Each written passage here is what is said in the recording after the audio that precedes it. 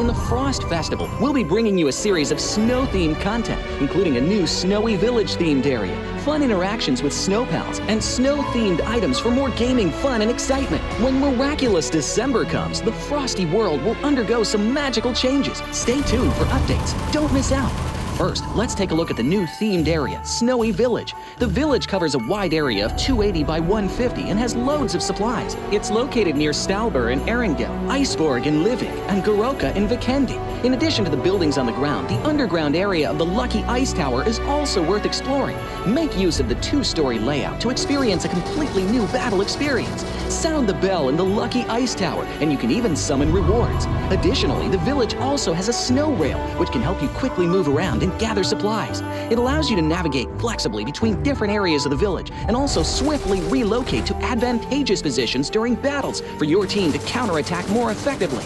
Of course, you should always remain vigilant to avoid becoming the target of an ambush. What's more, the village also features a special two-seat vehicle, the Reindeer. It's also a great choice for transportation as it allows you to swiftly move all over the map. For intense battles, we've also prepared festive and practical battle equipment for you, the Snowball Blaster and Snowboard. The Snowball Blaster can be used in many ways and has loads of functionality. When you aim it at the ground or a building, it can create a snow pile cover for you. When used on enemies, you can temporarily transform them into lively snow pals to restrict their movement. When facing bodies of water, you can use the Snowball Blaster to freeze the surface so that you can walk on it. It's definitely a practical yet entertaining weapon. After transforming into a lively snow pal, you will be unable to use firearms to do battle. You'll only be able to rely on basic actions such as walking, running, jumping, and swimming to evade enemy pursuit. It takes some time before you can revert to your human form. Let's build a snowman together. The snowboard will also bring you a whole new experience. Apart from helping you glide and move on various surfaces, it can also be used with the Snowball Blaster. Explore the many possibilities and use these two items to have all kinds of fun. We've also designed various interactive mechanics, such as searching for snow toddlers, lucky ice, and the snow blast zone. When you encounter a lucky snowman on the map, don't be in a rush to leave. There are 4 lost little snowmen hidden near the lucky snowman. Search for the 4 hidden snow toddlers and bring them back to the large snowman. You'll then receive a token of gratitude. There are lots of lucky ice scattered across the map. Shatter the ice to get the supplies inside. Try using a melee weapon to break the ice more easily. Furthermore, you'll find that snow has engulfed some red zones on the map, and the falling snow will bring about many interesting effects. Players within a snow blast zone will be transformed into a lively snow pal if they're hit by the snow. If the snow lands on the ground, a snow pile cover will be created. In this World of Wonder update, we'll be introducing a brand new transformation skill gameplay and a catch me hide and seek gameplay for you to enjoy the transformation skills to the fullest. Of course, you can also use this skill to create more interesting creations. We've also added a Snowy Village map template to celebrate the Frost Festival with creators. Additionally, we've also made some updates and improvements to gameplay devices, game parameter settings, and the editor. For more details, please follow the official PUBG Mobile community. We'll continue introducing the latest WoW content to everyone. As for Classic Mode, we've also made some improvements to vehicles, firearms, creation mode, emotes, settings, and more. First, we've enhanced the designated marksman rifles. Some DMRs can be equipped with the full auto mod to fire in full auto. We've also improved the attributes and handling of some vehicles to enhance your driving experience. We've also added a new garage mechanic. From now on, you can choose your dream ride during matches. Meanwhile, we've also added a custom SFX adjustment feature. You can adjust the volume of some sound effects to whatever best suits you. As for creation mode, we'll be introducing some quick view features for watching the victory dance and fireworks displays and the new Frozen Kingdom themed performance in order to provide players with more possibilities for creative content. Furthermore, we've expanded the emote backpack. Now you can equip more emotes before entering the battleground. That's a wrap for the main content in this new version. In addition, new content will be added to the popularity battle event, Metro Royale, and season rewards. For more details, follow our official PUBG Mobile community. Snow Battle is coming to town. Winner, winner, chicken dinner. 분위기에서 그러면 다 ямар гурван багийг том өрсөлдөгч гэж бодож байна вэ? GG, Alpha 7, Alter Ego. But released a little bit of an anchor point to play around with going forward. That's Meki. Is it going to be able to obliterate Bra here?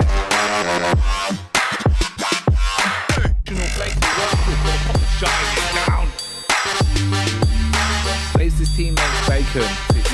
grenades as well. It's always grenades.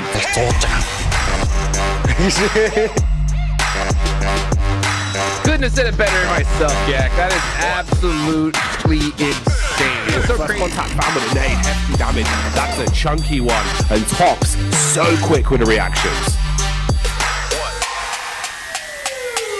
Hold this off. We've been saying this. Mate, just the fact that like Nerd said, go deal with the guys over the 1v3 over towards Luton.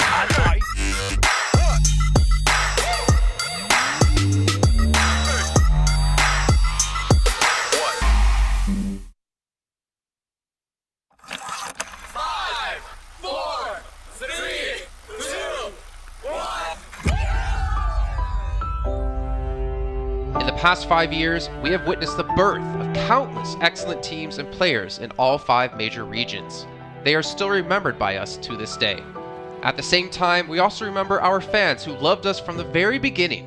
On the occasion of this 5th anniversary, let's turn back the clock to the starting point of PUBG Mobile eSports, the Southeast Asia region, where all the stories began. As the first world-class event, PUBG Mobile Star Challenge gathered professional players from all over the world. With continuous development, the 2019 PUBG Mobile Club Open Global Finals is undoubtedly the most exciting event. 2019 Fall Split Global Finals, ladies and gentlemen, give yourself a round of applause! Among the countless rising stars, one shined particularly bright. Bigatron Red Aliens, a team from Indonesia, Bigatron Red Aliens! just got first place in the PMCO Southeast Asia Fall Championship, earning the chance to compete in the PMCO Global Finals in Malaysia. In the subsequent prelim stage, intense competition kicked off immediately. And finally, they advanced to the Grand Finals in second place. BTR demonstrated impeccable strength in the competition. By the end, BTR was leading the lobby by a significant 106 points, bringing the first ever championship title to the SEA region.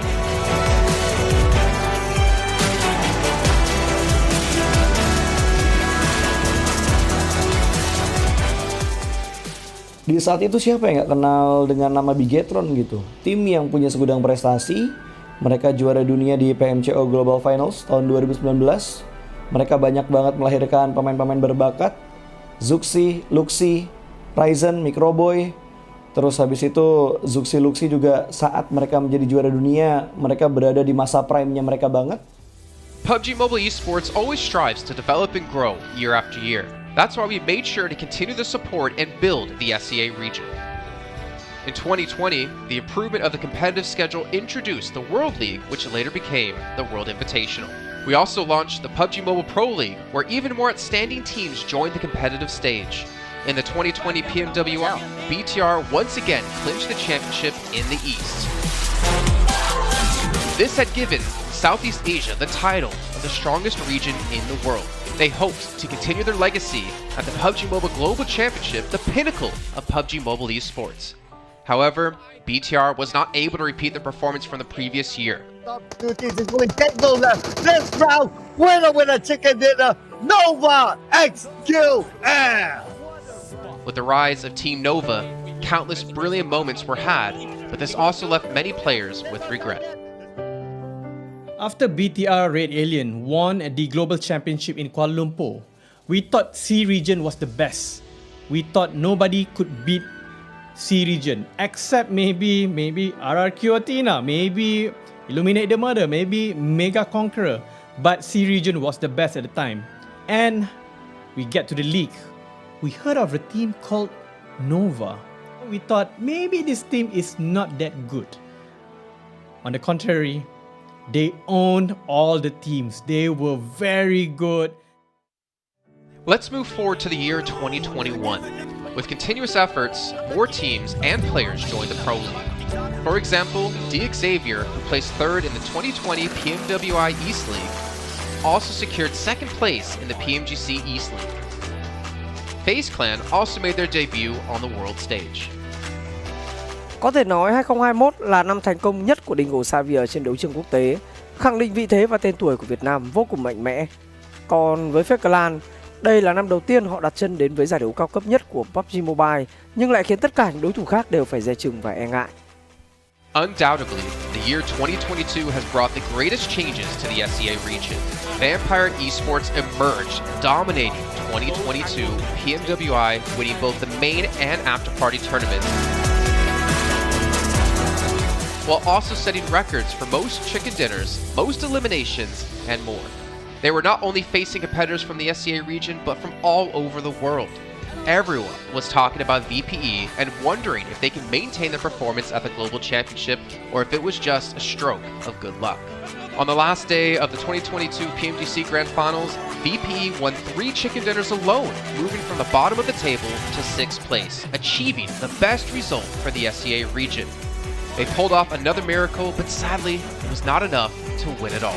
In 2023, VPE continued their impressive performance. They once again won everything at the 2023 PMWI. 2023 PUBG Mobile World Invitational Champions, Vampire Esports!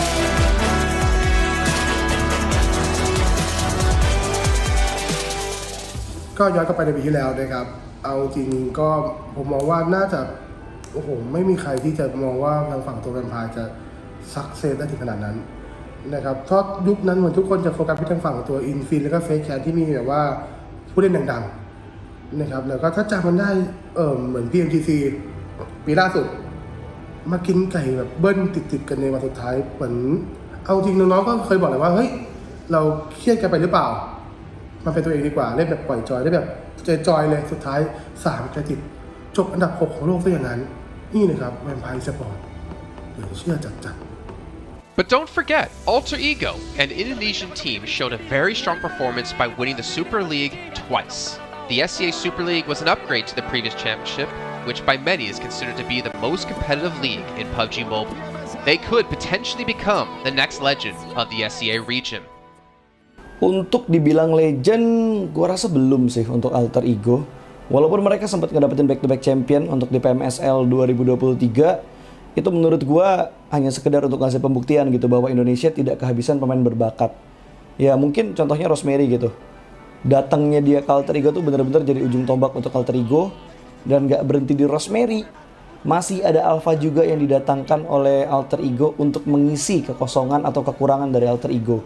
Dan gue rasa PMGC 2023 ini akan menjadi ajang Global Championship pertama gitu untuk Rosemary dan juga si Alpha. Jadi wajib banget kita nantikan performnya mereka di PMGC 2023. Dan please di notes pastikan tonton Alter Ego sampai akhir. Of course, there are many more teams we haven't mentioned, but these teams will all take part in the 2023 PUBG Mobile Global Championship. So what do you think? Who will be the ultimate winner in this year's PMGC? Will they be from SEA? Well, there's only one way to find out.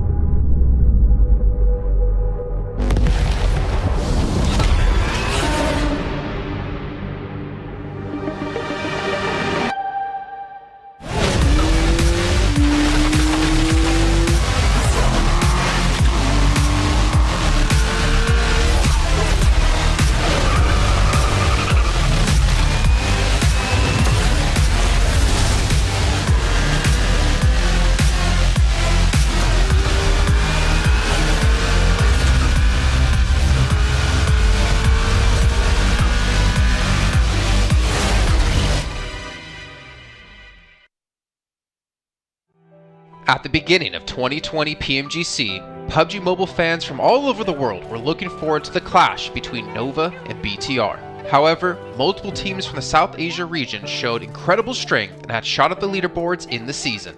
On the 5th anniversary of PUBG Mobile esports, let us turn back the clock to 2020 and revisit the story of the South Asia region.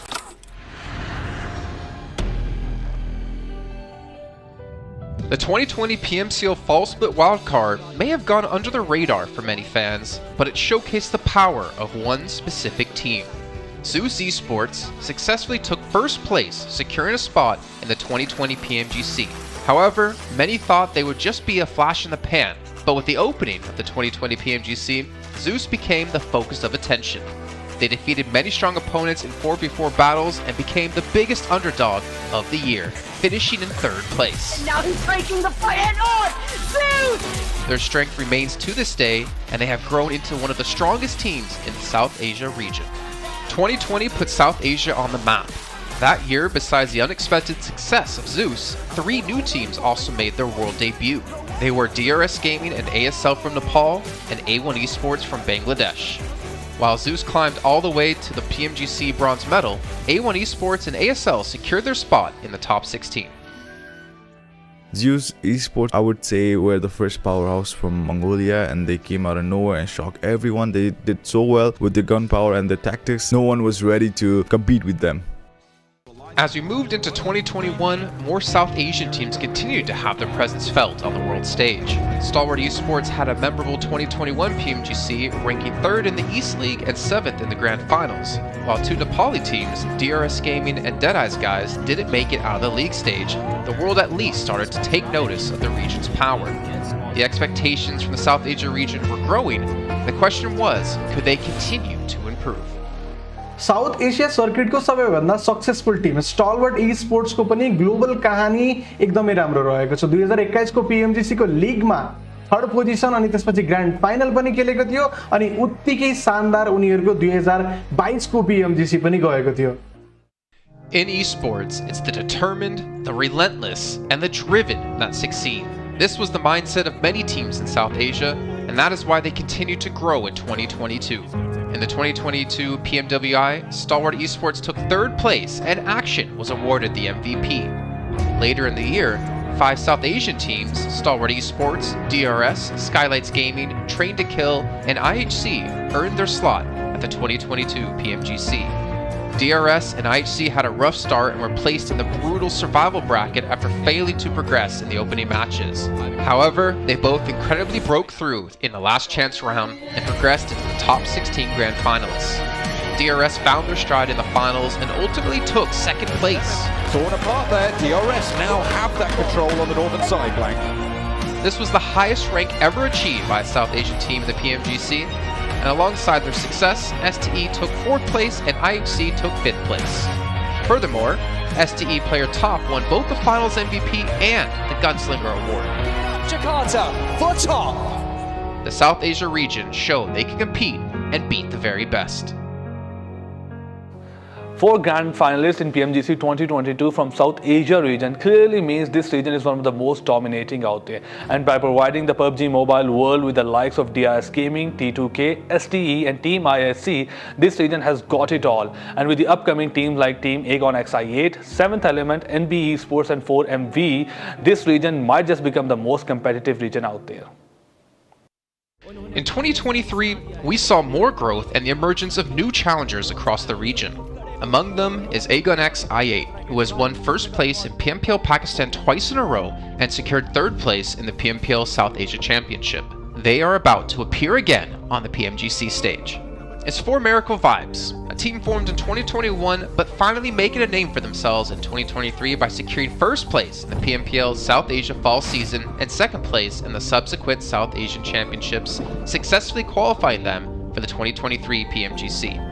They will be joined by STE, the champions of South Asia Fall Championships, along with NB Esports and IHC, 2 more South Asian teams looking for glory. Furthermore, for their continued outstanding performance in global events, DRS Gaming earned a special invite and became the 5th South Asian team to qualify at the 2023 PMGC. This will be the 4th consecutive year for DRS Gaming to play at PMGC. The South Asia region has already achieved second place last year at PMGC. Can they break through again this year and claim the ultimate title? New challengers. What do you say about them? New challengers. What do you say about them? New challengers. Just new challenge. New challenge. 네, MRPX 인상 깊게 봤는데. 네, 이 팀 꼴찌로. Hello, I'm Lord. Hi, I'm Freak, and we play for Enigma Galaxy. 안녕하세요. 덕산 e스포츠의 혹시 김성환입니다. 덕산 e스포츠 준희입니다. Merhaba, ben Nextuya'dan Dokunma. Ben de Nextuya'dan Frozen. Today we do power ranking for group red teams. Hadi geçelim. 잘 해보겠습니다. 일단 첫 번째로 소개할 팀은 농심 레드포스입니다. 이 팀 같은 경우는 이제 한국에서 잘하는 팀이기 때문에 네, 이렇게 넣겠습니다. And then we have NB Esports. Yeah, they're from Mongolia. They have really talented young players. I would say dark horses. Mongolian teams are really good anyway, so... We have Red Force. I think they're a new team. Yeah, they're kind of newcomers. We haven't really met them before. New challengers? Yeah, new challengers. Aynen, ben de ilk defa görüyorum. O yüzden bunları... New challengers. Yep. 7E. I've never seen them. I also didn't see them as new challengers. Ben de ilk defa görüyorum. Bunu da en alta yapıştır. Nova Hyper. Nova Hyper is the first time I think new challengers. Yep. Next we have Morph. New challengers.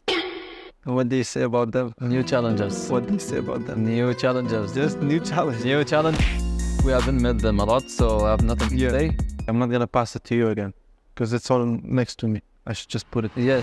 세 번째 팀은 이제 NB e스포츠인데 이 팀은 제가 잘 몰라가지고. 네, 이 팀 저도 잘 몰라요. 그러니까 여기다 넣을게요. 그다음에 NH 팀인데 전 잘 몰라가지고. 아, 잘 모르는구나. 저도 이 팀은 잘 모르기 때문에 바코세 야무지게 하도록 하겠습니다. There's STE. We played against them 6 to 8. Yes. A lot or only one? Not a lot. No, I think one or twice. 2021. Yep, one. Yeah, they're pretty good. They're top guns. I would put them at top. Yeah, top guns. Yeah. ST. Bence bunlar direkt top tier yani. Her PMGC'de vardı neredeyse. 중국 ST. 이제 무조건 첫 번째. 1등 팀. Okay, we have next Trianek. Our old competitors. That are our rivals. We've been top guns for sure. Yeah, they deserve top guns. yapıştır. 이제 이 팀은 제가 제일 좋아하는 팀. 오. 맞나? 맞는 것 같습니다. Ben şu an TV'de lazım. Galaxy. Her sezonda varlar ya. Galaxy okey bir takım. 이 팀은 이제 그래도 해온 경력이 있기 때문에 이제 탑 건스의 Enigma Galaxy. Enigma Galaxy? Yeah. 바로 저희 팀이네요. 와, 당연히. 친구들 당연히 이제 붙여야죠. 에이? 오케이. Duxon Esports. Duxon is pretty good too. They have really good. I like the way they play also. They have Juni from DWG. They all have PMGC, so I would say top guns. Oh yeah, let's go with top guns. They deserve it. 네, MRPX 인상 깊게 봤는데. 네? 이 팀 꼴찌로. 아니 이번엔 리그에서 두 번째 붙여야죠. 에이? Okay. That's it. We have the Brazilians in co-gaming, which I like a lot. Yeah. They have a big play style, but yeah. I would say top guns. Top guns, yeah. They had a really good result last year, so. This is our power ranking for Group Red. Güzel oldu bence, okey yaptık. Bence bazıları belki değişebilir. Siz de katılıyorsanız yorumlarda belirtin, katılmıyorsanız da söyleyin yani bu takım bence buraya gitmeliydi falan diye yorumlarda belirtin yani. Yani bizi 우리 이렇게 정리해놨고 이제 PMGC에서 이제 좋은 경기 하자. İzlediğiniz için teşekkürler. I hope you guys enjoy it and see you in PMGC. Bye. Bye bye. Bye bye. Bye bye. Güle güle.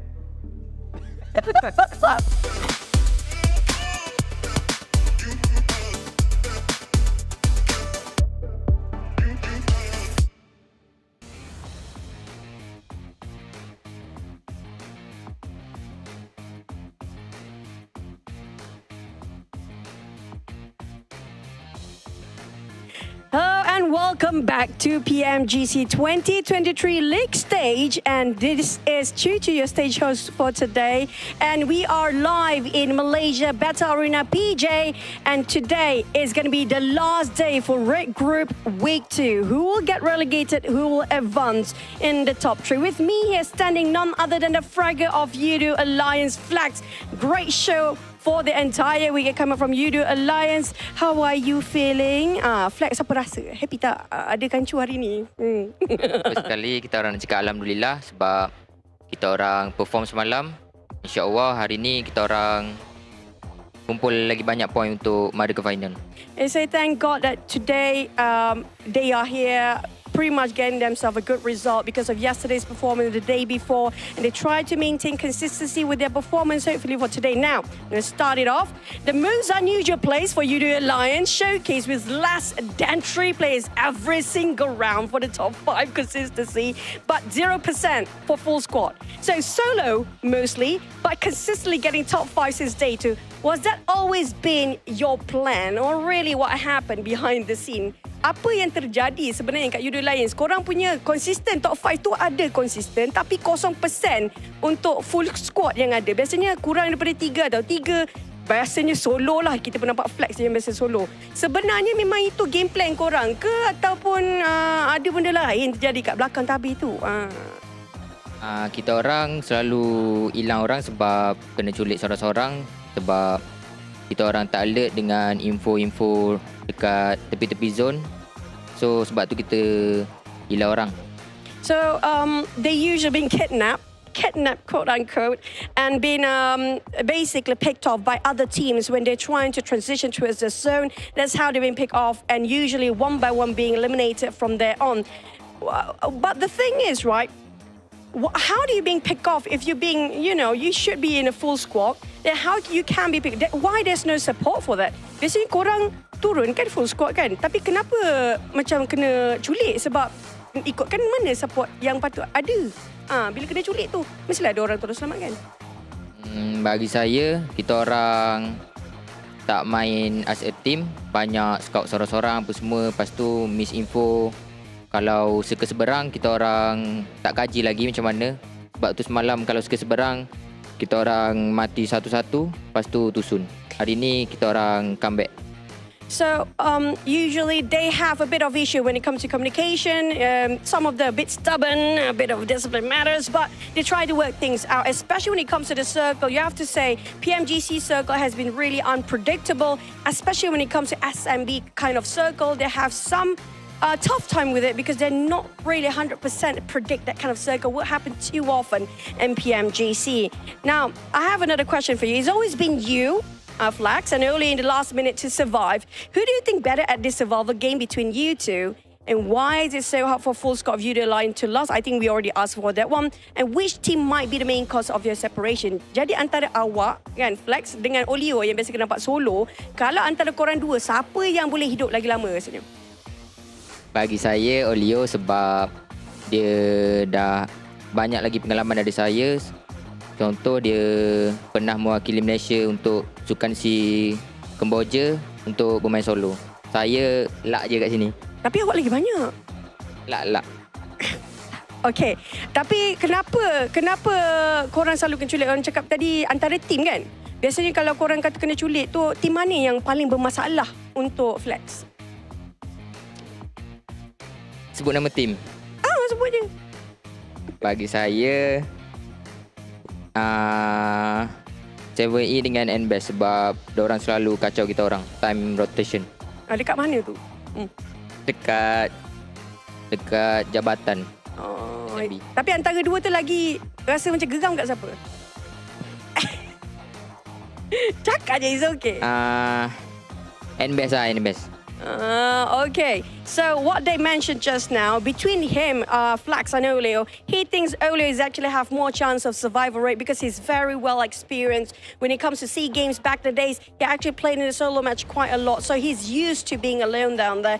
But I didn't mention about he actually survived more than Olio in this tournament, but he said he is a bit more luck towards his side, a bit humble, just getting lucky, I guess. And also I asked about which team were causing the most problems. They did mention about 7 Elements and also MBE Esports, but always roadblock them when it comes to the transition towards the circle to SMB. And in between those two, I think MB Esports, what he said, MB Esports giving them more trouble than 7 Elements when it's scoped down to only one team. Now, UDO Alliance very close on getting top 3. With this play, it has been going on for the past 2 days. It's been consistent for you guys, but do you think it's enough? Do you believe that with this play is enough for you to get in the top 3? Or you feel like there's some sort of change you need to do to be sure and confident enough to be in the top 3? Jadi untuk Flex sendirilah kan, pandangan Flex, cara korang bermain ni konsisten juga untuk top 5. Tapi rasa cukup tak untuk orang kata confident ada dekat Grand Final terus untuk berada di top 3 akhir hari ni? Atau untuk Flex sendiri, apa yang rasa macam nak kena tukar yang lagi confident sebenarnya?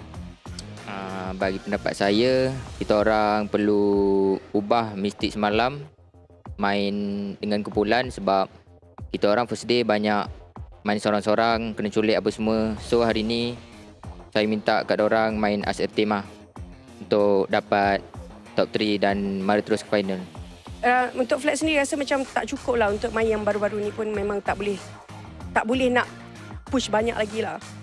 Kalau bagi saya, kalau kita kena main ni lah, kumpulan enggak baru lepas.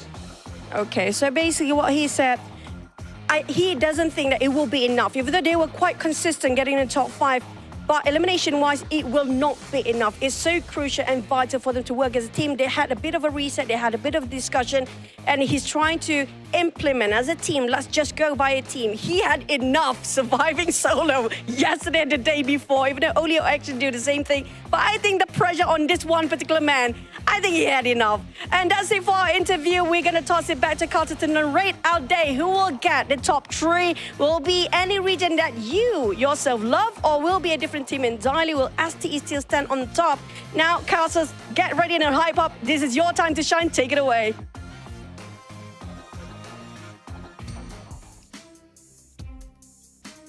Hey, what's up, everybody? It's Hot Jukes here with none other than the 7WG and Cameron Davis. Man, it was so good to hear Choo Choo on the mic, and a great interview regardless. I'll tell you what, that poor guy, man, he may have had enough pressure, but it's just getting started, baby. This is the last day of Group Red. He's got a lot of work to do, and the rest of his team as well, because top three make it on over to the global finals, and bottom 5 are out of here after today's 7.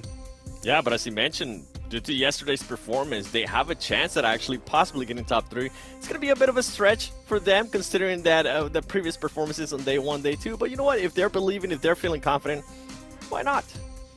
I don't know. Are they believing? I thought he said that there was a sense of like dread and disappointment that it's not going to be enough, which is very, underwhelming for me, because after yesterday's performance, Alliance aren't actually that far behind Morph, who are currently holding down that 3rd position. Yes, it will require at least one of those top 3 teams, as well as Nigma in 4th, to have a bad day for them to capitalize on it. But the fact that they're not even setting themselves up, it feels in a positive mindset to be able to go for that try. I don't know, it's a little underwhelming. Yeah, I know what hope looks like, and I didn't see very much in that guy's eyes. Hopefully he's able to kind of clutch it up here. At the end of the day, it really just takes one good match, right? One good match will get him in the running in it for sure. I think that, Sandhawk's going to be so huge, because we're starting off here at Sandhawk. We got 3 Aaron Gales and 2 Miramars at the end of this. Of course, before we get started, we got to give a big thank you to the official sponsor here for PMGC, the Infinix GT10 Pro. If you guys want to go ahead and dominate the lobby, check out the GT10 Pro, because it was created directly for esports players. Of course, while you're at it, go ahead and search the TikTok as well, PMGC 2023, so you guys can keep up to date with everything that's going on, and also get some sneak looks behind the screen. I tell you what, I've been following the TikTok, X, all the different social platforms, and I really love to get that, see the players just kind of happy and excited to be there, Unfortunately, 5 teams are going to be going home after this 7. So that's going to be obviously a big story here. So the teams at the bottom, right? Who do you really have your eyes on that really need to start off strong today? I'm going to be looking at 7th Element. I feel like yesterday they were able to put up such a great performance. Day 1, Day 2, they were able to put up 35 points. Yesterday alone, they were able to put up 39 points. And a bit of a shout out too to the player T24 OP, because he was able to put up 15 eliminations yesterday alone by himself. If he can put up those kind of performances, if they can maybe be a little bit more consistent in regards to the placement, which yesterday was a huge step up in regards to that, at least getting themselves later into a match. Some matches they really were able to get any placement points, but they were allowed to get those elimination points. And at this point, those teams towards the bottom, they need to be fighting for any points that they can get, whether it's placement points or whether it's elimination points. Yeah. Okay. All right. Cameron, what about you? Yeah, I mean, because, listen, it's still very tight on that bottom section between 8th all the way down to 13th, 14th. It's only like 20 points or so, which over these last 5 games, or sorry, 6, could easily change it up. And so I think 7 Element have a chance, but my eyes, they're going to be on Inco here, right? Not only have we seen what they can do directly from Americas, they were at the top at the very beginning of this week. So they've delivered here, like on this actual stage. So all they need, just like any other team here, just 1 or 2 good games, and they're back in the mix, especially with teams above them, like Duxon specifically, just on a landslide backwards. 100%. So, you know, that's the teams at the bottom. The teams at the bottom obviously need to just get out of there, right? At least make it to the survival stage at the bare minimum, right? Yeah. Now, for those teams in that mid-pack area, in my opinion, you need to do everything you possibly can, right? Throw all strategy, whatever it is that you have that just says, oh, we should just do this. No, I think you need to do whatever it takes to make it into that top 3 here, 7. So, I want you to pick one team, okay, out of those teams below that top 3, right? What do you think that they need to do, right? Starting off here, if they're gonna have success and actually make it up to that top 3. I mean, if I'm being completely honest, the teams that are going to be challenging for that top 3 is going to be Enigma Galaxy and Uter Alliance. If I was to say any other teams besides that, it would be me being very, very optimistic. Yesterday, I was kind of hyping up and hyper, but I was also telling us how we were blinded by their win because they just weren't consistent enough. And they showcased that yesterday. The consistency was completely out of the door. The placement points were out of the door. Yes, we know they can get those eliminations, but it's nowhere near it. I'm actually going to be looking at the team right there in 4th place, Enigma Galaxy, because if we look, and something that Sute kept mentioning yesterday, and it kind of stuck to me, was they're relying too much on Coops. So I decided to go back, look at the numbers, and he wasn't wrong. He was absolutely right. So shout out to Sute, because Coops, day 1, 20 elims. Day 2, 12 elims. Day 3, an outstanding only 2 eliminations for Enigma Galaxy. And that's because of the way that they were playing, completely different from what we were seeing in day 1 and day 2. And that's currently why they are out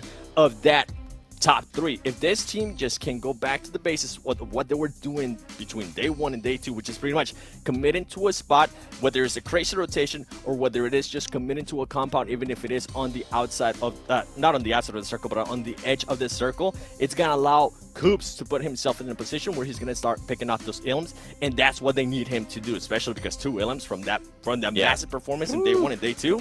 Oh, you can't be having that. Yeah, I didn't realize that the Coops numbers were looking so poor yesterday. Oh man, SD versus Morpho. Morpho was a team that really, really good. And there was a little bit yesterday, I believe, that they were sort of, are they letting it slip in the same way that Enigma are? But then they just had a huge comeback towards the end of the day, right? We're always looking at Miramar for this team, it seems. And so they got not that far behind SCE, who's holding down the 2nd position. Eliminations are looking the exact same. Damage is actually higher for Morph, which is surprising here. But STE, despite having so few wins, at least it was until yesterday, their podium runs are always really, really solid. 100%. You know what? That's what I really like about, these teams in particular, is that they can have that pop-off game. But I'm on that side with you, Seven, what you talked about yesterday, right? The consistency from Nongshim Red Force. The fact that they're always putting up points on the board, regardless of the situation, is why this team's on top, right? Like, yeah, Morph won Miramar, but then, threw up a really bad performance in the next. 628 hits pretty much a record for this tournament, right, in eliminations, and then a goose egg right after. So, I mean, do you think that these teams are going to make any adjustments here in the final day to kind of try to get their consistency up? I hope they do, because that's the reason why, even after, I think it was yesterday after the first match with Namshin Red Force, what they were able to showcase to me that we weren't necessarily able to see on the screen, by just me watching their play, their adjustments on the fly. We've been given excuses for a lot of teams in regards to, yeah, you know what, maybe the circles aren't favorable. Yeah, you know, you can't really maybe do much in that circle. But Namshin Red Force, if you go back and just look at the map play that they did on the first Sandhawk yesterday, acknowledging that 628 was going to be holding that bridge, they were like, you know what? We are not even going to try to do this. We're just going to go with a completely different alternative rotation. It worked out for them, and that's why I don't think, I mentioned it yesterday, I don't think nobody's going to be challenging this team for that first place, because they're able to adjust on the fly. Another team, though, you guys were mentioning Morph. It's a little bit scary. This team cannot be relying today so much on Miramar. Yeah, you guys' numbers on Miramar are outstanding, but the way they are outstanding in such a way that out of the 101 eliminations, 60 of those eliminations are from Miramar alone. Out of their 47 placement points, 36 placement points are from their Miramar gameplay. Those are great numbers, but we're going to be playing 3 Erangels, we're going to be playing 1 Sandhawk, and if I know anything, is that Enigma Galaxy is going to be looking to hunt down that 3rd place. And if Euro Alliance gets a little bit of hype behind them, maybe they'll start believing in themselves like I'm starting to believe in them. Yeah, and even if you are assuming that Morph are going to stay in the top 3 and go to the Grand Finals, that sort of binary, that sort of weakness on Erangel is going to be exploited even more. Not to mention, as Seven just said, all the opportunities for Enigma to come back if they do revert to their day 1, day 2 form. Because I can't get the two elims for Coops out of my head. That I didn't realize it was that poor. That's so tough. That's so tough, man. I'll tell you what. Yeah, now one thing I really like what you said, Seven, right, is you can't rely on Miramar. And I will galvanize that by saying you can't rely on Miramar, especially today, right? Because in the final day, you don't know what's going to happen. There's going to be some teams so low on the leaderboards that they're going to be disheartened. You don't know how they're going to play. And if Nongshim Red Force pop off here at the start, they could do whatever they want in the lobby. So if I'm teams like Morph, Enigma Galaxy, you know, I'm going to go see them in the break room and be like, hey, you guys need any drinks? You know what I'm saying? Like, how can I help you guys out today? You know, like, you guys are just doing a great job. You know what I'm saying, son? Yeah, well, I mean, if we're going to have any battle towards the top in regards to first place, I feel like 628 better come out. As you can see, one of the top performers is here in Sandhawk.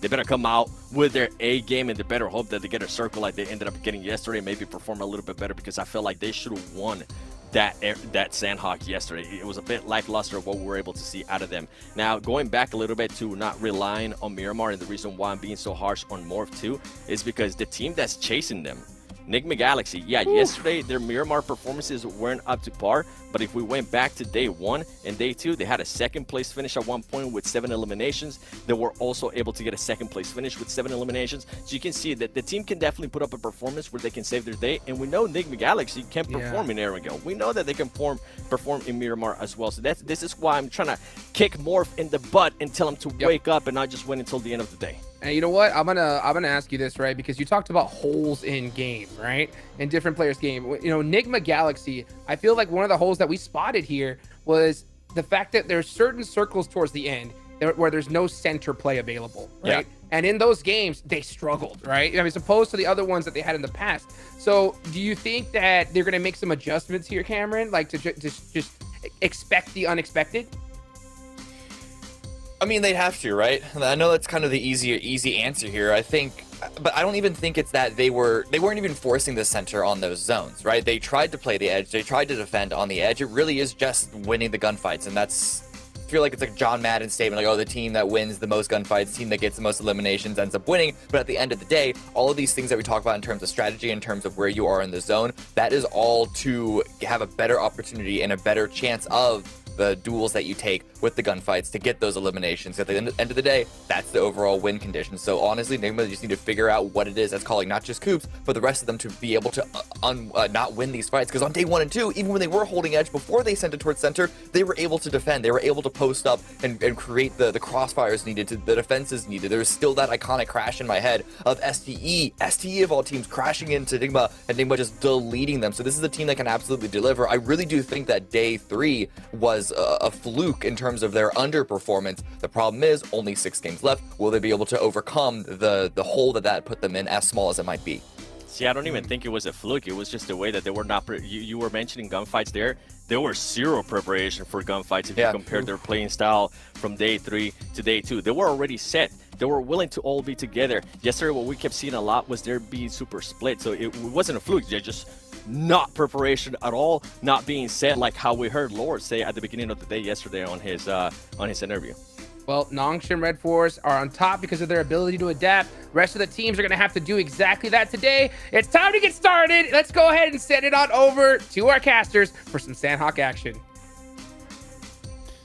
The dawn of the final day is upon us. We are going to be heading into Sandhawk for the first time and the last time for Group Red as well on the day. It's going to be a little bit dangerous. We've had a Northwest Island finish. We've had that Painan finish. We've had the other circles as well. The other circle as well. I think it was the northeast side near Paradise. Like Paradise, yeah. Is it time to go to Cave? Maybe let's have a look. Ooh, man. I mean, so far we've seen barely any repeats in circles, and that's not just on Sandhawk but Erangel as well, that we're playing 3 maps of each day. If the pattern holds true, we could expect, you know, Cave or a very far eastern circle, maybe even a boot camp circle. That would be, you know, great fun to see. But one thing that Desk was talking about a lot was Nigma Galaxy, right? And I think they're gonna do better than they did yesterday, which isn't too hard to accomplish given, you know, the veterancy of this team. But how much better? Man, I'm honestly at like a 50-50 for Nigma Galaxy making it into top 3, because it's not just Morph, right, that they need to worry about. U2 Alliance is very close by. I know in the interview they didn't seem too confident, but I think so many teams, you know, that are feeling that pressure would feel the same way. They'd exhibit the same energy. You know, they're just really dialed in, too focused, like very focused, and they're not just going to like overhype themselves. So Nigma Galaxy, it's going to be tough for them, and we're coming into this Sandhawk match. Very good playing path, at least, for everyone involved. Very, very chill. But it's not just the top 3 that teams will be worrying about today. Of course, there are quite a few teams that are going to be pretty happy moving forwards, but down around the 11th place bubble, that last place spot that will get you into the survival stage for another shot is also going to be all important for a lot of teams right now. I mean, Europe is down horrendous at this point with Nextruya and Kanina Power at the bottom of the tables, and most likely Kanina Power not going to be able to do anything today. But Nextruya, they're going to have their last chance today to try and show us what the European champions are made of, because they just haven't been able to do so far. Yeah, if we want to talk about who's moving on, like survival-wise, 4th down to 11th, right? I think Inko and Nextruya, the teams currently in 12th and 15th respectively, they're going to be the 2 teams that I think will bump up, meaning 2 of those teams currently in the 4th through 11th will be kicked out. Now, that's just a guess, but I know Inko, very strong team, very disappointed with their performance, but I think Brazil has what it takes to at least make it to the survival stage. And Nextruya, I mean, you talk them up. I've seen what they could do. They have, you know, the pedigree to make it into the survival stage pretty easily as well, in my opinion. So I think that's the other team that teams need to worry about that are looking to just scooch on by to that survival spot.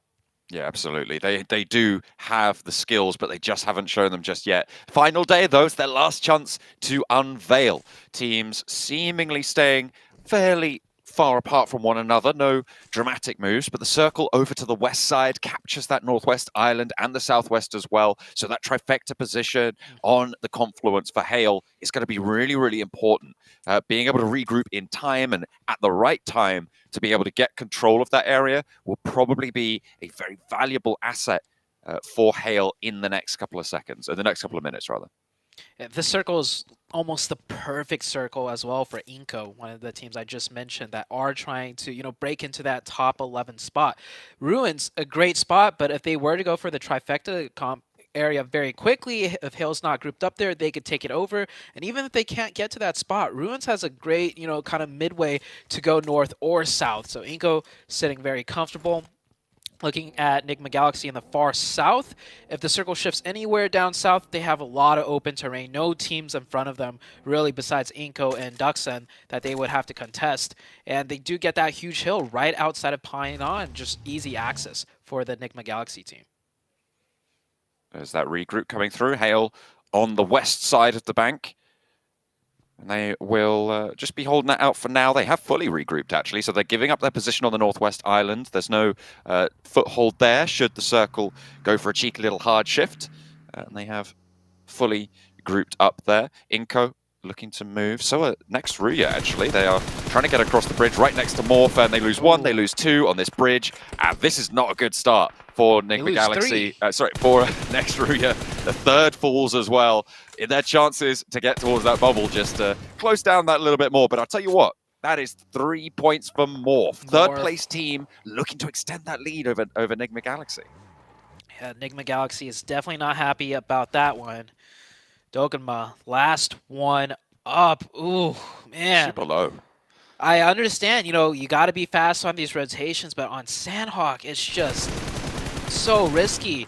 NASA making the same exact rotation, and they only lose one. That's because they got two vehicles. You know, spread the players out a little bit. And I know what you're thinking, John.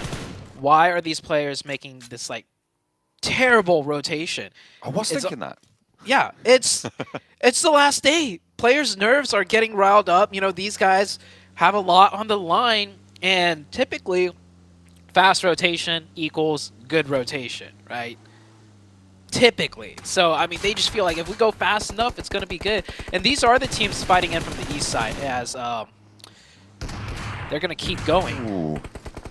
They just I thought they would stop at some point, like right after they made it across the bridge, but I don't know what they're thinking. Like, you could try and full send it to center, but this is Sandhawk, okay? You can't do that. Duxan have left Painan fairly early at this point. That's where they dropped. They've moved very fast towards the hills to the south of Ruins to try and take that position there, which is where NASA were trying to move to. And you can see, actually, N-Hyper going to move up and pick up the pieces. NASA going to be completely taken down now. There's no eliminations, no points. 7th place, they're looking all right to secure themselves in the survival stage, though. For today's matches, they can't let it go too far, but it won't be the biggest blow dealt to their points totals, to their standings in this tournament. Yeah, the point spread in that, like, I would say 6 down to 11, it's pretty tight. So even if you have one terrible game, definitely not the greatest feeling. It's not like the other teams around you is all going to get a good game and pass you up. But you definitely don't want to be risking it anymore. So Nasser out for now. And Hyper did move on in, picked up that 1 point. And first zone, it's still, the blue's still closing. We're very far from the second circle shift. But you can see, you know, it being the last day, a lot of these teams are sticking true to whatever plan they had.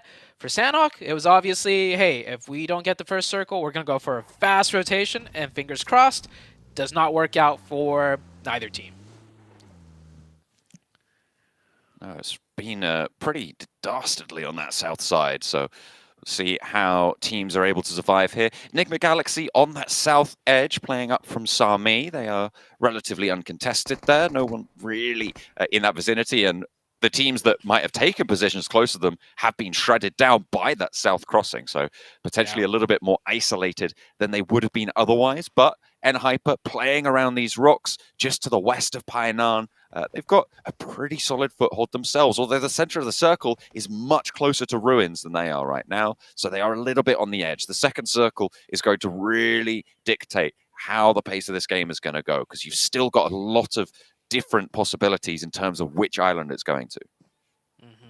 I'm keeping my eyes on Enigma Galaxy there on the south. It does look very congested in front of them, but there's some very tricky rotational pathings you could take. And looking at Enigma Galaxy, they definitely have the vehicles to do it if they need to, you know, go way more center. And it does center right up onto that trifecta area. Now, I can't imagine Enigma Galaxy wants to fight their way in here, because to the left side is Ruins, difficult to fight through, and just right in front of them, very tall hills. Like, you're fighting uphill battle the full way through. They might pull out one of their signature rotations here. We'll see very soon. But as for everyone else, that's a pretty decent circle, other than the ones not in the zone. Nongshim Red Force, all the way in the northeast, they always make it work, so let's see how they do in this one. Nobody has taken the hill right now to the west of Hale's position. That hill that sits just to the west of the trifecta compound. Inco didn't shift over there. They stayed by the bridge. They're looking to control that crossing, stop teams from the north side having that option. And I think that's not the worst decision that you could make there. And it looks like Duxan may be looking to strike out for that central hill right now. A lot of control from this location. A lot of teams like to post up there. So we'll see who's able to take it. It looks like Duxan leading that charge. Yeah, Duxan is going to convert all 4 players over. I was thinking they might be able to do a 2-2 on both sides of the road, but they're going to play a little bit more safe here. As here we have Nongshim Red Force. This is on the northeast side, right outside of boot camp, so very far away from central spot in the zone. They're definitely going to just play it slow, take whatever fights they need to, and slowly work their way in. Don't want to take those bridge rotations. We've seen, you know, what happened earlier, so I don't think they're going to elect to do that. And everyone's just condensing, just, you know, tighter and tighter.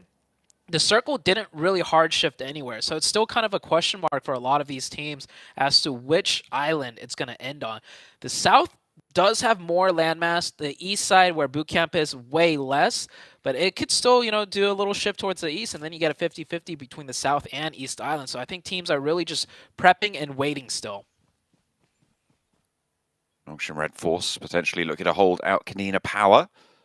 Becker, forward position. Gory has taken some damage from somewhere. That might have been the blue zone, because the rest of the team are pretty close to it. XZY, overlook towards Kanina Power. He's scouting out. They haven't revealed themselves just yet. I don't think Becker's position is known. He's just scouting out, listening for footsteps, listening for that maneuver. Udo Alliance, in the meantime, are moving in a little bit further south. They have just left the blue zone, which is why their health bars are quite low, but Iftar moves forwards first, and Sporter launches that nade. Diversion immediately from Udo Alliance, and they can readjust, go a little bit further south, and try and cross closer to Painan. Yeah, Udo Alliance sending their scout player forwards, getting that info. That's very good for them. Udo Alliance doesn't strike me as a team that, you know, likes taking early game engagements, so they will avoid that fight if possible. They do find that south side rotation, like you mentioned. Zone is about to shift once again. Right now, STE on the north side of the Trifecta compound, and Hale just right in the center of everything. Taking a look around, Inko still in that ruins area. Not too much movement so far from Circle 1 to Circle 2. The team's able to get more central half, like Duxan and Hyper, but it will come down to this third shift. This is going to be the pivotal one. STE have managed to make their way through there, and all 4 teams on the northern side are probably thinking about how they're going to make this cross happen, because honestly, at this point, it's last team standing on that northern side, and most likely you're not going to get much further than that. Can you farm those points, get those eliminations? Because this river crossing has become very, very dangerous. With Hale in the compound at the Trifecta, with Inko controlling the bridge, with Duxan on the hill, there's very few places you can go. You might just have to go for a full send and hope that you can win the crash without a third party taking you down. And Hyper looking for a crash of their own. They've sent straight on through into the middle, past Duxan, and into the side of Ruins. They've managed to find the corner and actually post up. All 4 making it in. Alive for now. One player caught on the outside. Koi down to 1 HP, and he does get caught by Inko and quickly flushed out. I don't know how he ended up that far outside of the compound crash. Maybe one of the wheels got shot out and he's forced to hop out early. But Hyper make it in. Pretty central, 3-man, and they should be safe there. There's no way any team is going to want to cross over the roadsides in the open. Too much sight lines. Inko is fine with that 1 elimination. They're just going to wait for now. And the big thing is they got a point onto Hyper, right? So they know it's Hyper there. They could track the elimination feed to know what's going on. If they do want a third party, say if Hyper gets into, you know, another engagement, a team crashes on them, that could be a huge point opportunity for Inko. 1 point found.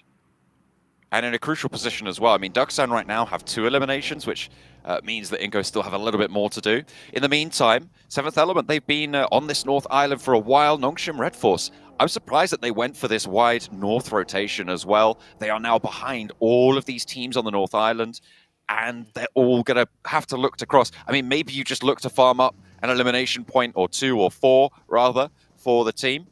Divine, not going to strike for 7th Element, but they're going to know that there is a team rolling down this hillside. 2 players in the US looking to move forwards, but Goku Bot is waiting. Sporter's toast here. There's no way he gets away with this. Steps out, the shotgun nearly goes a little bit wide, but handles it in the end and gets the spray down for the flush. Yeah, the Seventh Element, really good heads-up positioning for this potential maneuver. I don't know if they were actually expecting a team to do this, but the setup is perfect for it. Look at this. Everyone from Nongshim just funneled right into the trap one after another. Seventh Element, though, can they convert? It is a huge advantage for them right now, but it comes down to gun skill now in this close-range fight. Nongshim Red Force, a very strong team, even down to 3. They could still win this, and not just Nongshim Red Force here. NB Esports already cresting the hill looking for their third party in STE, and both intense game on the east and west of that chiming in. They are starting to move out. The third party from SDE, we have seen that quite a lot over the last few days, and it looks like Nongshim Red Force might be a little bit lackluster here. Divine does get caught and found on the top there. That's the high ground position for 7th Element, but GokuBot still has his cliff to play around. Can Nongshim Red Force stay alive? Because they've only got one player now out in the blue. XZY wants to try and turn it around, but GokuBot seems to have spotted something, and the rest of STE are going to be looking out this way as well. NB eliminated. It looks like it's not going to be too much longer for Nongshim, but in they go to the shack, and there's a DBS waiting for them, the auto shotty rather. Instead, T24OP wants to get that reload off, reposition, hold his teammate down as well as Alian is knocked. They want to hold out their door frame, but can't quite do it, and the two players on the inside now only have GokuBot out in the blue to keep their team alive. This is mutual destruction out here on the north side. Every single team suffering casualties. Not a single one of them will make it out as a 4-man team. STE did lose one as well. 7th Element down to just one intense game. Look like they got the better end of things, but they also do lose a member. And now, focusing on the hard southeast side on the very edge of zone, it's Morph and Udo Alliance. Morph up to 5 eliminations, and they're looking pretty good in this fight right now, too. A scrap for third place, remember. Udo Alliance are on the chase, but it looks like Morph have been able to open up for one. Traded back by Udo Alliance, who are playing just as 3 right now, so the numbers advantage still for Morph. They have 3 players up and active compared to the 2 for Udo Alliance, and Flax is very, very exposed. Olio on the back lines, trying to launch some nades over the road. Flax does get flushed away, which means that they are going to be playing on as 2 no matter what, even if they're able to win it out against Morph, who still haven't got their res, by the way. Hale trying to hold out on this trifecta compound. This is STE's opportunity. You can see they're making their move as soon as Hale have this engagement to deal with, and Get Slow is knocked on that northern side as well. So he's going to really, really struggle to hold out STE, so the crossing can happen. Can they make it work and get their foot across the river? I'm surprised FaZe and Hale are still both here looking pretty healthy, because Kanina Power was on the backside of all 3 of them here. So neither team really suffering too many casualties. FaZe getting the better end of things with 4 up. Blue zone forcing them in. Hale loses 1. It looks like they're going to be losing this fight as well. Smokes are up, obscuring some sightlines, but this should be easy for FaZe. Venturas goes low. Shotgun misses, hitting the tree. Finally gets a shot in.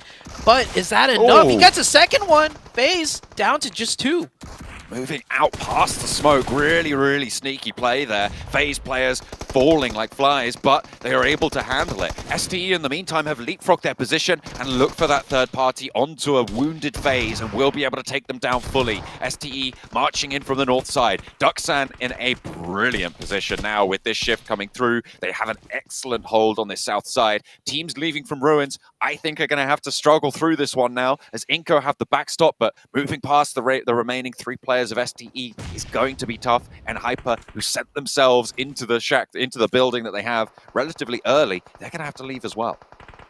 And did Morph just get taken out? It was 4v2 against Udo Alliance. Yeah, Udo Alliance with a very strong defense. I don't know how they pulled that off, but all of Morph are gone. Udo Alliance is still up. Enigma Galaxy, I think yesterday's day kind of has shaken their confidence. They could have third-partied that fight way earlier. Like you see on the minimap, they have full control of the south side, uncontested. They could be third-partying many of these fights, but they're just way too slow to do so, and it might be they're just playing it a little more safe because of yesterday's games and how they went, that they're being a bit more passive, but that is, forfeiting them a lot of third-party opportunities right now. Morph, they did go down there, but they got 7 eliminations. Remember, they took 3 from Nextruya. Dokuma is still alive, by the way, for Nextruya. But they took a player as well from, I think it was NASA, who crossed that bridge as well. They were able to get 3 eliminations in that fight with Udo Alliance. So this game is far from a bust for Morph right now. And Udo Alliance going to need a little bit more if they want to catch up, because remember, Morph is that 3rd place mark. Are they going to be able to find that pace? STE not quite finding the final player there for 7th Element. Actually, STE losing a player, getting flushed out there. That is really not ideal. Next, Ruya also losing Dokuma, the last player for them. Yeah, STE down to 2. 7th Element really just being a thorn in their backsides. You saw him constantly being scoped in right there. Next zone is about to shift here. Duxon has been just chilling on that hilltop with 4 up. And same with Nigma Galaxy on the south side. It looks like it is going to be shaping up to be those 2 teams as the 4-man squads. And the zone does go to Duxon and Nigma Galaxy. Nigma Galaxy in a much more comfortable spot, I'd say. Duxon will have to worry about Inko and STE as well, potentially. I said the game wasn't a bust for Morph. With 7 eliminations, they have managed to jump up a little bit on those standings. Nigma Galaxy were a bit of a way behind, I think it's fair to say. Before today's match, they started the game 17 points behind, in fact. With those 7 extra, that's going to be up to 24 points behind. So they will need a pretty big match here. That first elimination, the only one that they've been able to find so far. So, still would need a 14 elimination chicken dinner in order to draw level with Morph. They could do it. There is still a lot of enemies here left for them to take down. And a chicken dinner will get them that 10 points. If this was Nigma Galaxy from day 1 and 2, I would say this is their chicken dinner, but yesterday's performance does shake my confidence a bit. Duxon now getting sieged on by Inko. The drive-by close, but didn't get the knock on to Benny. Duxon with 4 elimination points. This is the 11th place team going against the 12th place team also, but STE coming in with that 3rd party from distance will confirm themselves a point. Intense game on the backside, finally taken out by Inko. Becker will get revived, very low HP, just in the nick of time, and Duxon getting cut down to 2.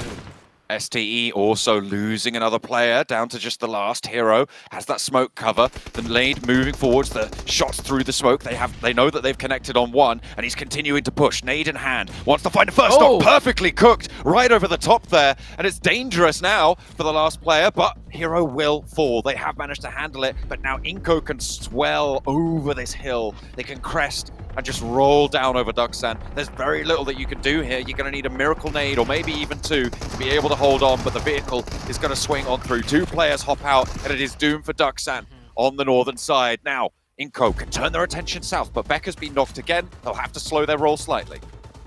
Just slightly. Nigma Galaxy getting the full zone. I don't think they're going to look to pressure them anytime soon. Nigma Galaxy only 2 elimination points. But with this zone, they should get 4 more onto Inko. They should. Very great spread out in Nigma Galaxy. All the angles and sightlines covered. This is going to be a very difficult push for Inko, even with 4 up. And here it comes. They have the vehicle to make it fast and furious. Let's see what they can do. But yeah, the off angles, the setup is great for Nigma Galaxy. Straight onto Coops, and they have Freak on that off angle. An excellent spray down onto 2 of Inko, and that might have just sealed the deal right there. But Coops having to get a little bit of retribution as Ralph was taken down by the last player from Udo Alliance around the edge. So it is a 2 versus 3 as the flush comes through for Becca, but he's knocked on the off angle, and the last player falls quickly. Nigma Galaxy able to hold their line on the south side. They moved up with Coops in a decent position on the shack, and they had everything going in their favor. They had no threat from the side angles, no flanks to worry about. Udo Alliance made it a little bit spicy, but Nigma Galaxy back on top. All right, here we go. We got ourselves a show today. Nigma Galaxy, it looked like they were dead yesterday, but they're back from the dead, starting off the day with the chicken dinner, nonetheless. And what's even better is Morph, they didn't go down without a fight either. They were picking up elimination points and made it in there too. It is going to be a fight for that 3rd place. And we can't forget, John, Udo Alliance was there at the very end. Sure, they're a bit further down on the leaderboards compared to these 2 other teams, but hey, they're putting up a fight, and with 5 more games to go, any of these 3 teams, they could still take that top 3 golden ticket. Absolutely. I think Morph are still just a little bit ahead. They needed 14 eliminations on this match to draw level at the end of it for Nigma Galaxy, but this, as you say, is a very good start. Unfortunate that Next Ruya gave those points over early on to Morph for their campaign, but that's just how it goes sometimes. Nigma Galaxy able to just play from that south side. A very calm game from them. Nothing super special, but they made it work. Udo Alliance, you're right, they survived a long, long time, but that gap ahead of them is still stretching, as both Morph and Enigma Galaxy made profit on that match. Oh yeah, definitely so. And I am a Koops fanboy, you know, full disclaimer. Coincidence? You know, Koops gets MVP of the match and they win? I don't think so. I think, you know, if Koops is firing on all cylinders, this is going to be a different Enigma Galaxy today. Well, hopefully they'll be able to maintain that momentum. Enigma Galaxy take the final Sandhawk of Group Red. I don't think so either. Oh boy, here comes Koops and Enigma Galaxy getting a crucial win here off the start. It's so crazy. Like you talked about it earlier, Seven, right? If Koops doesn't do well, this team suffers. And if he pops off, boom, we see this squad on top. Yeah, now we'll take all the credit. All right, the credit goes to Sute because that is pretty much what he was telling us yesterday when he was casting this game. So all credit to Sute, but I mean, we saw it perfectly here too. He was able to get 4 eliminations in that match. By the way that they were able to play that finish was so beautiful. That is the difference between the Enigma Galaxy being actually set for a fight, being able to cover all the angles to what we were seeing yesterday out of Enigma Galaxy. And even before that, they were holding compounds towards the side of the circle, towards the edge of the circle, which is something I was hoping that we would start seeing out of them. I'm loving what I'm seeing out of Enigma Galaxy, and I'm also loving what I'm seeing out of Morph. 7 eliminations, 0 placement points, but it's okay. It's okay, Morph. At least you got some points, and if not, it would have been a completely different story. Enigma Galaxy would have made a bit of a gap there between them and Morph. Yeah, and for Enigma specifically, I know that there was questions about why aren't they third-partying more. They end the game with 7 eliminations, which is definitely on the lower side, but this is Sanhok, right? If they were to try and leave the holding position that they had on the south side, there's always that risk that they're going to get backfilled. The amount of just greenery, the high grass, all the trees, someone crawling up behind you, and we know there's going to be a couple of solos. Alliance are in this game, and they always seem to go down to a solo. So, I understand that they wanted to play conservative and just control their space, control their area. When they noticed that the zone was favoring them at least a little bit, they didn't want to give anything up, especially if it meant going down towards the low ground. So I think even with the low number of eliminations, this was still a very calculated round for Enigma to be able to secure. And we're 100%. Talking about the top teams, right? Let's talk a little bit more here about the bottom teams as well. Inko, 12 points. All right, Inko. I like the aggressiveness that we saw out of you guys there. And I feel like we also have to give a bit of a shout out there to DS, because this team, boy, you were talking about it earlier too, Cam, as we're seeing the head-to-head between players. A big drop-off from DS. 50 points in day 1, 36 points in day 2 and 3 combined. And for them to at least put up some points here in this match and continue their hopes alive of being at least within the top 11, that's good to see out of them. Yeah, for Inko, this was definitely a good round for them, right? 6 elims, second place. That's objectively good, right? I'm not super this to me isn't being like, oh, they're back, right? Obviously, it's still not nearly big enough. 6 elims still isn't all that high. A lot of that is because with the nature of how this circle was, there was all that bridge crossing, so much fighting on the north, so much fighting on the east. So there weren't that many opportunities to begin with for Inko to get a whole bunch of those eliminations. But this is still at the very least a good opportunity for, again, that momentum to build up, that slingshot into a good performance. And it pushes Inko up into 10th place. They're out of the bottom 5 right now, but those points are still super, super close. The big concern is that there is a 15-point gap between 12th and 13th place. So unless something changes soon, it is just going to be a couple, 4 or 5 of these different teams just trying to stay out of 12th place. 13th through 16th might be locked in quickly. Speaking of slipping out of 12th place, right? Duxon put some good points on the board as well. That was 10 total. That puts them in 11th. That's 3 above Face Clan 7. So, these teams are going to be fighting it out tooth and nail for the rest of the day. Yeah, and this is why I was giving the props, because this is exactly what we wanted to see out of these teams that weren't even within the top 11. By the way, a team that's currently not within the top 11, but I did enjoy what I was able to see out of them. 7th Element. They were able to surprise Nongshim Red Force. They were able to surprise some of the other teams as well and secure at least a couple of eliminations. Remember, at least I'm judging some of these teams completely different. Towards the top, I'm going to be a lot tougher on you. Sure. Towards the bottom, I'm going to treat you like you're a baby and you're barely learning how to walk. Okay. Any little baby steps here out of them, we'll take them. Calm down. That's a bit much. I do want to say on that graphic that there was that gold outline, right? I believe that is the 10-point gap between 12th and everyone above. And Hyper aren't that far away from that. So even though they're sitting good in 6th place at 107 points, and Hyper, despite having the high highs that we've seen, they've also had some really low lows. So I wouldn't put them out of danger either. It is possible. A lot would have to go wrong just because of how many teams there are between them and 12th place. but I do think it's something that they need to be concerned about, of not like making sure that they can at least get like one win today or like one top placement today to click them over 110, 115 to really like stay out of 12th. I wouldn't put a lot of these teams out of danger. It's so crazy how close this is in that mid-pack range. And, you know, for a team like Morph and Enigma Galaxy just fighting tooth and nail to see who's going to make it into that top 3, if Morph put up a goose egg in this game, they would be tied right now, right? So there's only a 7-point difference now between these two squads. So Enigma Galaxy still need to put up consistent points regardless, because we've seen Morph have a crazy pop-off match easily, right? Well, yeah, Especially crazy Miramar. performances. Yeah, especially on Miramar. But you know what? It's time to get into Erangel. Let's go ahead and send it on over to our casters. The triple bill in the middle of the grassy pastures, of course, we know it. We love it. We're in for a treat, I'm sure. A very, very storyline-heavy match over on Sandhawk. We saw a lot of conflict around both bubble positions. Morph, Enigma Galaxy, Yudo Alliance, Inko, Duxan. I'm just listing the entire lobby at this point, right? It's every single team who's in these crucial spots had an interesting turn of events during that last match. So I'm really excited to see what we've got for the rest of the day. And it does talked about it too. I think another hidden storyline, so to say, is you want to look at 6th place in Hyper, right, with 107 points.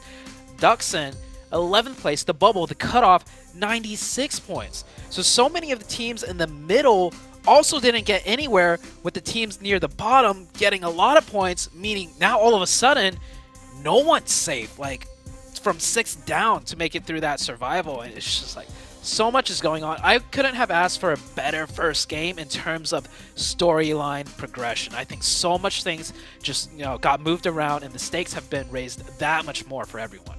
Absolutely. I mean, speaking of getting raised, the bubble specifically, the 11th place team raised by 10 points in that last match, which is at the 11th place in a standings is a really significant jump here. It's actually left a lot of those teams actually from 13th place down, kind of in the dust, with the number of teams towards that bubble who were able to get a good game just there.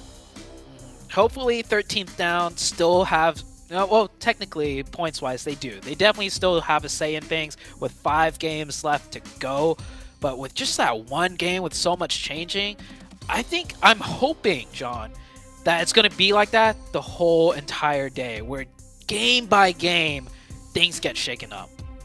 Hopefully. I mean, that would be the most exciting. Although, that would mean I'd have to do a lot of mental arithmetic as fast as I can today. So, I don't know. We'll see if I'm able to last out, if I've got the neurons firing today, as I hope a lot of these teams do as well. And as Hot Jukes highlighted towards the end there, Morph's game, they were firing on all cylinders, able to pick up 7 points. And if they hadn't got those 7 points, that's the only difference between them and Enigma Galaxy right now. It would have been a tie. Morph would have won the tiebreaker based on the chicken dinner count that they have right now. Morph on 3 chicken dinners, and with that last one, Enigma Galaxy only on 2. So Morph would still be in, but right on the bubble with a tied scoreline.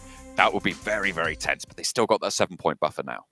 Yeah, and I just realized Morph lost that fight down there to Yudo Alliance as well. And it was a fight that Morph should have won.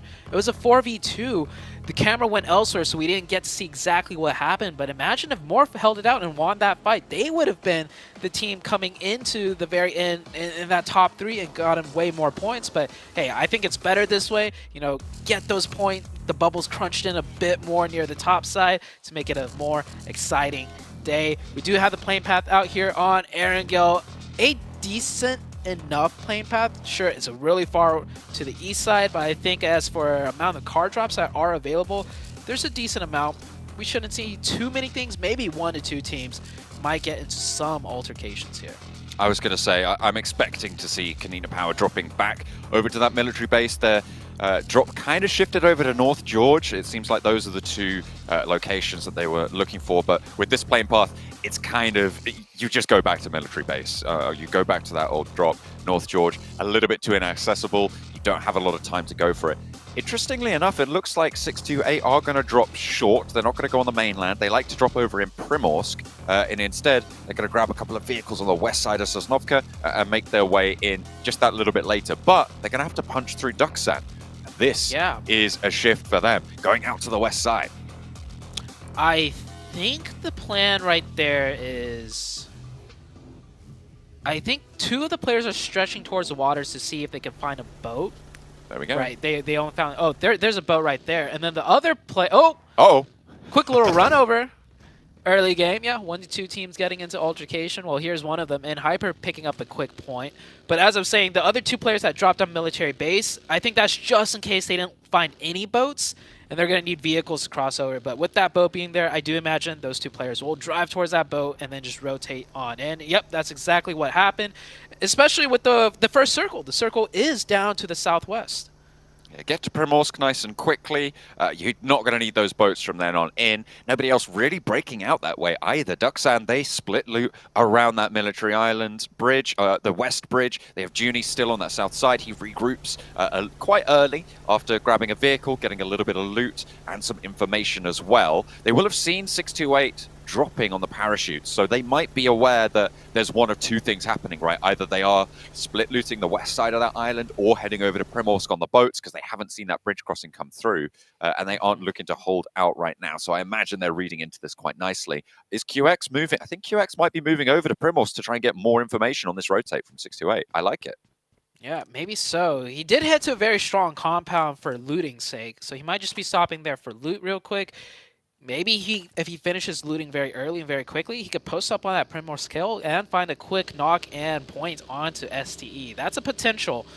We'll see in a little bit, but you mentioned no other teams really stretching towards that west side. Well, yeah, with the plane path being skewed heavily to the northeast, we're only going to see some teams breaking into that circle on the west side now. FaZe being one of them, going into their loot location of Georgepool, and Hyper seeming to go towards Gaka, which is their standard loot location as well.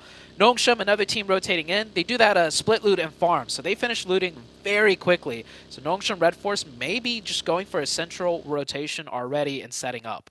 I mean, all of Gatka right now is free, but N-Hyper fast on the drive for the time being. It looks like they're going to make it towards the chopsticks first. I don't know if they're going to post up in there, but that's the sort of area they're playing in right now. Gatka Fields, FaZe wanting that loot in South George, most likely transition to Everest and figure out the rotational path there. It's dangerous right now in this circle because Gatka Field sits fairly central, and a lot of teams are going to be thinking about crossing that open ground. So making sure that you're positioned well to deal with the teams skirting around the edge of that going to be all important. So we'll have to wait and see who makes those breaks first, because you're right, it is N-Hyper and Nongshim Red Force who have made that western push the first, their earliest. Yeah, with the plane path being so skewed heavily to the east side too, this might throw off a lot of rotation timings where we might see, stagnated fights coming into the first zone. Teams really have to time their rotations well. If you go very early, you might run into another team that's also timing their rotation very early. You end up running into each other. We saw that like on Sandhawk. Sure, Sandhawk is a way different map though. So we'll see if anything like that arises. Nigma Galaxy now done looting in Pachinki, quickly rotating in as well. We saw that last game, right? They didn't do that, YOLO rotation towards Central that we saw them do in day 1 and day 2, and they still came out with a huge win. Now, day 3, they were playing the same way. They were playing Edge, but no success. Day 4, first game of Sandhawk, great success, a chicken dinner. So goes to show they have both strategies in their book. It depends on how the zone shifts exactly, where they pull the gun, pull the trigger, and go for a crazy rotation, or just play it slow. I'm really curious to see how they do today with either strategy.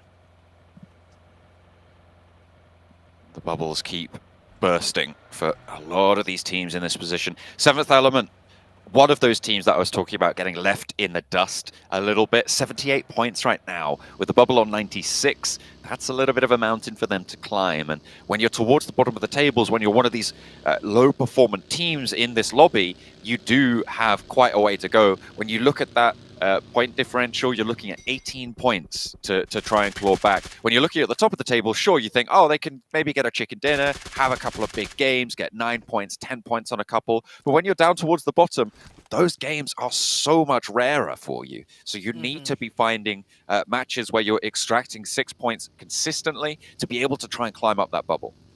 Yeah, it will be a very tough task. And Hotchuk's already alluded to it being the final day, going towards the last and final games. things are going to get really different. Teams are going to play in ways that you don't really expect because we haven't seen them, under this amount of pressure before. So it's not even a guarantee that, if you figure something out, that it's going to work in the last couple of games either.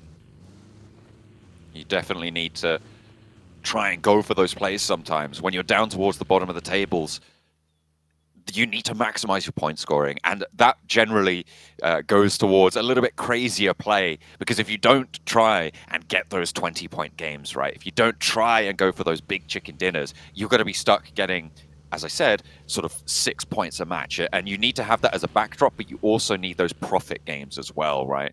So you can't afford to let those slip away when you have this points gap that is going to keep creeping away from you as well. Those teams won't be staying still. It's a moving target on the bubble. Definitely so. A lot of teams finishing up their rotations right now. Enigma Galaxy positioned dead center pretty much at that one Wizard Tower, just on the west side of the open gap fields. Nongshim Red Force, we caught it on camera a second earlier. They did fend off a potential push from Enigma Galaxy at the compounds. And Hyper, just south of Gaka on the hills, very central. Duxen south of that with a nice split. Basically, so many teams posturing up for the late game already, placing themselves dead center of the zone. Next Ruya still camping on this eastern bridge. They know that Inko like to drop here, but Inko not looking to give them that opportunity. So, and rotating on the south side of Sosnovka at this point.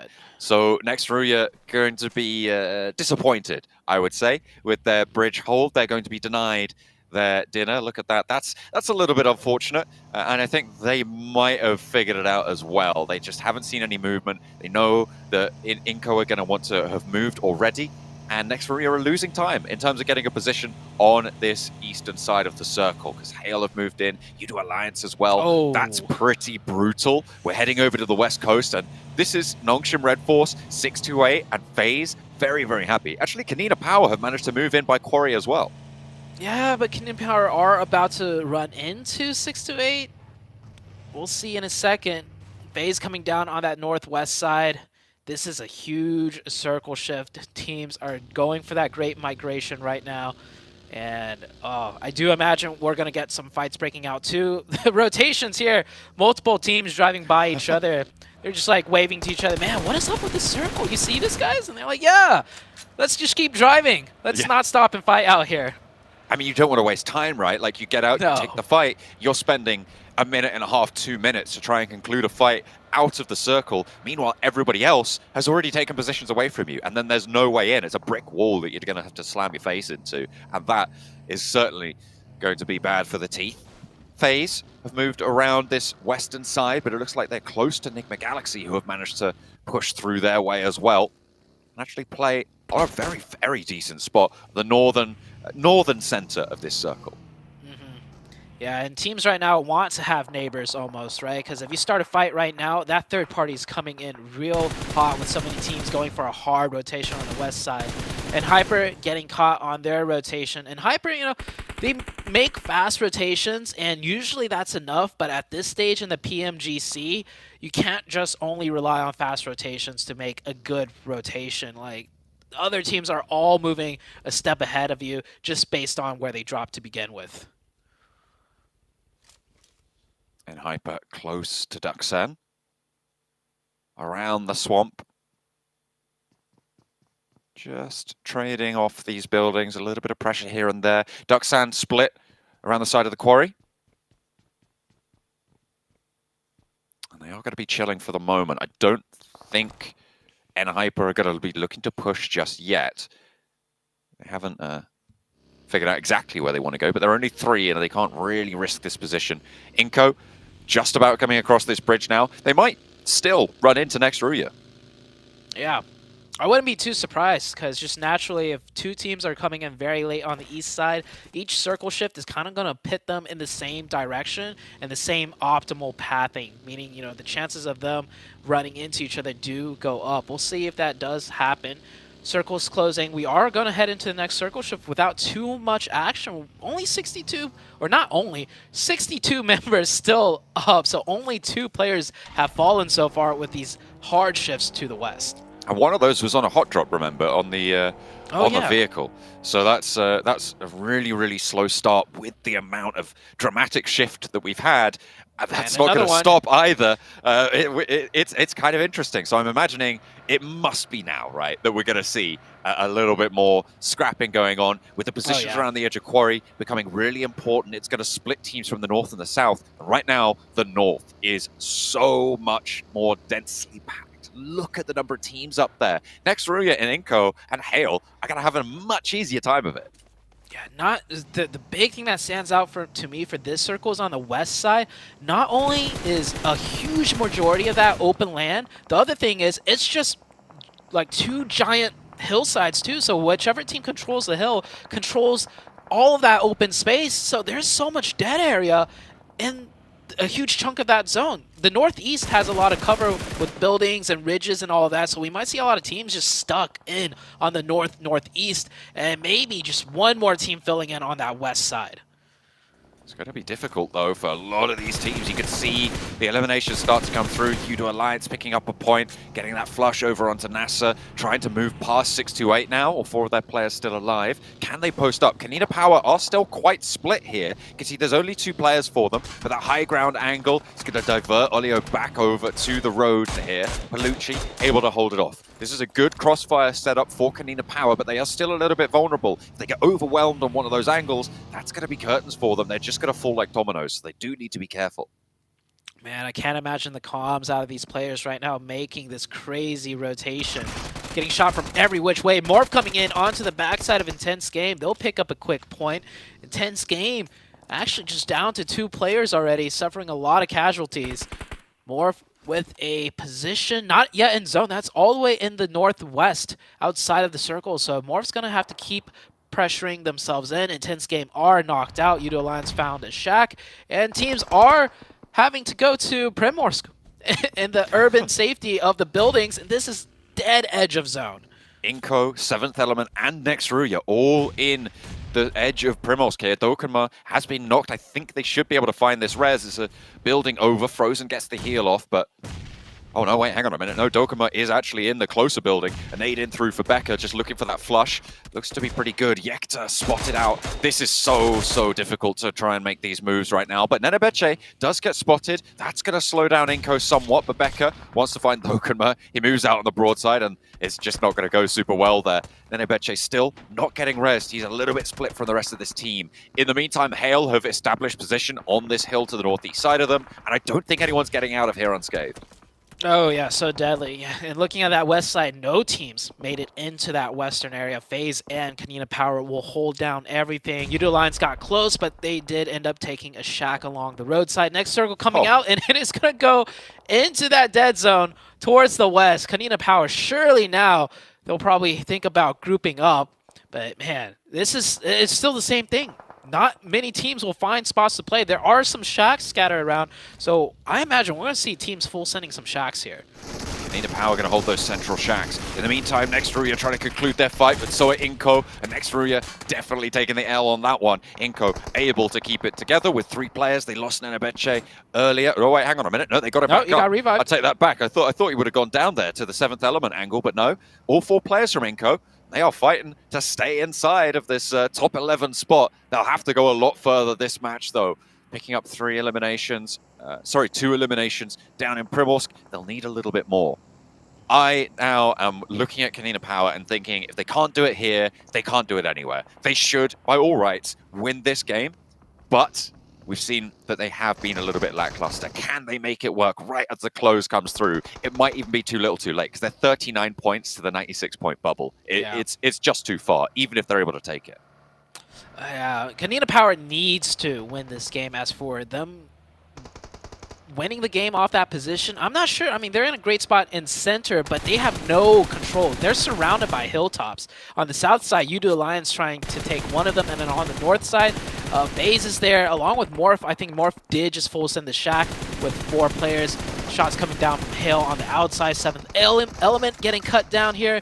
Yudo Alliance in a great spot to gatekeep both of these teams.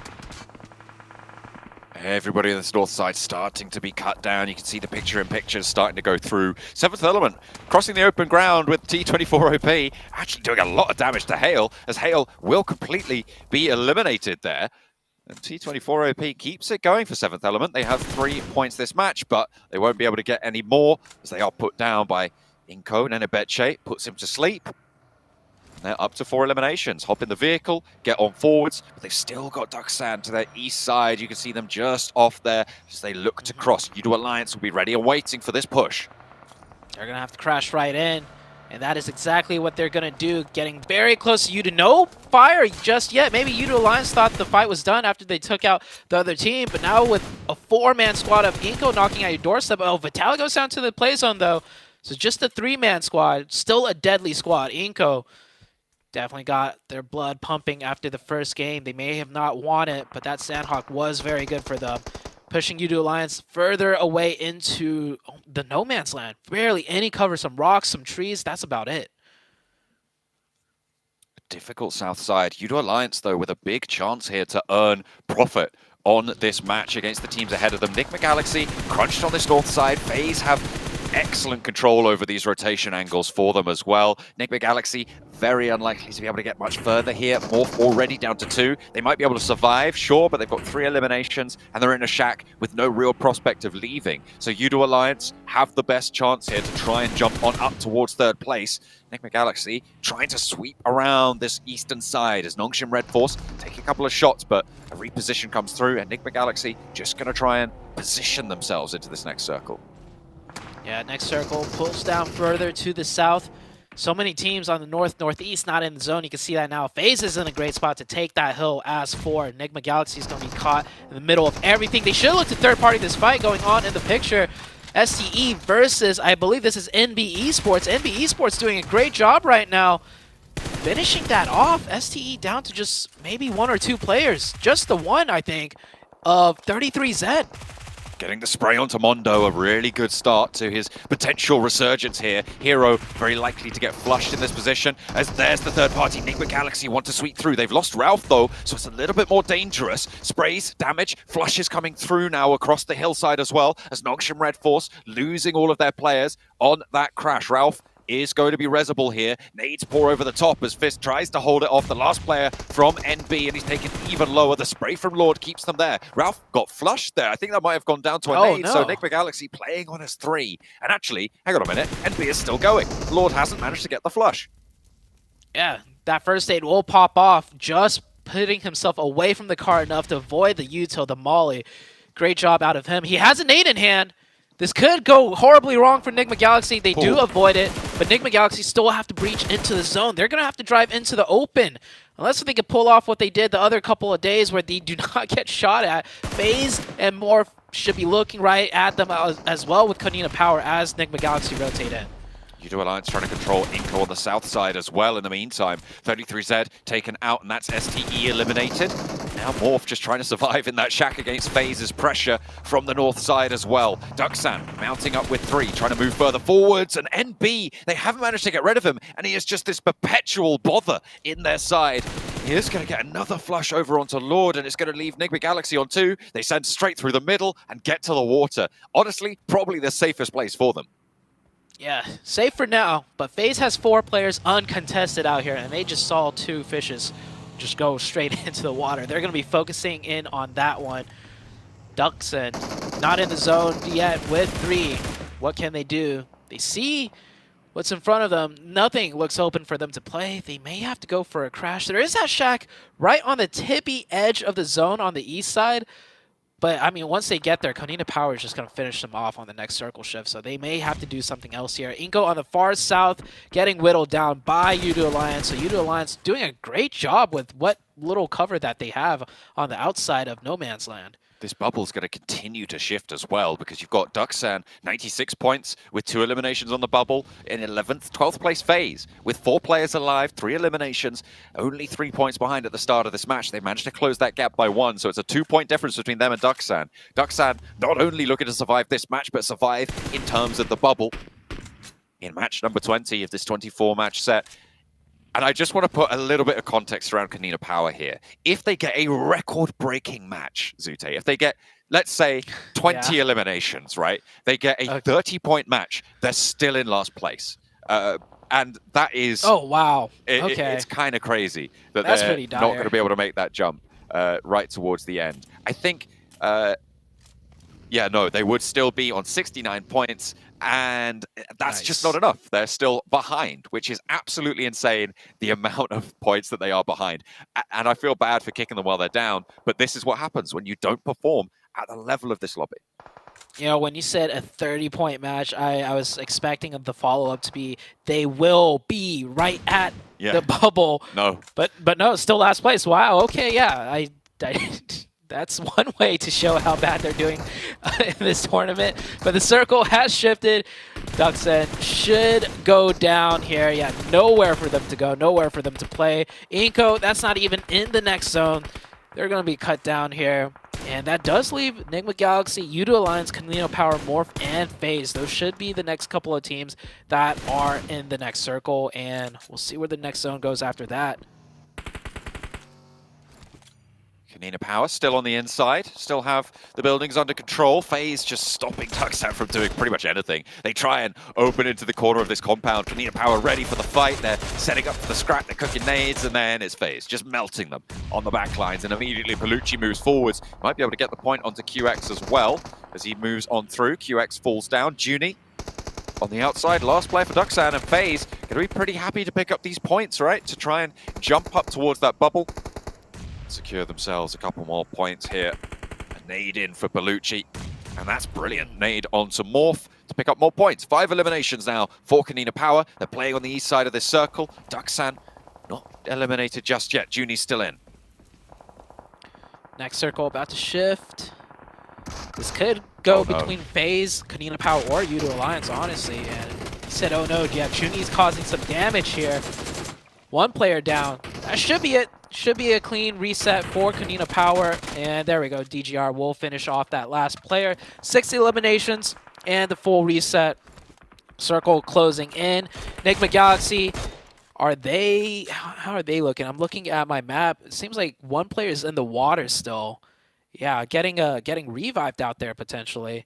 And FaZe have moved in closer. Mormon now down on the beach side. So FaZe getting very proactive. They could stay on this hill with all of their players, but instead they're going to look to get some more territory. And actually, they're down to 2. So it did come at a huge cost. FaZe had 4 up last I saw on top of the hill. They are looking to out-earn Duxan here. They've managed to get quite a few points, and they're looking for good placements as well. And I'm imagining that they're going to find themselves in the top 11, after this match.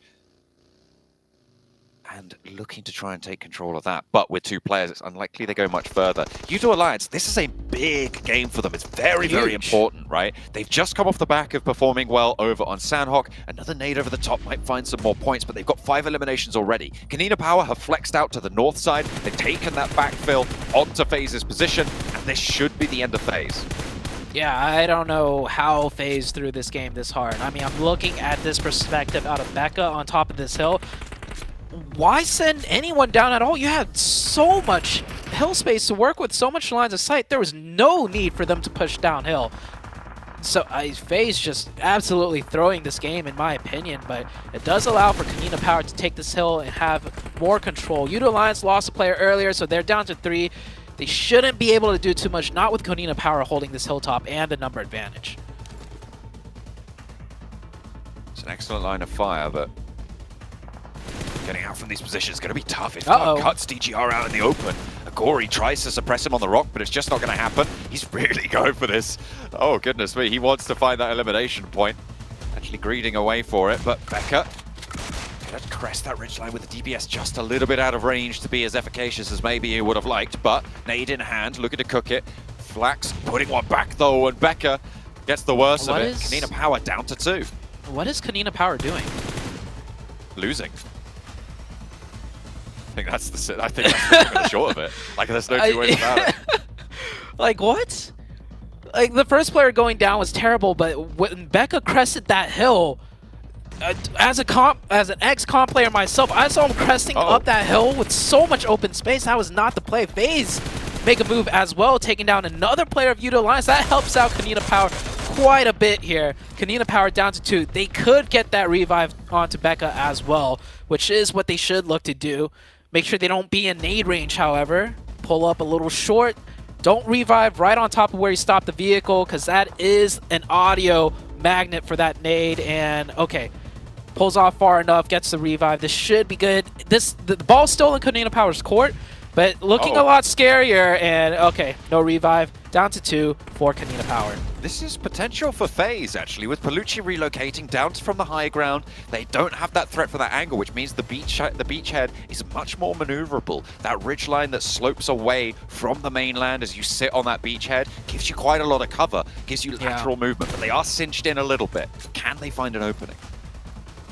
We still got one circle after this one, so it's going to determine quite a bit. Kanina Power does get that zone, so FaZe have to move in, and with both Yudu Alliance and Kanina Power looking towards FaZe's direction, I don't think they could get much further.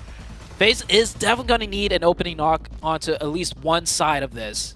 They can't cut down the middle.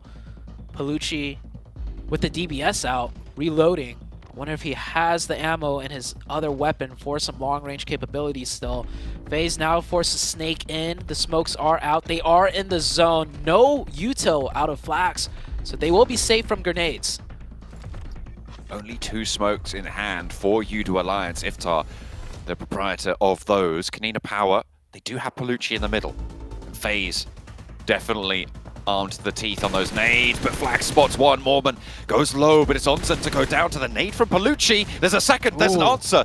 Who was able to get that one done? But that is really, really good news for FaZe to try and stay alive with Mormon. Kanina Power looking to execute on this match. Agoria's up, and they're into a duo position now. Iftar breaks wide, looking for the side angle. Might be able to find it as well. They step over the headland. I think they spotted him hit the deck there, and Palucci wants to put a nade through. But FaZe is still in. FaZe still have Mormon. They can heal out the smoke and look for these nades. They have 9 in hand still for Mormon. He's got so much utility on board. He might be able to do something here.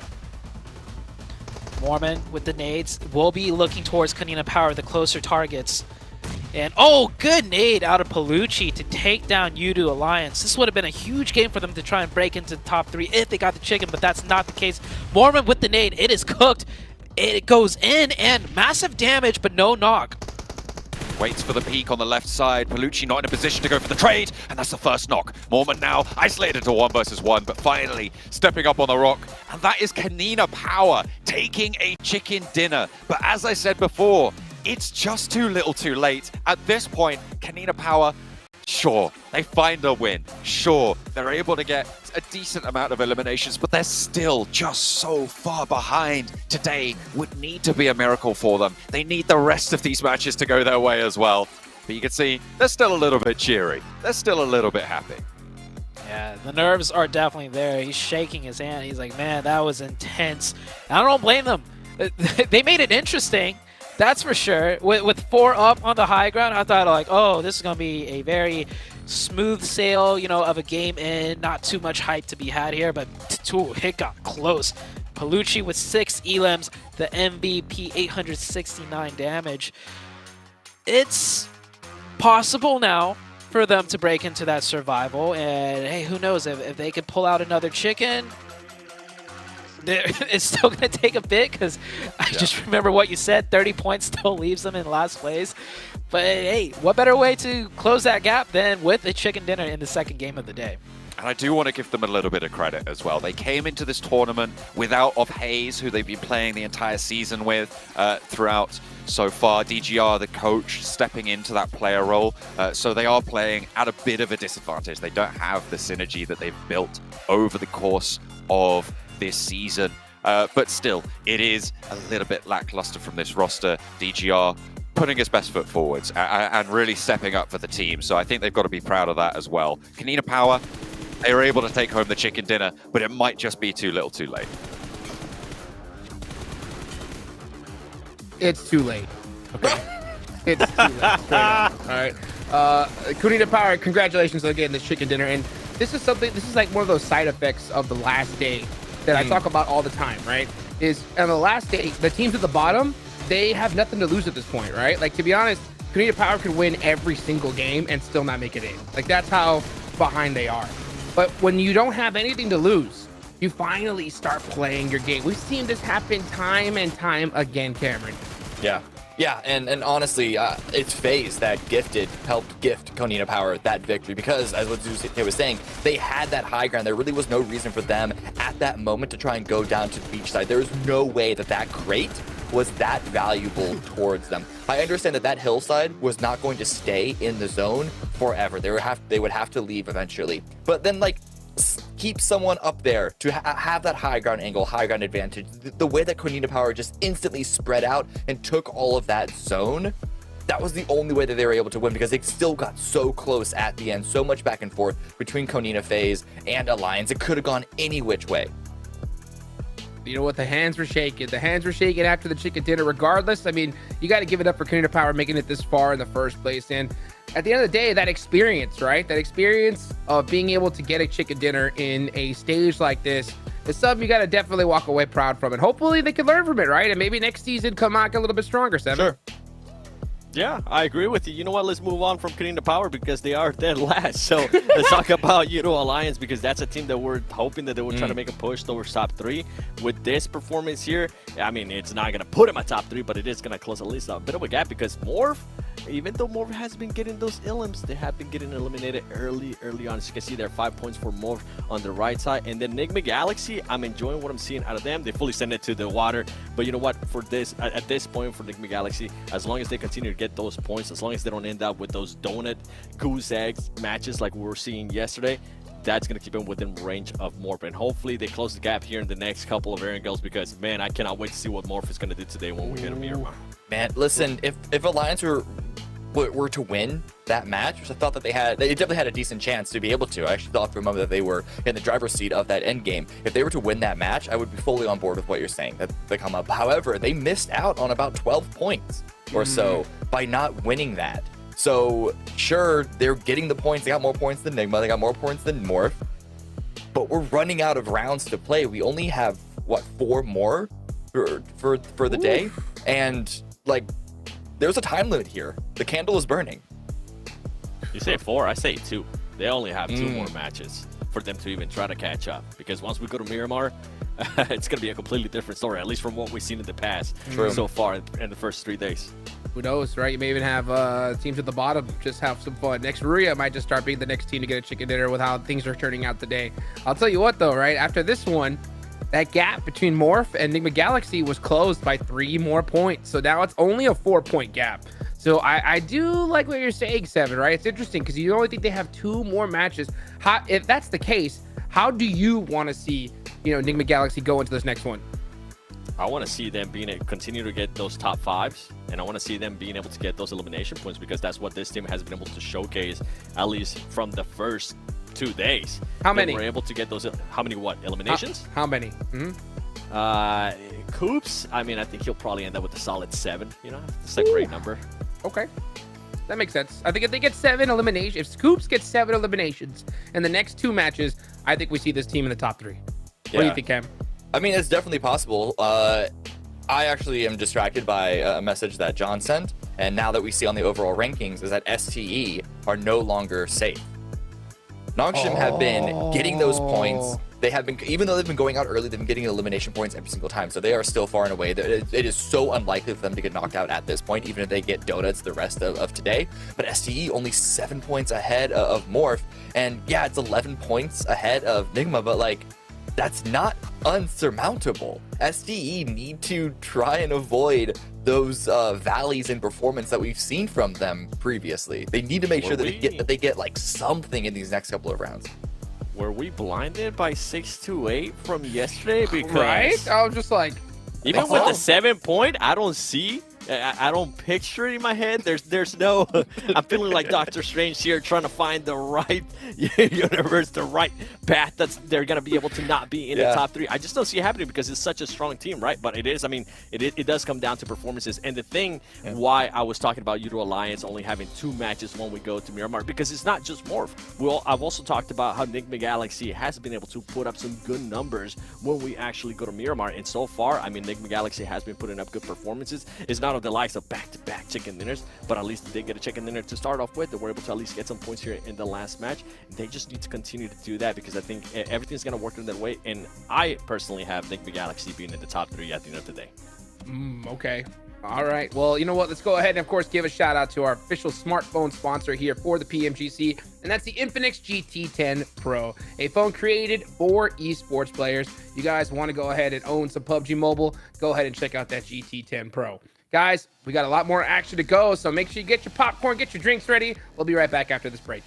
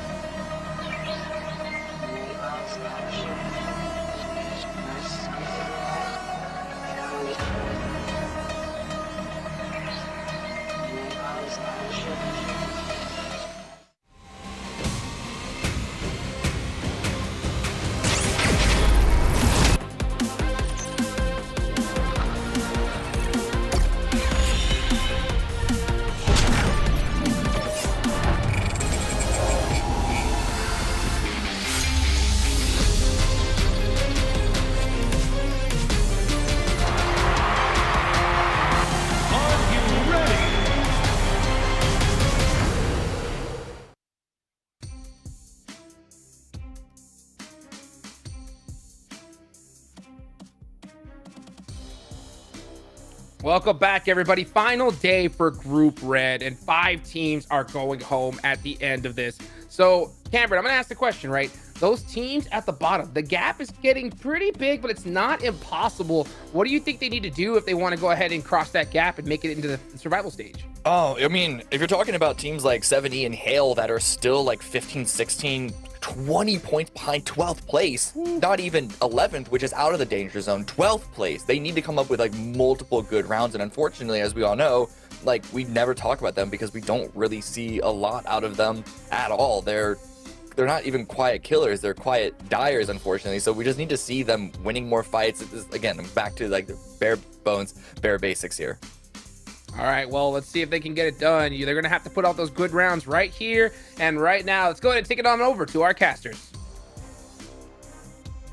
5 matches left now as we go into, wait, hang on a minute, fewer than that, 4. I'm all the way back at the start of last game, for goodness me. I know you're cheering for Kanina Power and Nexuria, and you wish they still had 5 more to go, but no, they don't. It's getting, we only got 4 matches now. Yeah. Wait, is it 4? Yeah, it's 4. Yeah. We've got the 2 Erangels, the 2 Miramars left to play, and absolutely, you know, I given up on Kanina Power with that last match from Nexuria. I'm almost given up on them entirely as well. Of course, it's mathematically possible for both of these teams to make it in together as well, but it's so unlikely. It doesn't even really bear thinking about. Playing path from that east side on the north, sort of over Yasnaya down towards South George, so pretty chilled out. Military base kind of the only relatively inaccessible part of this map, so we'll see if, Inco got a reposition there all the way up to Stauber and Kameshki. Yeah, some alternate drop spots will be had, but I'm sure we've had this playing path before, so teams should know where to go. We might see once again like a quick little interaction around the vehicles.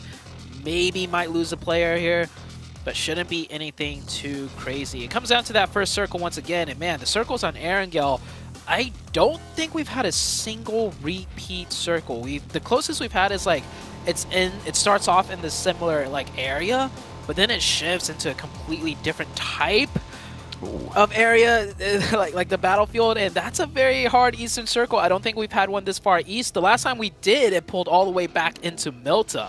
So I don't think that's going to be the case here, but we'll see. Yeah, it was some really, really tough south shifts on the back of that position. I think it was STE who were able to win that one out with some nice manipulation on the south side of Milta, but it's unlikely that we're going to see that again. Next row, they're on the chase. They see a player. They know he's dropping. Are they going to be able to run him down? He's in the shack, just about safe. He's already taken a lot of damage. I think they were able to land a shot or two over towards him. Are they going to be able to run down? No. Allian, there's a weapon. He's going to be able to pick that one up. Frozen has to get away from this. Yeah. After those shots, you better drive off. Oh, this was close. It was a good attempt out of Nextria. We saw Nextria camp the bridge in the previous game onto Inko, and I think Inko spotted it out, right? Inko always takes the safest bridge, and that would have been the blue zone, not the one that was in zone.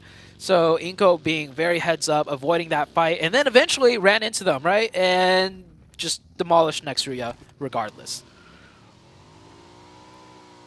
Dokuma picking up the bike, getting on for some more loot. As they just gather their vehicles for Nextria. Nigma Galaxy, they've still got Duxan fairly close by on the south point of Pachinki. I don't know if they've taken shots out that way, but they're going to be chilled out for now. Looks like nobody apart from Seventh Element have really taken any damage to this point, so it should be nice and calm for the time being. No real big scraps over any vehicle locations, and everyone seems to have spread out quite nicely now. This is that hard Eastern Circle, though, so very soon we will see those quick rotations. And based on the way the last game played out, we might see a couple more teams try and get center of the first zone, seeing as how the hard shifts are very deadly. And that last game, I don't think anyone coming in from the north or east side late had that great of a game. So could be the same thing here, which will prompt teams to rotate extra quickly more towards the central. Taking a look at the map, though, one thing that does... Actually, nothing really stands out to me. Everybody is still just in pretty much the same drop locations besides Inko. So we'll see how things change up in the coming moments. Intense game, just looting up through Lipovka. Nothing super dramatic right now on this eastern side. Might come through in a little bit, though, with the push down the coast. FaZe, South George split with Kanina Power on the North George position. They have both been looting these locations for a while, though, so they should be aware of these spots, of these rotations that they'll need to make. As you said, we have had a southeast circle before, so those early rotates should have been researched, should have been known fully by both of these teams. So we'll see the paths they take, the progression that they can make as well to get on that east side. Morph dropping all the way in mill to power, and they look to condense continuously towards that eastern side, playing on that mini mill to power as well over on that eastern side. Here's Nongshim Red Force, the first team to really make a rotation. We'll see where they set up at very soon. This is a great circle for Morph as well, currently in third place. They've been doing good, just not as good as Nigma Galaxy. So Nigma Galaxy has been closing that huge gap that was at the start of the day today.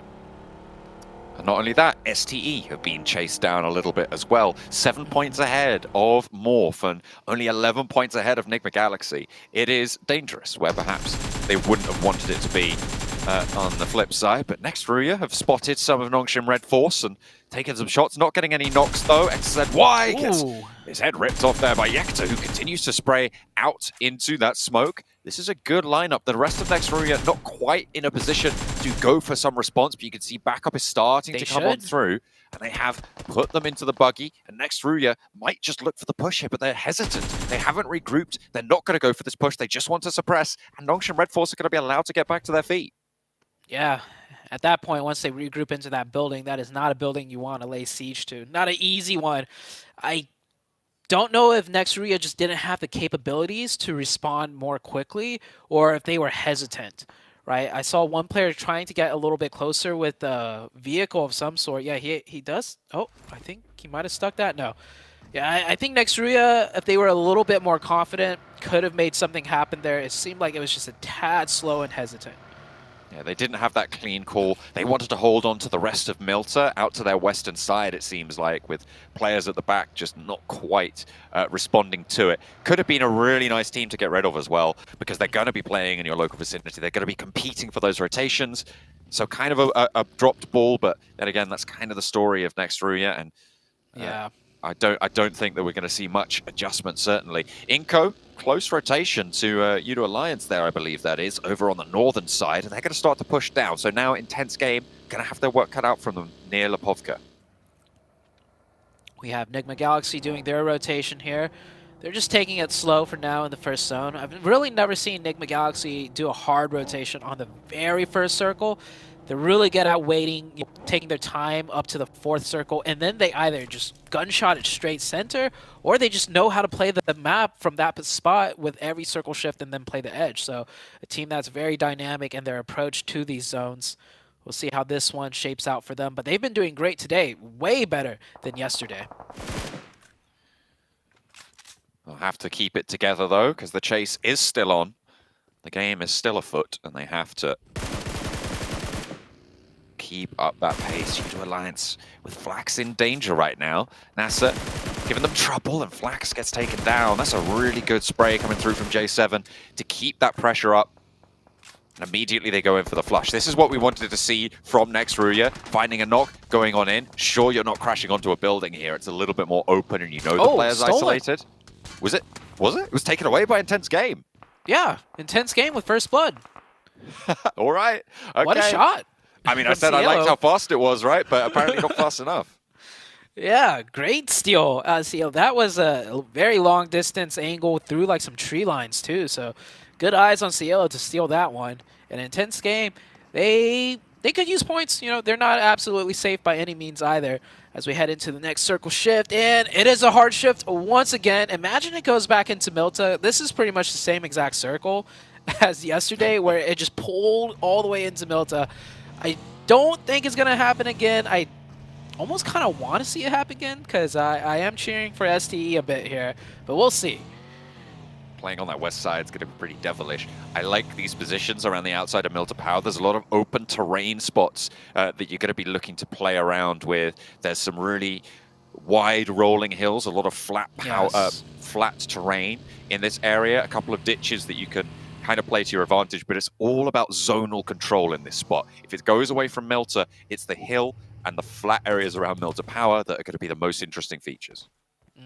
And I love when it gets to the late game around those hills, where spots that usually aren't playable suddenly are, just due to the way it slopes around. And with just a few smokes and vehicles, you can have cover. Inko and Hale getting into it. They want to take these rock formations right here. Inko losing one, but they should get this location. Some DBS shots, and Squash does squash his opponent down.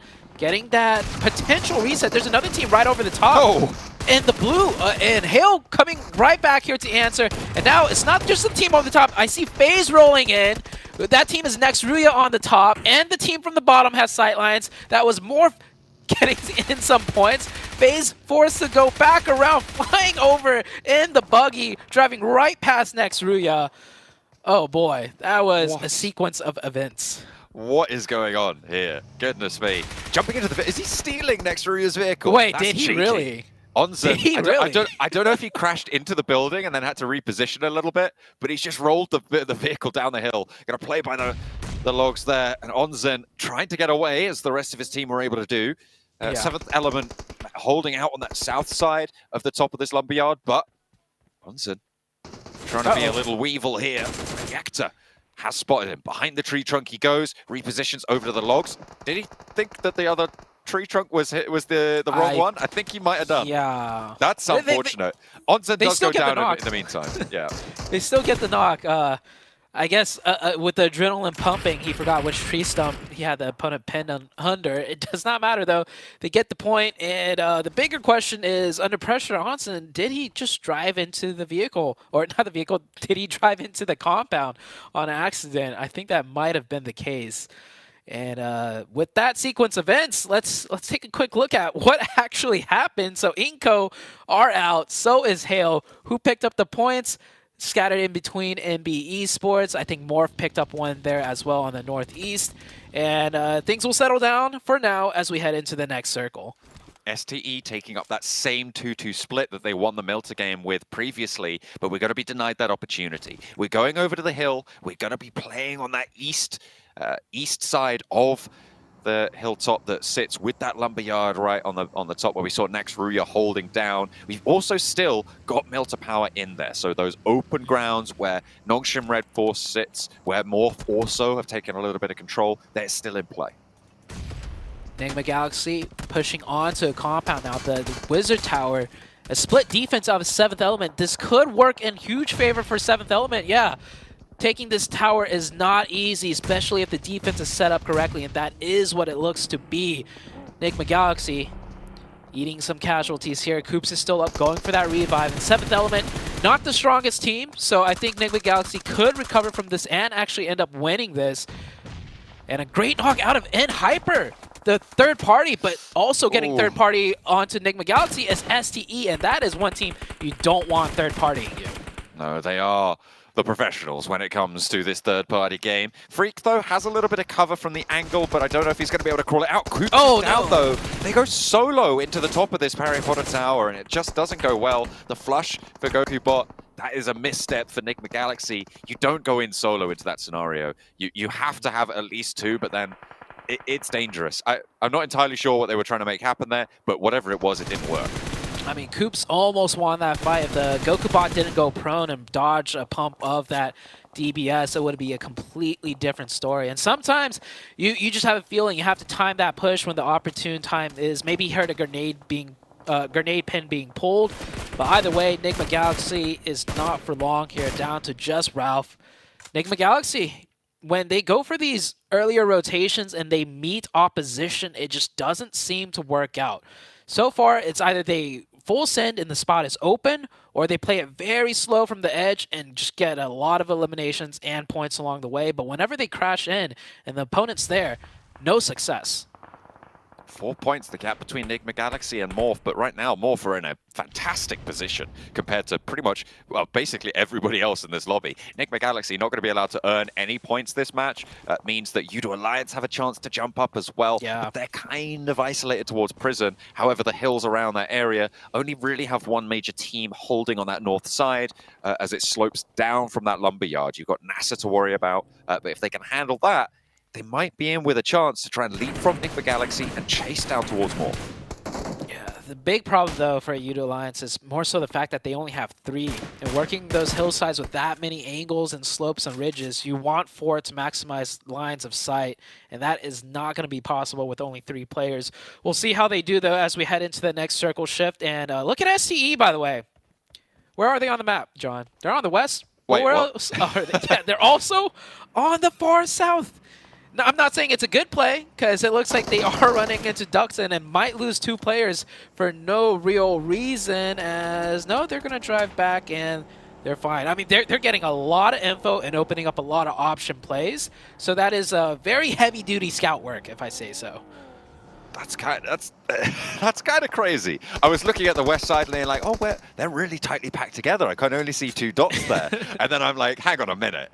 They're all the way down to the southeast side. Goodness me. You're right. That is really fast scouting. Not sure I like that. Did they just lose a player to the blue zone? I think they might have done. Oh. That's bad. Oh, no. Is Sunan going to go down? Oh, no. He's got the bandages. Does he have time? The bandage is just about going to top him up, but it's... Oh. This is the worst scout I've ever seen. It's terrible. Why would you do that? They made that choice. They did that to themselves. That is awful. Like, why? What is going on? I'm sure they caught some bullets too. Okay, but like. But yeah, no, yeah, I'm with you there. Like, even if it hard shifted to the like east or southeast, it's like, well. I have no words. Justification. No justification. No reason. Exactly. I mean, I don't know what they were thinking. Honestly, they were in such a good position to secure their spot in the top 3, right? But now they're playing as 2 outside of the circle on the west side. Yudo Alliance is still alive. And Morph are going to try and overtake them as well. Yudo Alliance, luckily for them, running into Morph. So potential to keep that top 3 as it is, but that's just not what you want to see from a top-performing team. Yudo Alliance, however, might be looking to rack up a couple of points here against Kanina Power with the first not going their way. Potential for a second as well, but Palucci eats the majority of the damage. I think Kanina Power, yeah, they're just going to give up on that one. Players 3. Yeah, losing Palucci. Arguably the best player for the day so far out of the team. They're going to lose 1 and looking to lose more as they push right into Venturas here. Venturas pops off some shots. No real connections, and he's got to commit. He's wide in the open, getting definitely overzealous there with the pushes, leaving way too much cover. Kanina Power is pinned in, though, from all angles. maybe they can. Nope, they can't reset. Mormon coming in with the nade. That is Konina power out now. Oh, I can't believe they ruined their chances of getting to that bubble with that nade. Goodness me. That's what did it. Nothing else. But FaZe, yeah, they're going to be playing from that northern side. They did manage to jump up quite far in that previous match on that first Erangel. And now they're playing with 2. They're looking to extend their lead across the bubble because it is still very, very close, all the way up to 6th place. Morph, meanwhile, on the north end, now contending with Nasser Esports here. J7 pushing up with that DBS. Decides to back up, just creating some space so he can maybe get this revive. Morph, how many players does Morph have? Morph has 4. So if Morph does want to get aggressive here, they can. They have the zone. They're gatekeeping Nasser out for now. But maybe they're looking more so to close this fight now rather than later. Because if you leave a full Mian team behind you in a bad position, sure, they might not be able to take you out, but they're going to be a pain the whole way through. Nades over the top and another knock over towards the enemy players there. It's going to be good. Full suppression.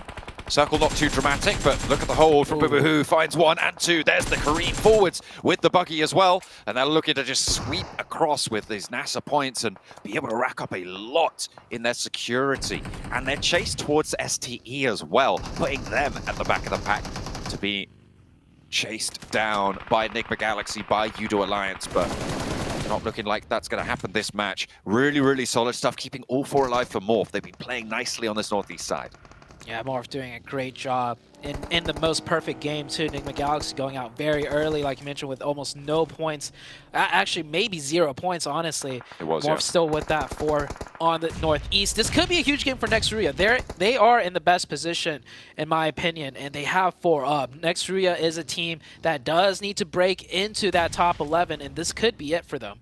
I mean, they've got a big gap to make. It's 29 points for them to try and make up. Yudo Alliance still fragging out with 2. Can they take down FaZe? Yes, they can. 2 players alive, looking for that res, and Yudo Alliance with the blue zone pushing in cannot afford to go for that pickup onto Cluck. Iftar will be going on as a solo. Doesn't have any first aids, though. Didn't have time to loot through the bodies there and pick any up, so just going to be really, really down on your luck. 7th Element going to try and take shots at the buggy, take out a tire, but Iftar makes it in. Nextruya, though, will have heard this. They might reposition and just take down shots here. You can see Zed Wolf repositioning for it. Iftar knows what's up, drops that smoke as Zed Wolf tries to find the angle. Yeah, that smoke, maybe a giveaway more than anything. Iftar will try and survive, and I think 7th Element should be able to see him too. That Wizard Tower does give them some line of sight. Here comes Nongshim Red Force, finally having to make a move. They came here very early down in the hard southeast with the zone pulling away. They are forced to push in into Morph also. A big team here for them to contend with. This is quite a wide swing, playing for this northeastern side. A team at the top facing off against Morph, who, with a good game, could feasibly catch Nongshim Red Force at the top as well. It's looking like they're going to be able to overtake STE, but can they do even more potentially this match? If they take down Nongshim Red Force here, the stakes are even higher. They might jump to first if they can get a good game. 16 points the difference, and the first knock goes their way. Boo-Boo-Hoo looking to move forwards, has backup as well. Spots the player close by, but the nade is perfect. The burn is there, and Morph are starting to fall in response. Nongshim Red Force holding it down, but players are starting to fall on both sides. Sport are so low, but able to get this first aid. A turn around the corner, and Tizzy is down. Last player to stand now on that forward position. Can they hold it through? Can they hold the angle? Sporter with another nade. Yoru is there. No. The shotgun rains through the door, and Morph are now down to 1. Just Rocky to survive. All he needed to do was just wait a little bit. Rocky was there. Rocky was getting the reset on his team. He did not need to press in through that building. The adrenaline maybe getting to the best of him. If he just stalled, that would have been a full reset for his team because it was a 2v1. Sporta was the last one up. He could just stall, take the 2v1, back up, wait for his teammates to get revived. That was a huge dropped opportunity, in my opinion, for Morph. But they've been doing good so far this game. They've been picking up the points, and a double nade.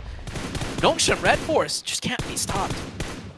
They hold Morph to task, and that is really good news as well for the teams chasing, because Morph have been slowed on their extension. They should have had one of the best spots here moving into this next circle, but both of these 2 teams now going to be denied that opportunity. A really good holdout for Nongshim Red Force. Despite losing 2 of their players, they stop Morph's progression. So in the long run, in the tournament game, rather than just in this match, it's a good result for Nongshim. Definitely so. Circle popping up right in the middle. Nextria is a next big team that really has to make a move. They do have 4 up. They could contest 7th Element's position here. 7th Element caught in between Nextria and the solo out of STE. Xing, last one up for STE. Boohoo, very, very low. Sporter with a nade. Been on point so far with these. And another one through the door might just find it. The damage is there, but not quite the knock as the push comes through. I think he's out of meds. I think he's just going for a crazy push. Yeah. It's not going to work out, though. Sporter's too quick with it. And that is going to be morphed down. 7 points on the match. I think they got a placement point or 2 as well. So they'll be up a little bit ahead of Enigma Galaxy. They'll extend that lead a little bit further. And Yudo Alliance went down as well. So they can continue to stay as safe as possible. Yeah. Great hold out of Nongshim. The start of that fight, it was Morph's advantage through and through. But Nongshim Red Force, just such a veteran team, holding that off. Here comes that push I was talking about. Nextria onto 7th Element. DBS catches the first one. And Xing with the perfectly timed third party as a solo, nonetheless. Usually solos are way more passive, but he's right here to take the fight when it's breaking out. 2 players from 7th Element. Nextria rolling in now with 3 after that flush goes through. If she can shred through Nextria, Xing actually has a pretty decent chance of holding face on this western hillside, but GokuBot on the off angle going to prove to be tricky to deal with. We'll see if he's able to have an impact into this engagement. Nades keep going long, and Xing is fighting through. I mean, this staggered hillside, right? These stages, these plateaus, these ridges as it goes down, giving him a lot of movement potential. Not really too many sightlines to worry about from Duxan as well down the hill. And notice where he's throwing the smokes. He's not throwing it on top of him because that's just going to attract the util. He's blocking the lines of sight and throwing it away from him. He gets further into the zone. Maybe he's trying to get into a spot where he could kind of just sneak by and let Nextria and 7th Element take the fight. That would be the most opportune way to play this out. Another nade putting out some damage. No knock, however. 7 teams up. Not yet in the higher placements of points, so he does need to survive a bit longer. Pops the smoke behind him as well, so maybe continuing that distraction game. Looking for someone to peek from Nextria. They don't need to just yet. They don't need to go aggressive, but Xing is such an operative in this location. Nongshim Red Force might be able to sneak a couple of shots over that way if they can find an angle, but they're still a little bit around that headland. It goes down the side of this hill. Harry Potter Tower's still in. Intense game, a more central position than most. And the next zone just about to close. Oh, that shift is really good for Xing. It is going to let 7th Element come in to the fray and most likely engage with Nextria. And you can see that he already has sightlines. He's waiting for it. And he has to take these shots at some point because they need to push in. That gives Xing a perfect time to third party. And Nongshim Red Force on that northeast, if enough fighting breaks out, if too much happens in the elimination feed, they can swing out over the top with a perfect timing and just take the whole northern half. Duxan starting to move forwards now. 4 players alive. They're also playing to secure their spot over the bubble. I think they've spotted 7th Element, QX. Putting some damage through that T24 OP. That was a stun grenade, but he stunned himself. Xing is there. He steps up, goes for one, doesn't take any damage in response, and he's there. He's lighting them up from the sidelines. He needs to go down for them to move forwards, but he's still holding out. A lot of damage sent back his way, but that's going to allow 7th Element to step up, and Nextria are this way and that way, and they don't know what's going on. They need to be on the swivel more than this, but GokuBot steps out into the blue, most likely going to go down here as Duxan step in, and Xing is doing so much on this northern side. Xing the solo. Nextria still alive with 2. Looking at the right side of the charts, yeah, well, Nextria got really lucky. I think 7th Element just way too hesitant. If they just pulled the trigger earlier, they could have taken a more isolated fight against the north side, but Duxan now coming in, looking to clean out Nextria. They don't know about Xing. Xing is just silently scooching away right now. Like, yeah, I was never here. He's thrown down the smoke bomb. He's whipped the cape around and no one can see him now. Goodness me. XZY takes shots down the hill over towards NB, but their position's now known and nades are starting to fly. 2 players forwards for NB. They're playing 2 and 2, but this is the backstab coming through from McGrellan as well from Intense Game. They're right on the edge. XZY goes down, but it's traded off. Sporter still holding things down for the roster. as Judy steps up. Another player from next room falls as Duxan. They're moving in. They have all 4 players alive. I feel like this might be too much for Xing to handle. He's been blinking away as a third party for a long time as Nongsh and Red Force fall down at the top. But this is surprisingly stalwart for Xing for STE. I love what just happened. Every team was engaged in angles and fights.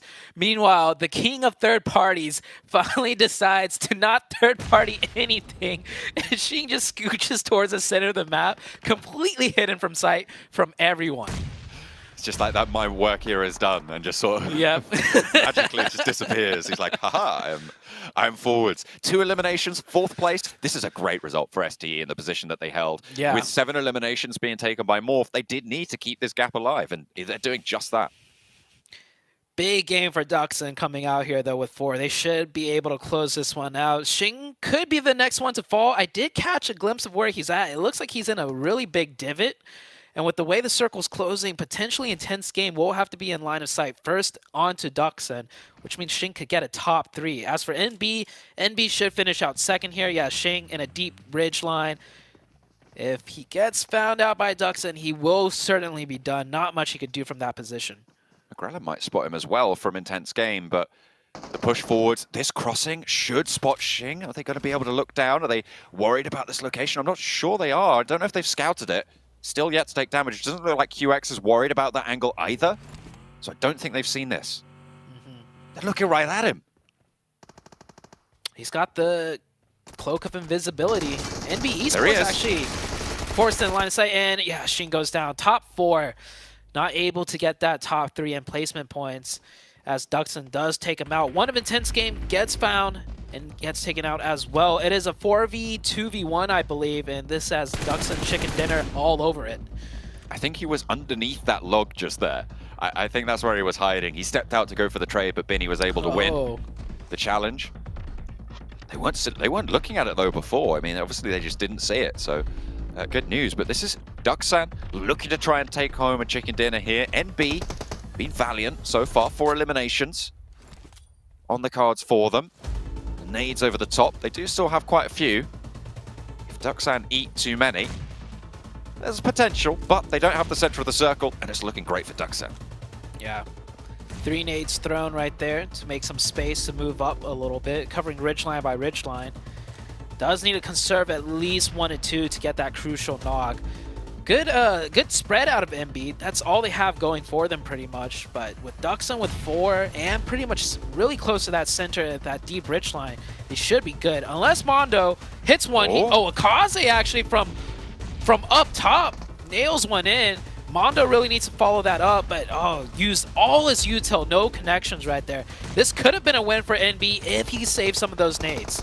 Shots maybe, a Molotov to control that ridgeline, give it a little bit of cover for Akaze's shimmy, but Mondo does not get those nades in time. The res comes through and all 4 players still active and a couple more nades in pocket for Duxan. They have this ridgeline. They know exactly where these 2 players are going to be looking to play from. Akaze not really going to have too much of an impact here. Mondo steps out into the blue. You've got to imagine that denying the points at this stage is probably more valuable for NB, but they look like they want the challenge. They want to find a point or 2, get a flush maybe, and add to their tally. Spot the player out wide, but Mondo falls first, and Akaze surely going to go down very, very soon as well. Duxan close things down. They sweep up the western side, they take care of the Lone Ranger Xing, and the rest of the lobby soon to follow. Huge game for Duxan. This is a team that, honestly, all the teams besides maybe 4th and 5th need the points they can to be in the survival stage. So this is very good out of this team. And they had a really good start on day number 1. We haven't seen them since, finally making a little bit of a resurgence here.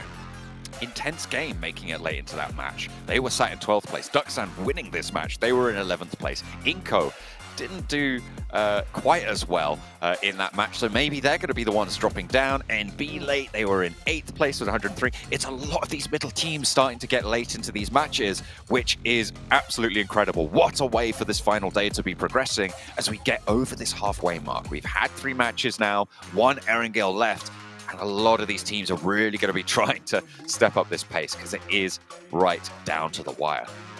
Yeah, with the bubble being so close, there's going to be some winners moving up and there's going to be some losers going down. And oh, I can't wait to see the leaderboards because once again, there's some shifts coming out here between teams that you may have not really expected, but if you don't put in the points, you will be knocked down. Absolutely. It is still so close towards that bubble. It's rising and rising and rising. I think the biggest jump we had today was obviously that 10-point jump right after the first match, but it's been slowly creeping up a couple of points each time again as well, because each of these teams is still putting in their final effort, right? They have to try and make it forwards in order to survive into the survival stage later in the season. But for now, it's all to play for, both around 3rd place and that 11th place. Things are starting to really heat up towards the end of the final day of Group Red.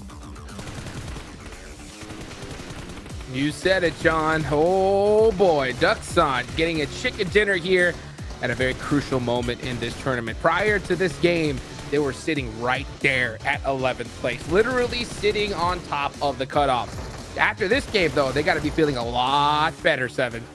They definitely are. I've been asking about a win from Nox and Red Force for a long time. Guess what?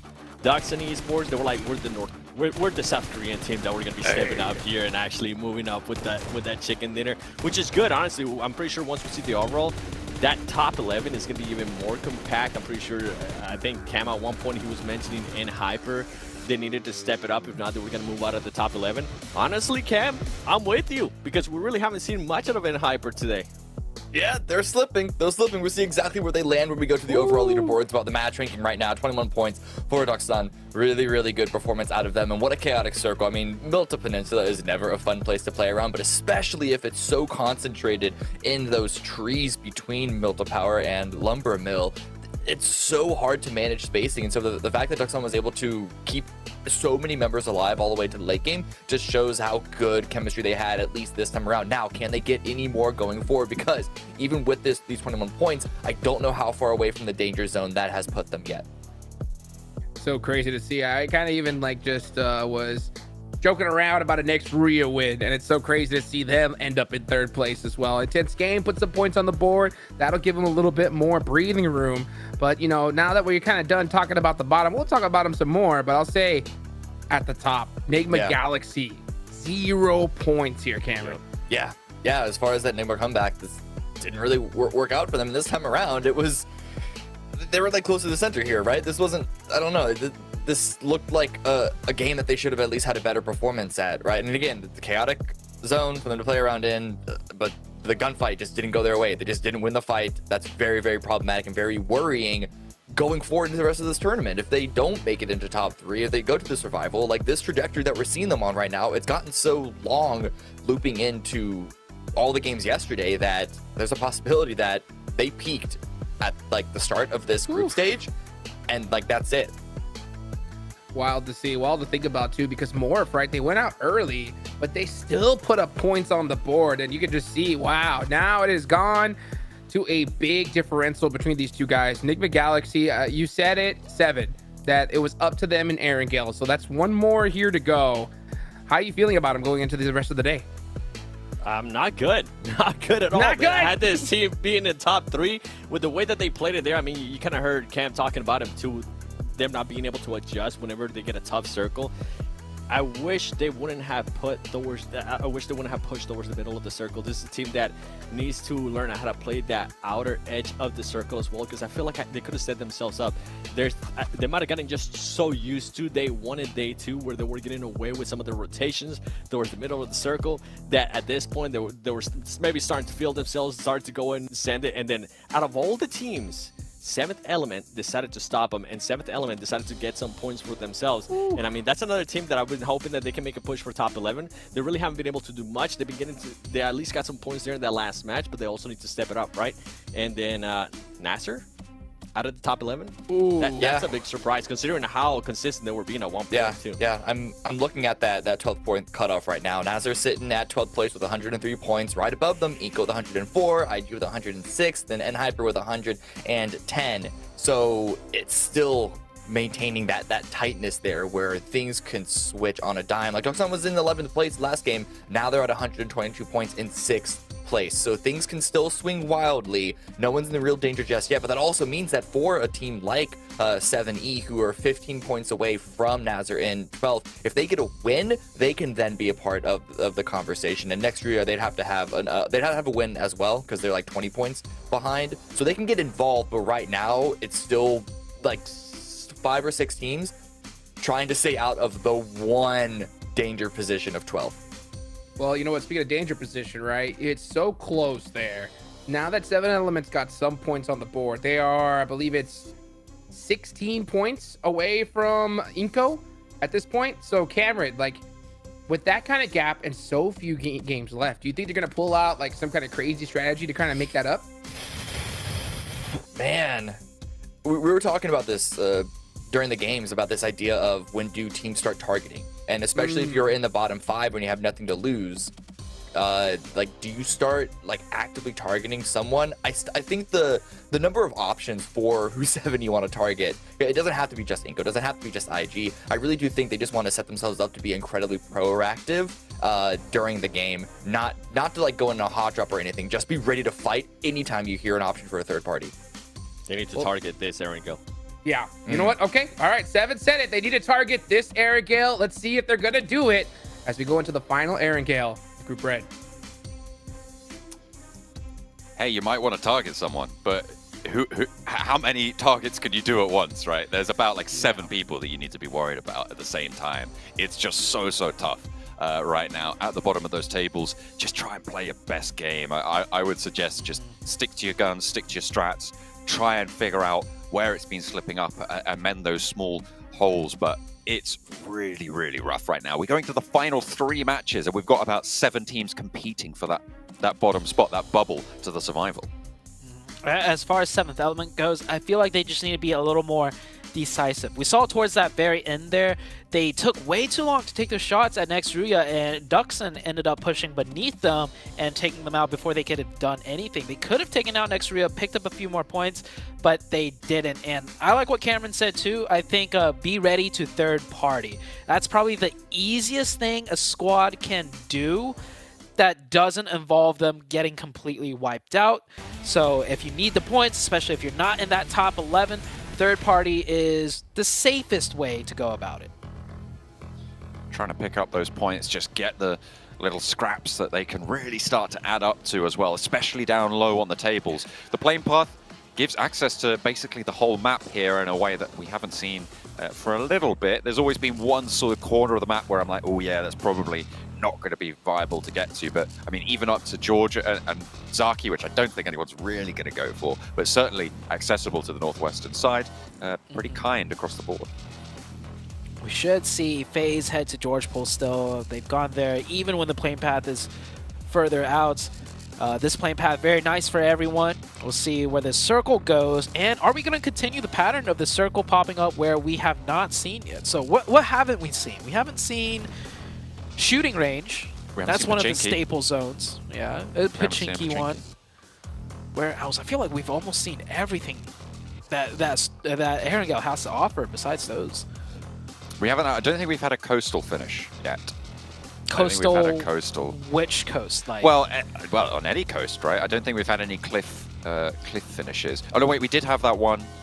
I think we did have one actually. I have to say that back, where it was right towards the end. But Circle goes a little bit on that east side, keeps a little bit of Sosnovka military base in there, but it's mostly on that mainland, centering on Potato Hill.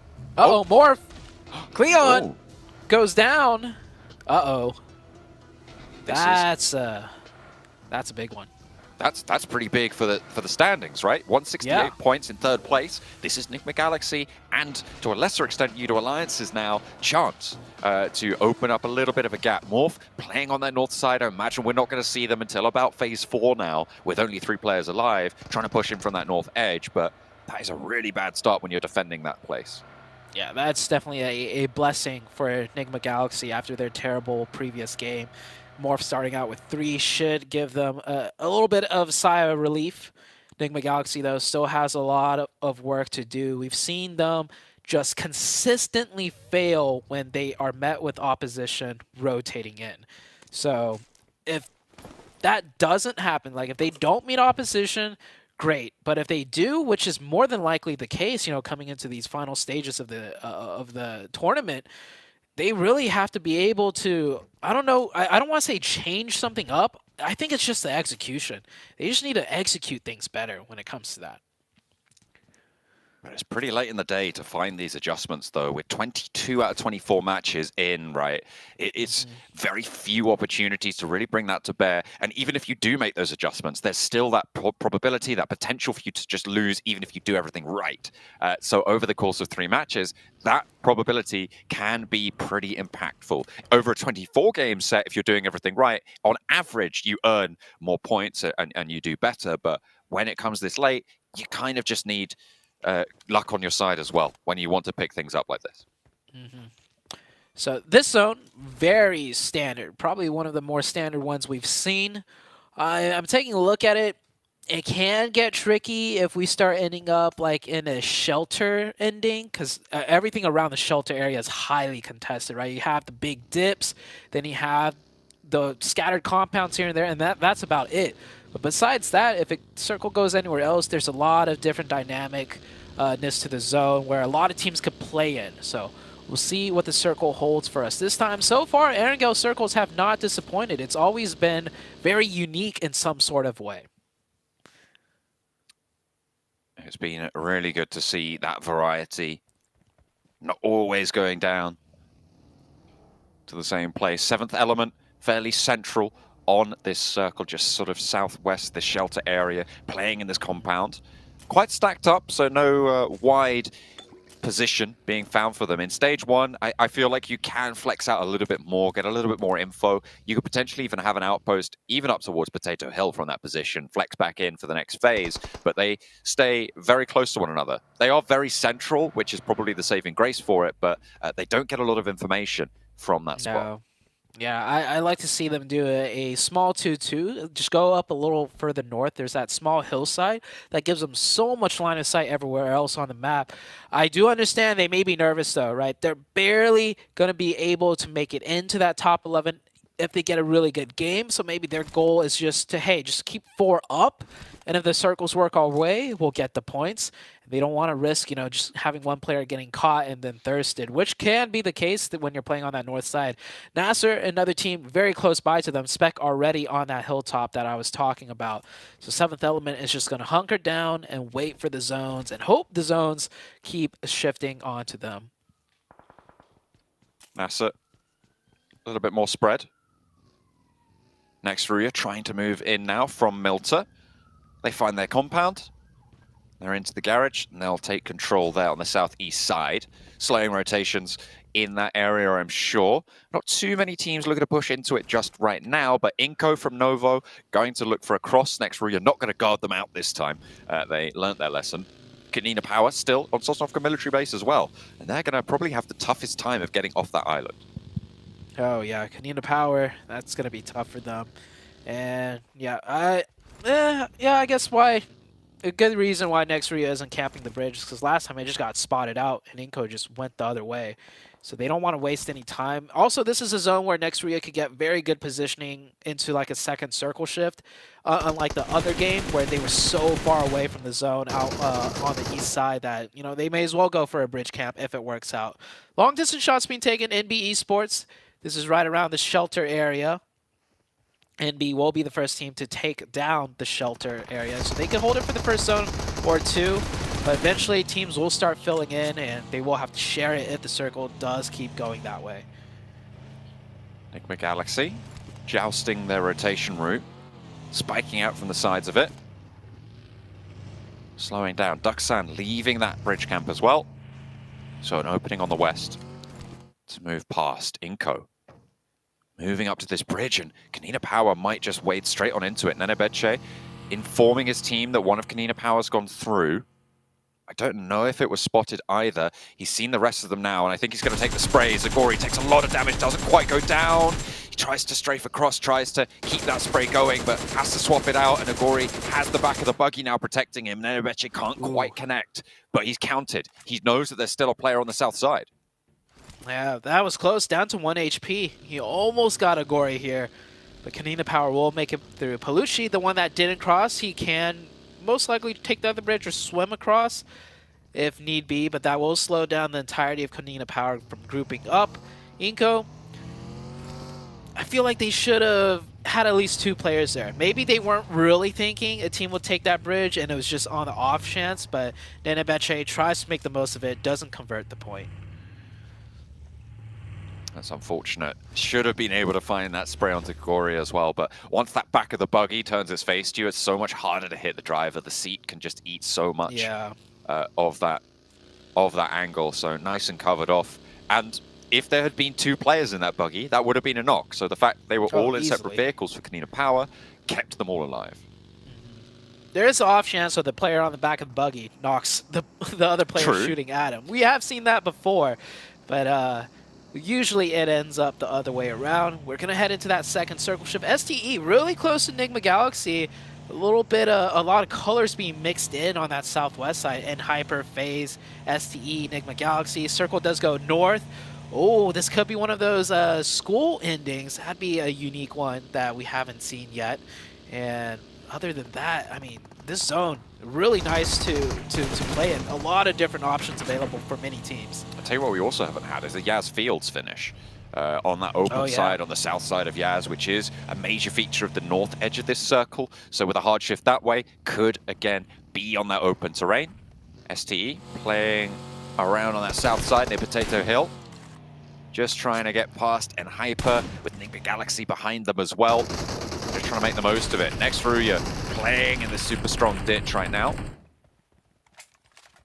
Just getting a lot of angles out towards this eastern side. A lot of cover found for them. A lot of teams will really like to play in this position. And next Ruya looking to try and hold it down. It's a little bit sequestered to the south, but still very viable.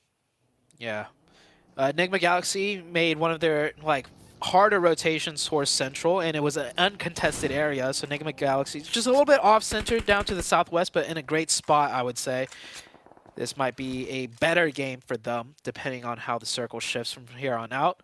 Looking at the map, a lot of teams have already adjusted. It's just Kanina Power and Inko and Duxon that still need to rotate in.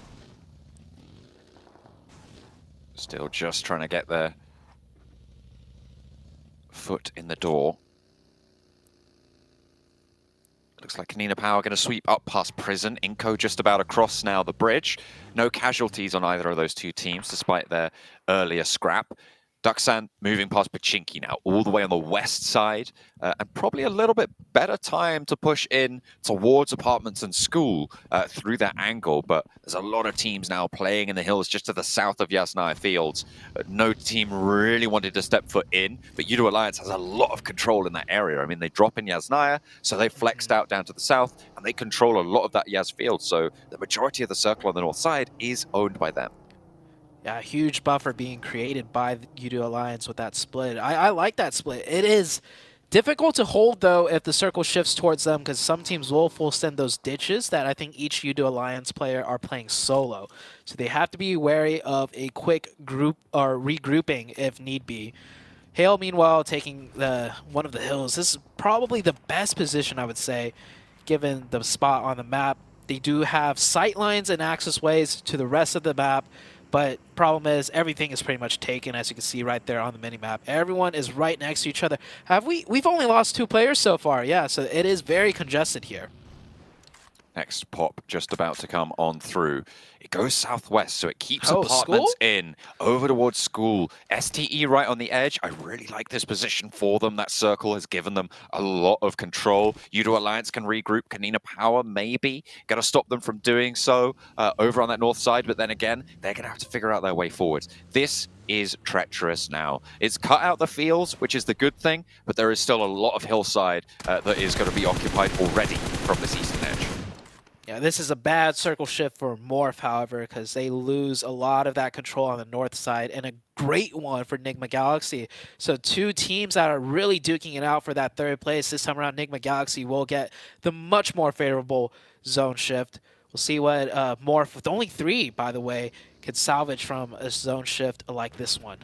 12 points ahead. Morph sit in 3rd place. Enigma Galaxy trying to keep that position alive, keep that chase in the forefront of their minds as well. 12 points, very achievable here. And we said earlier with Morph losing a player, that it's going to be a little bit easier, but can Morph keep things going as well? Every single point they earn, absolutely crucial. And that's true of so many teams as well. Towards the bubble, Kanina Power sneaking around on this eastern side, close to NB now, but the blue zone puts more pressure on this rotate. It's going to force Kanina Power just to keep on rolling. Kanina Power have been wrapping east and west, constantly trying to look for some free real estate. And they don't want to take a fight this early into the game either, I don't think. We'll see where they do end up. Oh, not a good pathing right there. They're going to drive through multiple teams. If you're going to wrap, you have to commit to that wrap. If you wrap a little bit and then cut through into the middle, you'll cut right through into multiple teams. Kanina Power. Yeah, if you're going to do a wrapping rotation, you really need to commit to it. If you do it halfway, huge nade from Becca. I don't think he can cross over, though. And he gets knocked. Yeah, certainly won't be able to do it while he's knocked. It's all up to TGR now. The coach subbed in for this tournament. Stepping up to the plate for Kanina Power. Ruya, they've taken a heavy punishment from that nade, but luckily they have got all the reses available. No one flushed out just yet. Yekta, though, will fall prey to it, and DGR launching more ordnance in, trying to keep them down. There's a Molotov in there as well. Will the nades be able to go long enough? Because Frozen is still there, jousting out, spiking back towards NB on the northern edge. Seventh Element have moved in front of them in the meantime. Next, Ruya, this is really unfortunate. It felt like their position was really, really strong. A nade over to the back finds Dokuma from the grave, but Kanina Power are out nonetheless. Yeah. Should be a reset up to 3, just as the zone is about to shift, so they'll have time to make that happen. Seventh Element maybe looking to clean that up, Alien, and that vehicle getting close, but decides better of it. Looks like he backed off a little bit. And next circle is shifted out here. And look, Enigma Galaxy on a preemptive rotation. Ralph is already out there rotating, just maybe predicting where the zone might go and seeing what's open. But with that shift, I think they like where they were, and they're going to sit still. Inko will get close, and STE as well. And we know with STE, if there's two teams potentially fighting, STE will get involved. Enigma Galaxy need to be careful here. Here's the thing, though. What I want to see, if Inko and STE start to clash on that south side, which most likely they're going to at least spot each other, I want Enigma Galaxy to flank out. I want them to push away from their current position with at least 2 of their players, maybe even throw 3 out that way and try and third party as much as possible. That, for me, would be the play to try and make, but you can see it's dangerous to try and make that move very difficult. while the fight isn't going on. So they need to wait for that third-party opportunity, and potentially they could sweep around behind STE on that eastern side. Yeah, the third party is going to be very difficult. You can see the ridge line, like the sloping hillside extends all the way around, so you don't know if there's going to be a 4th head further down when those 2 teams are engaging, and then you're just caught in the middle of it. So we'll see if that does play out that way. They definitely should look for the potential. That is something they must consider. And STE getting on top of the shack, gets spotted out by Inko. That could be the opening knock for Inko to get very aggressive. As for Enigma Galaxy, I feel like this fight's a little bit too far away for them to really step out and fight, and Inko are getting the better end of things. Well, here goes one. One of Enigma Galaxy has left. They are moving down south to try and get an off angle here. STE potentially under threat. They are regrouping. Enigma Galaxy are going to push out for this. Just a little bit, though. They're scouting the rest of these hills. They're playing it safe. Inko losing players. STE looking for these reses, and the scouting is coming through. Closer still for Enigma Galaxy as Ralph is being bold here. Has got backup now as well as STE look to move. Inko are there, and they have moved up. 2 players have flexed on out for Enigma Galaxy, and STE roll around the side. 33Z want to get ahead of Inko. They have managed to establish a front line and a back line. Wow. None of their players are down, but Sunan's flushed away. Hero now trying to chime on in, and Inko are starting to fall. Becca now the last to stand, and it's just STE. 2 players from Enigma Galaxy are there. Can they find any value? Inko got eviscerated. They had cars set up, they had trees, they had smokes, they had 3 up, and STE still just finished out those 3 in a blink of an eye. That was disgusting to see. Man, STE really pumped it up right there, and I don't think Enigma Galaxy even got a chance to third-party anything. I mean, they were busy scouting, right? They were trying to clear the side, but all of the fighting was going on just over that ridge. Good attempt out of Enigma Galaxy, but I think STE will continue on with 3. Where are they going to end up in the zone? We don't know yet. They still have a long ways to go. Meanwhile, on the east side, a lot of teams right on top of each other. U2 Alliance, with only 3 players, they did lose 1. NB Esports catching a grenade from next Ruya here. U2 Alliance should push up a little bit further. Great nade, great confirmation as well. U2 Alliance keeping NB under pressure. 7th Element, they're split a little bit. Push-up doesn't go super well, but they managed to clear out the rest of NB, and U2 Alliance can continue on, try and keep up their pace towards Morph, who are widely split right now on 2 players. Rocky all the way on that west edge, Yoru hedging their bets on the east side of it as well. Yoru gets the shift, now it's over to Nasser. Nasser gets a beautiful shift right there. STE did lose 1 player on that south side, so they are forced away. Enigma Galaxy will keep 4 up going into this late game. On the northern side of things, it is Duxon, the team that just got the chicken dinner previous, going into a fight with intense game. A lot of players falling on that top side. Hale just fell down as well.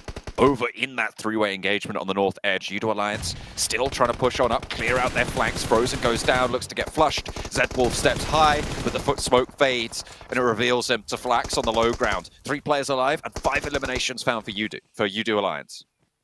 U2 Alliance doing a really good job here. Problem is, Enigma Galaxy's up with 4. Morph is still alive. STE is still alive. All the teams U2 Alliance needs to chase after are still alive. Intense Game catches a knock right there. And Intense Game forced to back off now, down to just the 2 players. Cielo under pressure, gets knocked as well. Junie has the angle onto him. Intense Game trying to lead on out with their forward guard, but it's just not going to go well. They get chopped up. I think that was Morph actually picking up a point for it. Yoru slows down their forward position. Really nice turn up for Morph to add a couple of extra points to their tally. 2 eliminations on the match. And it's really just dribs and drabs that they need to try and hold on to and hope that Enigma Galaxy go down. Yeah, Morph right now really split. Rocky all the way on the west, Yoru all the way on the east. I think they're just taking the gamble of at least one of us will get the zone, and Rocky is not in circle. Rocky should go out, leaving Yoru the last solo for his team. STE33Z the last solo for his team. And Nongshim Red Force, you know, we haven't seen too much of them, but that's because they've just been chilling at that compound right there with 3. They have a great spot in the zone to execute the rest of the match as well. Just try and stay alive near Nasser. That crash onto Nasser's compound is going to be really, really tough. Neither FaZe nor Enigma Galaxy can go for it straight up because of the other team. They are keeping each other at bay from that position at the moment. 7th Element marauding around, trying to cause trouble for U2 Alliance.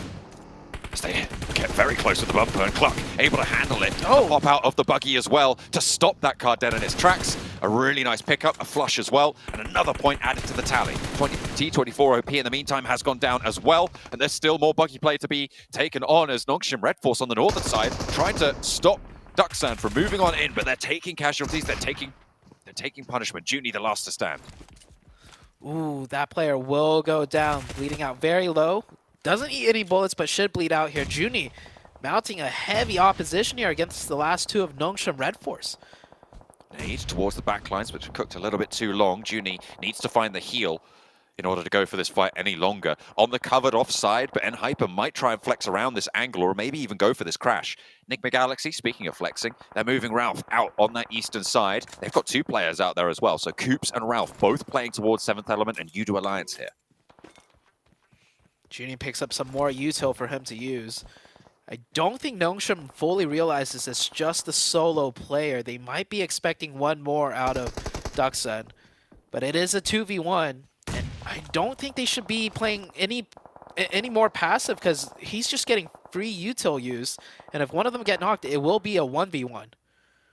Enigma Galaxy continue to clear the south side. FaZe have been shunted a little bit further up north. They've taken a casualty now. They're down to 3 players. And they have got 1 player knocked as well, so likely going to go down to 2 unless they can patch things back up. Lord, Freak, and now Ralph as well, and Coops regrouping to them. So Enigma Galaxy seemingly preparing for their final push here, what could be their final push in this match. There is an opening for them if they wrap to the east and take the fight right here with U2 Alliance. Then if they get some of that hillside that STE is playing with, But with the 4 up, they might want to take a more decisive approach, giving them a stronger position, but that is a 4-man team of Nasser that they will have to deal with. Morph is finally taken out in 10th place with only 2 elims, so they won't get many points here. Only the 2, so 170 is the mark now for Nigma Galaxy to chase. They have 158 right now when you add on their elimination points. So they do need a little bit more than what they've got right now. But certainly doable this match if they can keep it going on this south side. Outside of the blue, very tricky though. I like how this standstill has kind of come into agreement of, hey, we both got the zone. You can, throw some stuff in here, but as long as both of us are up, you can stay out there and we're fine with it. Nigma Galaxy, yeah, we'll go for that wrap on the east that I was talking about. That Fortress of Nasser, too risky to just approach head on. So let's see what they could do on the east side. They are not in the zone. Circle's closing quite quickly. They're going to have to go through Yudu Alliance and 33Z and the solo member of Seventh Element as well, GokuBot. Seventh has just been taken down by N-Hyper across the way. Nades continue to go on through for Nigma Galaxy, so one less solo player for them to deal with, but still 33Z is there. We've seen what STE's solos can do in the form of Xing in that previous Erangel, so have to be worried about it still. Flag's not taking too much damage. Nigma Galaxy really not getting the value here for their nades. It's kind of all sailing wide. They bombard, they try and find an opening, but Yudu Alliance are a little bit too sneaky for that. They aren't going to go down to it. I take that back. Look at that, right on the money for the potentially final nade that they were looking to throw. Finding Iftar, and N-Hyper have shots across the way. 33Z goes down to a nade from Coops, so a solo is removed there as well, but the blue zone keeps them moving. Great nade out of the side of Nigma Galaxy. One of them does get caught though. He will not be able to get revived. And even once they make it into zone, Nongshim, Red Force, Yudu Alliance, they're going to be a bother for them if Nigma Galaxy does not take care of it. Ralph looks like he has sneaked into the zone there where 33Z was previous. And they will continue the match with 3 in not a very strong position, but it is a position enough to stay alive in. It's going to be a difficult push for Nigma Galaxy to stay alive. Yudu Alliance right on the blue zone as well. NASA have got a lot of strength in their compound. They've got that hill in front of them to play with, but FaZe are dueling with them on that western side. The shift goes that way, though, so the teams over in the northeastern side going to have to leave. Nongshim, Red Force, and Duxan. Yudu Alliance force a push in 2. I do see 2 players knocked out of Nigma Galaxy. It is, I think, onto the way of N-Hyper. Yeah, FS confirming onto Lord. Ralph, the last one up now. Shifen heavily tagged up. He could get a first aid off here if he had one. His teammate might toss one over to him. FS with, or not FS. Oh yeah, FS with no first. No one has any first aids actually out of N-Hyper, or bandages for that matter.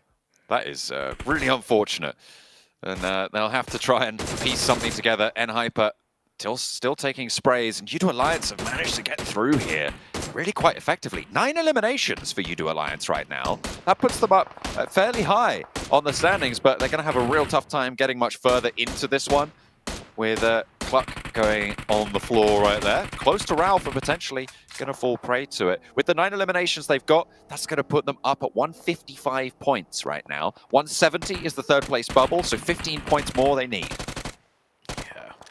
That tree, the only saving grace right now for Yudu Alliance, and Hyper continuously shooting. FS finds one.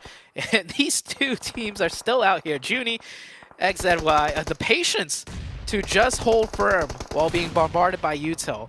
Nongshim, Red Force holding steady. Remember, NASA dropped out of the top 11 after this last match. If they can hold this one down, they will be back in the conversation. They've already laddered up 1. How much further can they go? FaZe looking to try and hold them off. Finally, Junie is down. And now Nongshim Red Force playing with 2 for eliminations. Going to try and keep the dream alive of that first place. Luckily, their chasers not going to be in, and this might just be the game that solidifies their first place finish over on the northeastern side. Yudu Alliance taking a lot of damage from those nades, from those Molotovs, almost going down all the way as Flax stays up just about with a first aid to keep Yudu Alliance in. Barely. N-Hyper needs to make somewhat of a push. Actually, they don't need to. I was going to say they need some of that first aids, but I do see some of them healed up. They must have picked some loot box close by. Nasser had 4 players here. I don't know when they lost one, and they shouldn't have lost any, so it's not going to be good for them playing with 3, but they'll execute this potentially. Missing a lot of shots. Mormon down to 1 HP. and finally gets caught. Xenox will get that revive. Oh man, that could have gone terribly for the side of Nasser. That was incredible to be able to get that swivel shot with the DVS, but it does get shut down in the end. Either way, it's 1 north, 1 south now as 2 teams remain, 3 players apiece. Nasser with that outpost on the north side. Xenox and J7 who got taken down a little bit earlier, trying to get that res on board. Now, Net and Hyper as well, over on that northeast side, trying to stretch out towards the ridge. Both of these teams have been using a lot of ordnance though, so I wouldn't be too surprised if it's fairly dry. 6 nades on FS though, maybe a chance. I mean, they got all of the util from Udo Alliance. I'm pretty sure Udo Alliance was not able to throw any nades. They might have thrown a couple of smokes, but nades galore for the side of Hyper. Nasser on the other end, taking a look at their util. Yeah, just with the 4 nades, 2 smokes, not much to work with. It's a 3v3. Center zone, I think it's split pretty evenly between both teams, so no one with a real advantage here, besides the util. I think it will close fully on the road, which is really quite brutal. If anything, it leans slightly towards Nasser. Yeah, but I don't think it's going to be that. I don't think it's going to be that big of an advantage. It might be just enough though, because look at how much coverage Nasser has to work with, or like angles across the road, to the point where if Hyper is forced to crest up first just a little bit, Nasser will get a few seconds of opportunity to use a little bit of a ridge to take the fight to Hyper. So just a small advantage, but more so I think Hyper with the util is more favorable. Potentially with those nades. Could change things up a little bit.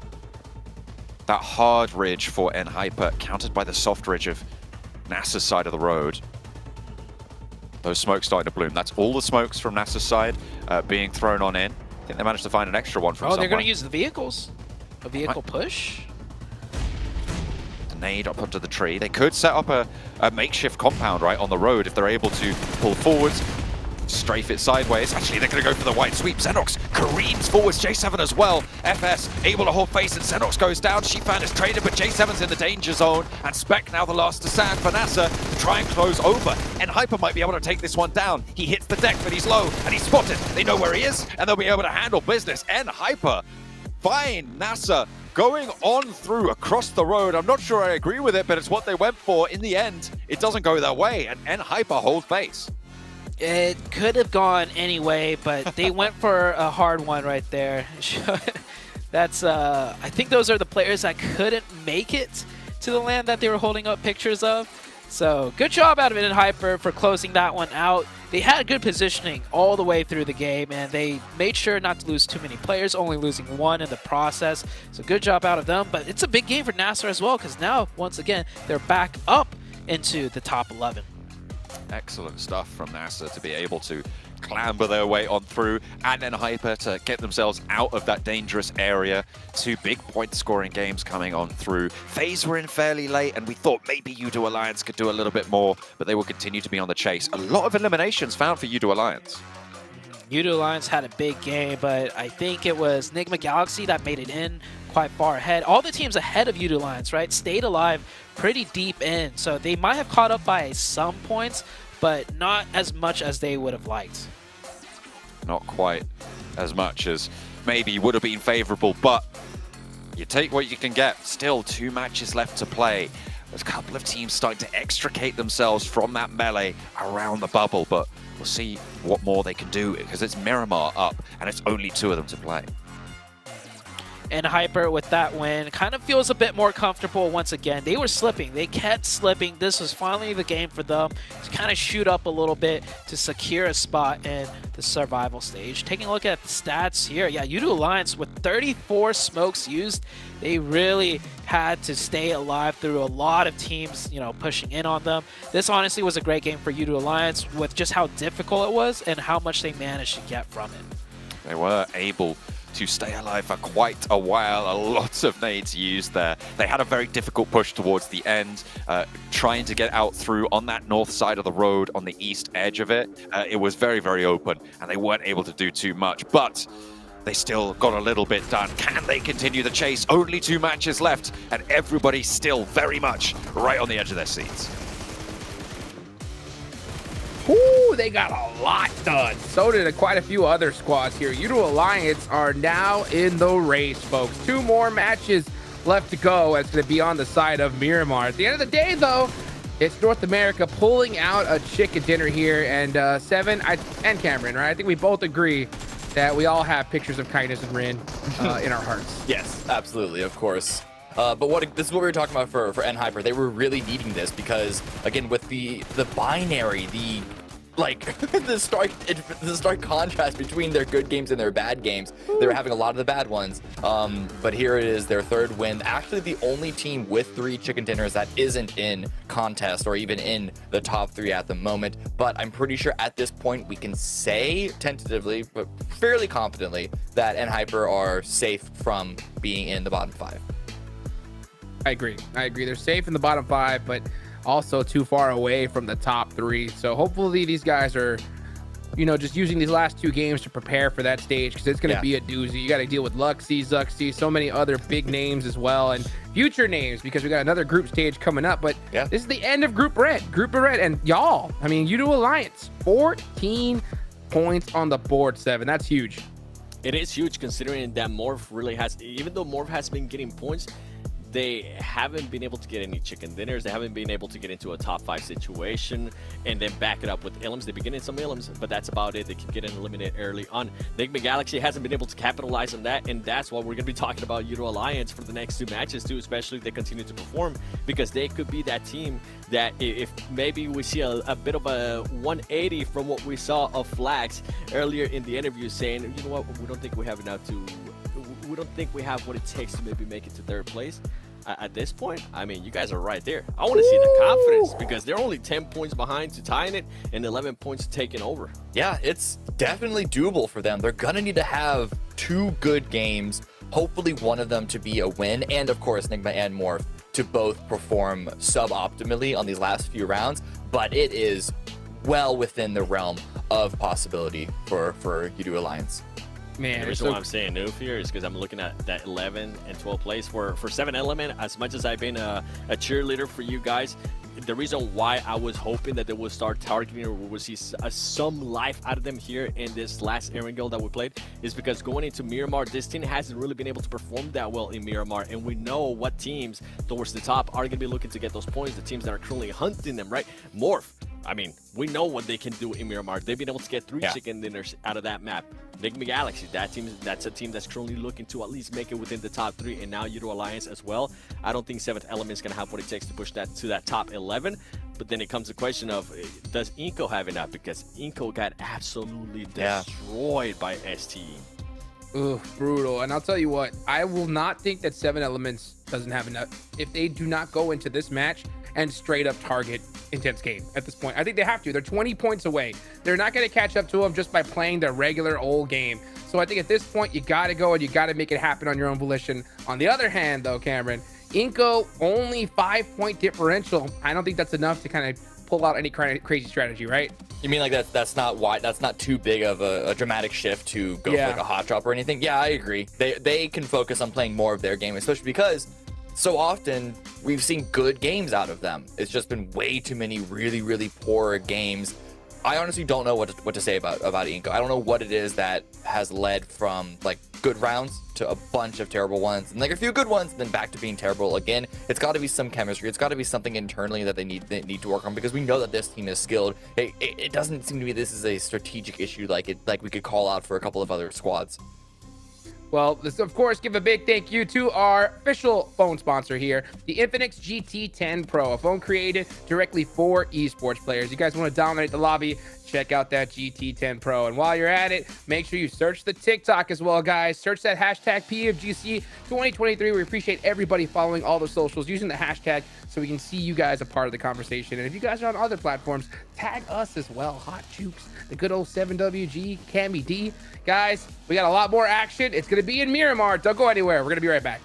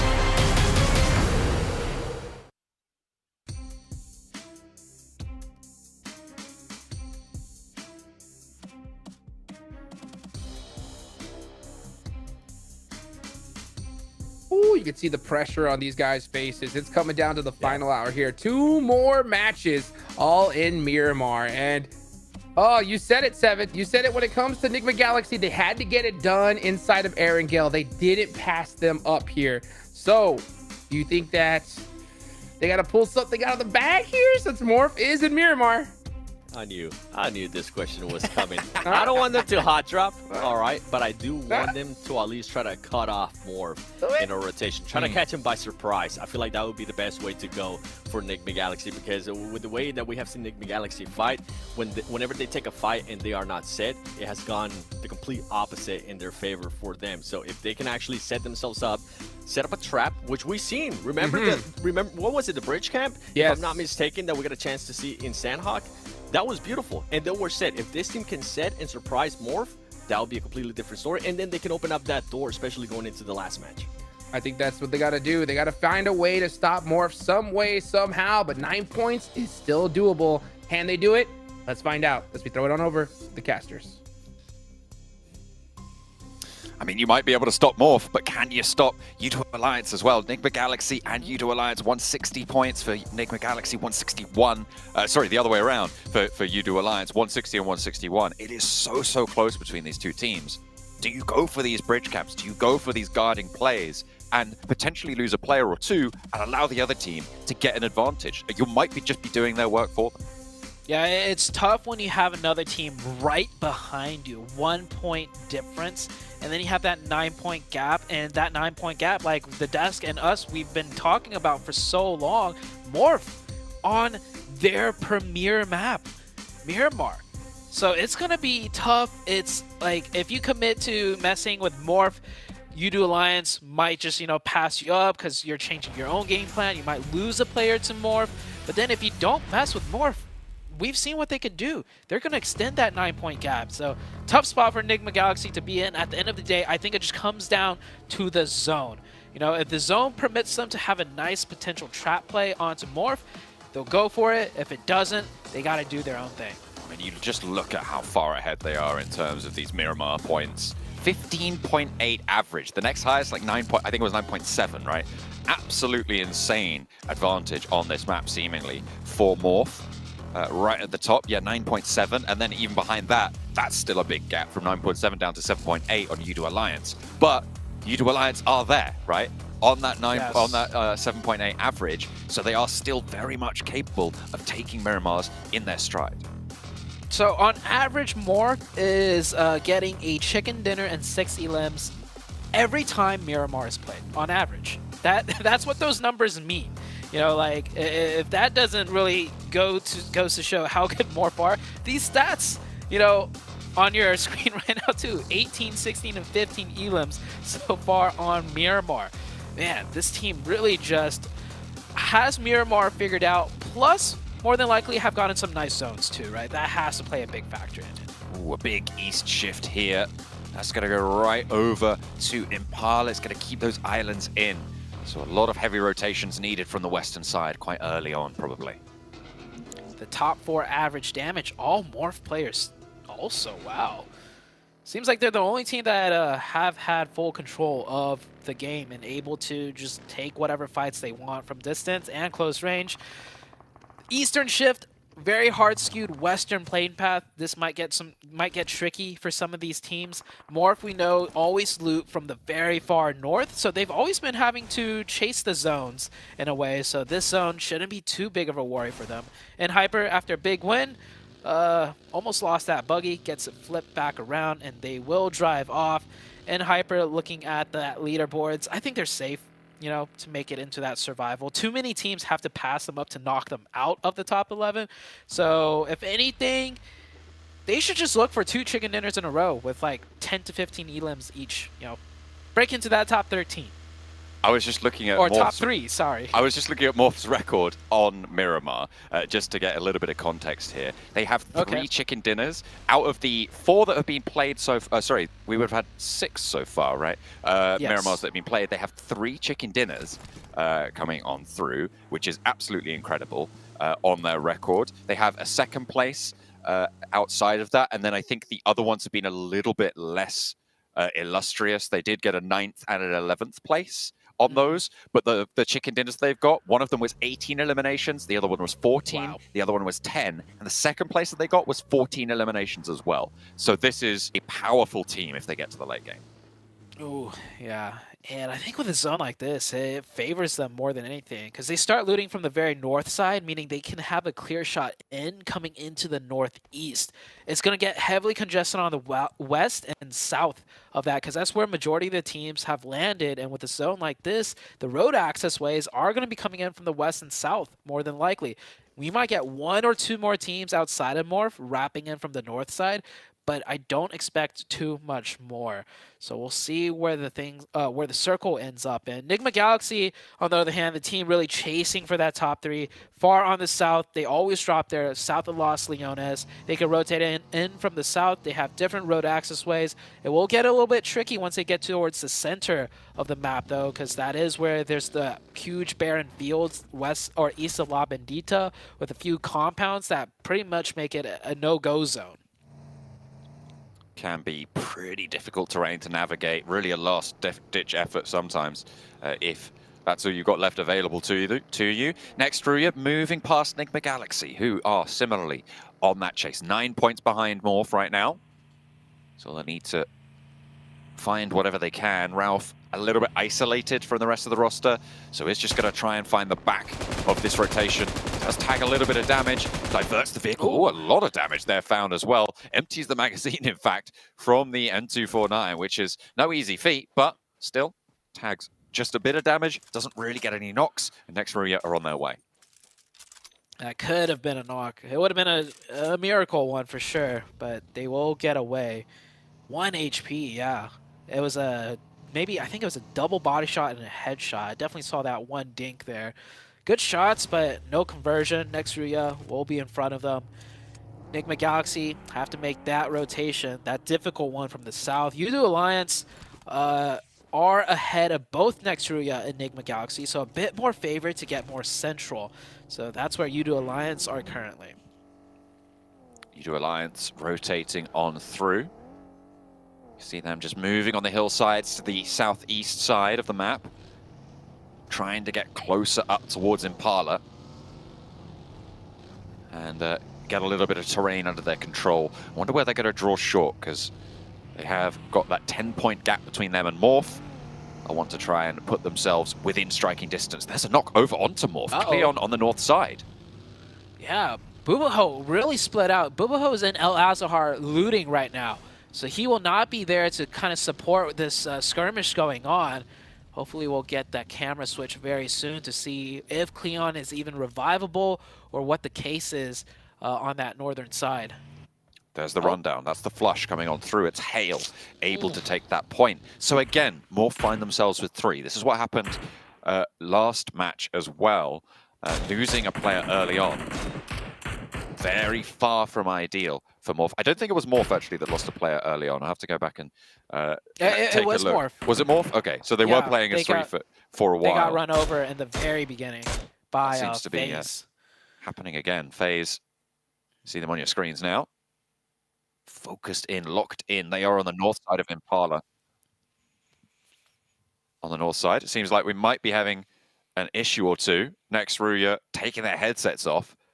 Looks like we might be having a little bit of a reset. We haven't had this so far in PMGC Group Red, so we were always going to have one, weren't we? There's always got to be one, and it looks like we might be taking a little bit of a reset. That is big for Morph, right? Losing a player and then getting that reset, absolutely pivotal.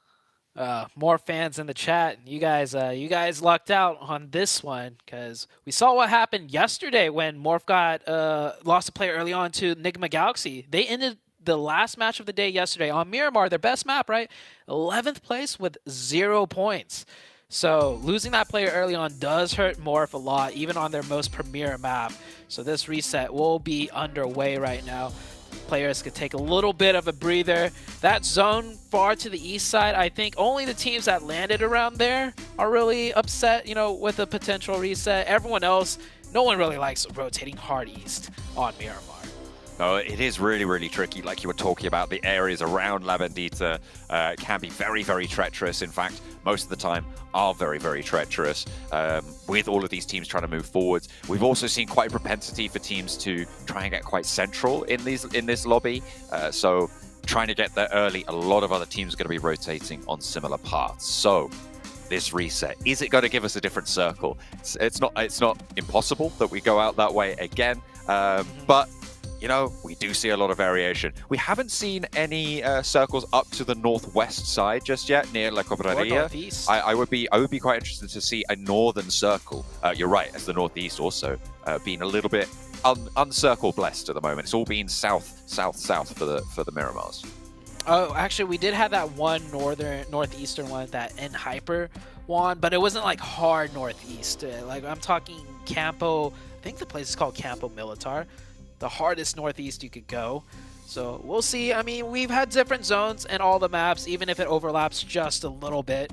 Miramar, definitely one that could have way more potential options. NB Esports on your screen. The players all chilling. Here is Morph. Is that player doing push-ups in the background? I think he is. He's getting his pump on, I guess. Did you see that? Yeah. Keeping the blood flowing. Yeah. He's ready. I mean, for Morph, absolutely. You need that blood to stay flowing. It is very much a defensive game, and they're going to be happy. I mean, they should be pumped as well because they just got their player back. Remember that knock onto Cleon and the flush as well. Udo Alliance, maybe they're a little bit more unhappy about it because Morph got their player back as well. Yeah, and Udo Alliance was in a decent spot on rotation on that south side. They weren't center, but they were pretty much the next team to be able to go center. And this is Kanina Power, I believe. Yeah, that's Palucci giving us the hearts. Kanina Power, you know, some of them looking defeated. Palucci knows, though. He's like, man, I've been performing pretty well. I'm happy with my performance at the very least. Yeah, that's true. I mean, you've got to focus on the upsides here, right? Of course, coming in without of Hayes for Kanina Power, a little bit of a downer. And Hyper, they're pretty happy at the moment. They were able to get that previous chicken dinner, playing as the lone representatives of the NA region in this phase. Next Ruya, on the other hand, EU champions.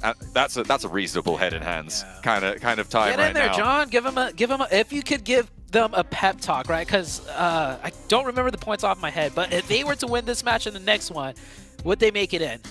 I think they would, right? They're 85 points right now. Bubble is 110, so they're currently on a 25. If you had a pep talk for them to get those wins in, what would it be? Don't suck, don't die. What what do you want?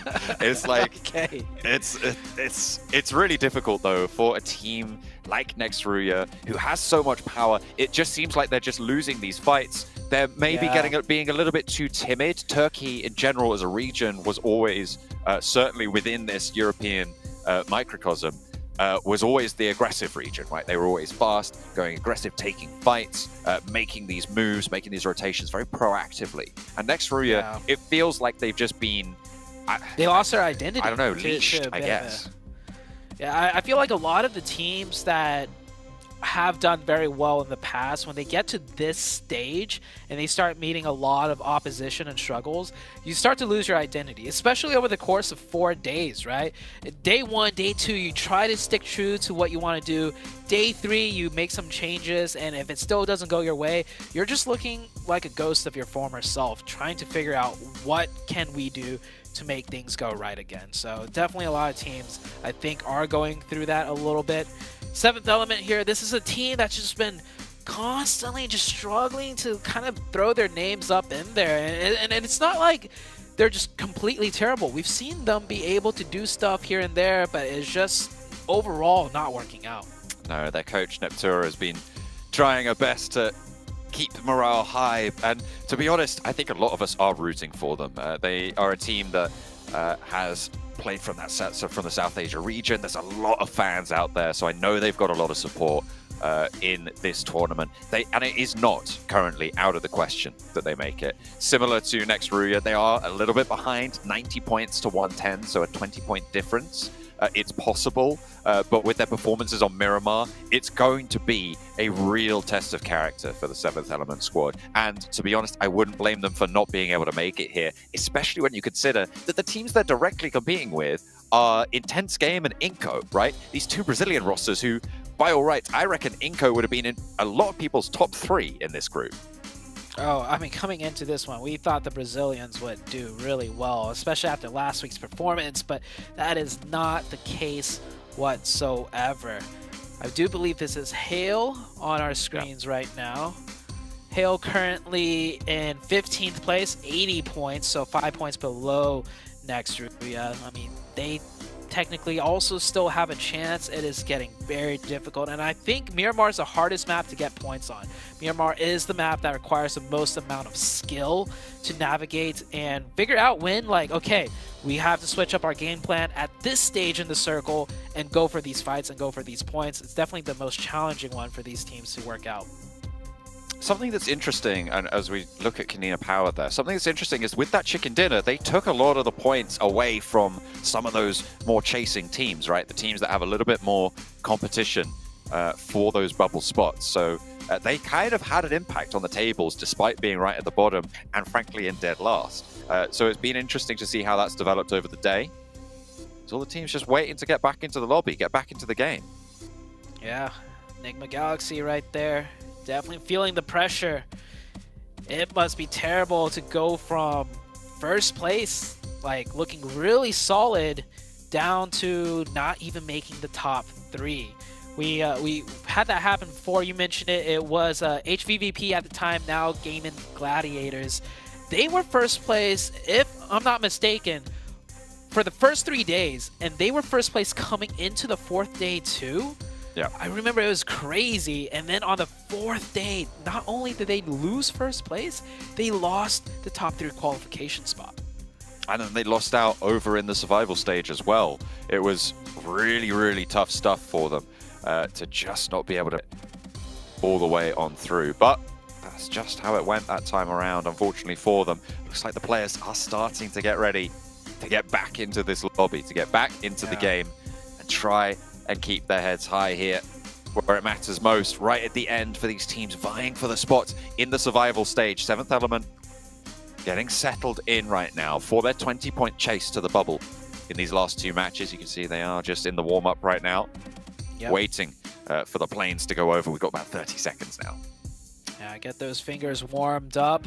I do like that one player from Morph who was doing the push-ups, honestly. I remember when I was competing before I would start my scrims or a match, you know, I'd do some jumping jacks. It's good to get the blood flowing, get your body loose a little bit. I mean, you are pretty much tense the entire time you're playing this, you know, really having to focus in on the phone and holding that position. So loosen up a little bit, never a bad idea. We are about to head into the second to last final match of the entirety of this week. Miramar, we are back. We're going back on into Miramar. 2 Miramars to play. Morph given a second chance to play on with 4 as well. The circle was southeast hard towards Impala the last time around before the remake. The plane path cuts right across the middle, so not too dramatic here for the remake. The circle will decide though, are we going to go back to Impala or are we going to be treated to something else?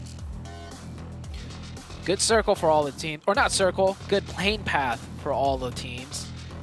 Last one, no one went out early besides Morph, but it wasn't off drop, it was off rotation. So this time, hopefully around, I think all the teams should keep all 4 up through the looting phase.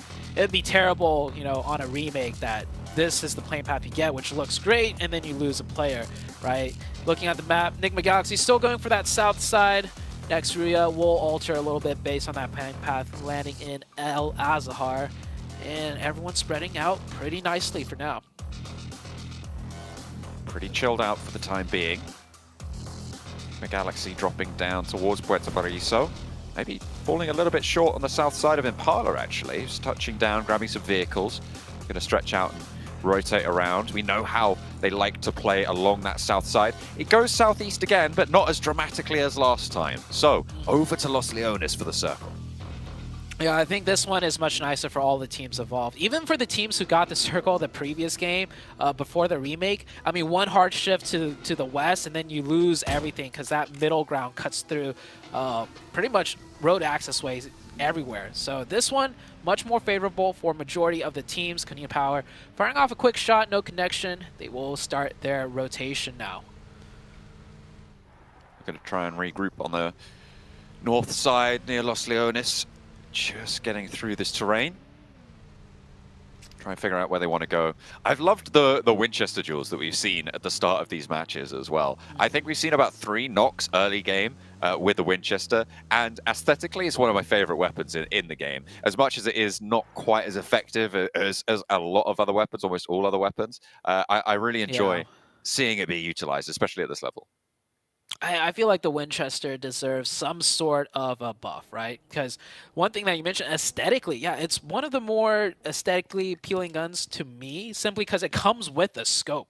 Not many guns actually do any other weapons come with a scope. I don't. Oh yeah, the VSS. Yeah, the VSS and the Winchester. That's it. But I feel like both of those guns super underutilized, simply because they just simply aren't that great.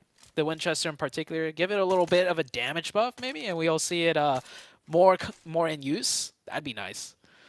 I mean, it is kind of a little bit of a not a joke weapon, but it's a little bit. It's an early game weapon for sure. I mean, it's like taking a double barrel, right? It's the same sort of vibe. It's one of those things that you can use, especially early game, and it has that presence in early scraps. But I think, especially when you get to the professional level, people are looted before they take engagement. So in general, it's not as impactful. So unless you pick one up and are fighting for a vehicle, you just don't see it being employed. And I think it's more there for the more casual audience who have 4 teams dropping in Los Leones right at the start, right?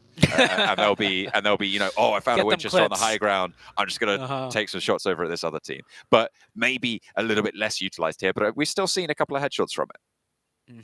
Myanmar top 4 win rate, or top 4 rate. That's an interesting stat. As you can see, Morph, of course, up there because you mentioned they've won 3 out of the 6 games and they got a 2nd on the other. Nongshim Red Force, I think top 4 on the 3 maps we played, you'd find Nongshim Red Force in all of them. They are so consistent with their placement. Every single map, it doesn't matter which one, they're always in there, like towards the late game. So Nongshim Red Force, not surprised they're up there. But one thing that I am taking away from that stat page that just came up is Nigma Galaxy's not there. Udo Alliance also not up there. Same with STE. There are some notable absences, you're right. So maybe a chance to shuffle things up towards the end of the day. The points very much not that far apart, but I think at this stage, Nongshim Red Force have, I think I would go out on a limb and say Nongshim Red Force have qualified for the Grand Finals. With what they've been able to do so far, it would need 3 teams to surpass them at this stage. And that's a 30-point gap to close, as well as a 30-point gap, a 21-point gap, and then what is that? That's a 13-point gap as well, John, right? Just say what you really want to say. You want to say Nongshim Red Force are going to finish first, right? I wouldn't say first. I'm not going to go out that far. I mean, there's potential for upset there because they are still, as I said, a 13-point gap between first and second place, which is surmountable. It's what we're looking at for Nigma Galaxy and Udo Alliance, after all. It's in that similar vicinity. But to drop down 3 places, I just don't see it happening. I don't see all 3 teams below them stepping up that far. That's definitely making a very safe call that they're not going to go out of the top 3. Yeah, I definitely agree with you. There is no way, because it requires multiple teams near the top end to have huge games, and they have to like share those huge games while knocking Nongshim Red Force out early. It's not going to happen. For me, I want to say that they're going to finish first just so I could caster curse it, but my caster curse never works that way, right? I have to really believe what I'm saying, and then it works. Right, okay. And actually, okay. Wait, hang on a minute, but you just said that you really believe that Nongshim Red Force are going to qualify. I'm saying You should say that. Well, no, I already said that, and then you said that as well. So now you've caster cursed it because you really. Oh, I mean, caster cursing them out of qualifying, that's impossible. If that works. Whoa, you've just said it again. Stop that. Oh my god, he's a menace. He's a menace to the top spots right now. Zute, goodness me. Calm down. Oh. We've only got 2 matches left to play. If this was my own personal viewer party, my caster curse is amplified. I'll say that much. But it's not my personal viewer party, so I think they're safe. They're safe for now. FaZe will pick up a quick point onto Intense Game. Nice shots, too. He had to hit all of those quickly before he got in cover, so good point for FaZe. Intense Game, 11th place, losing a member here. Not very good.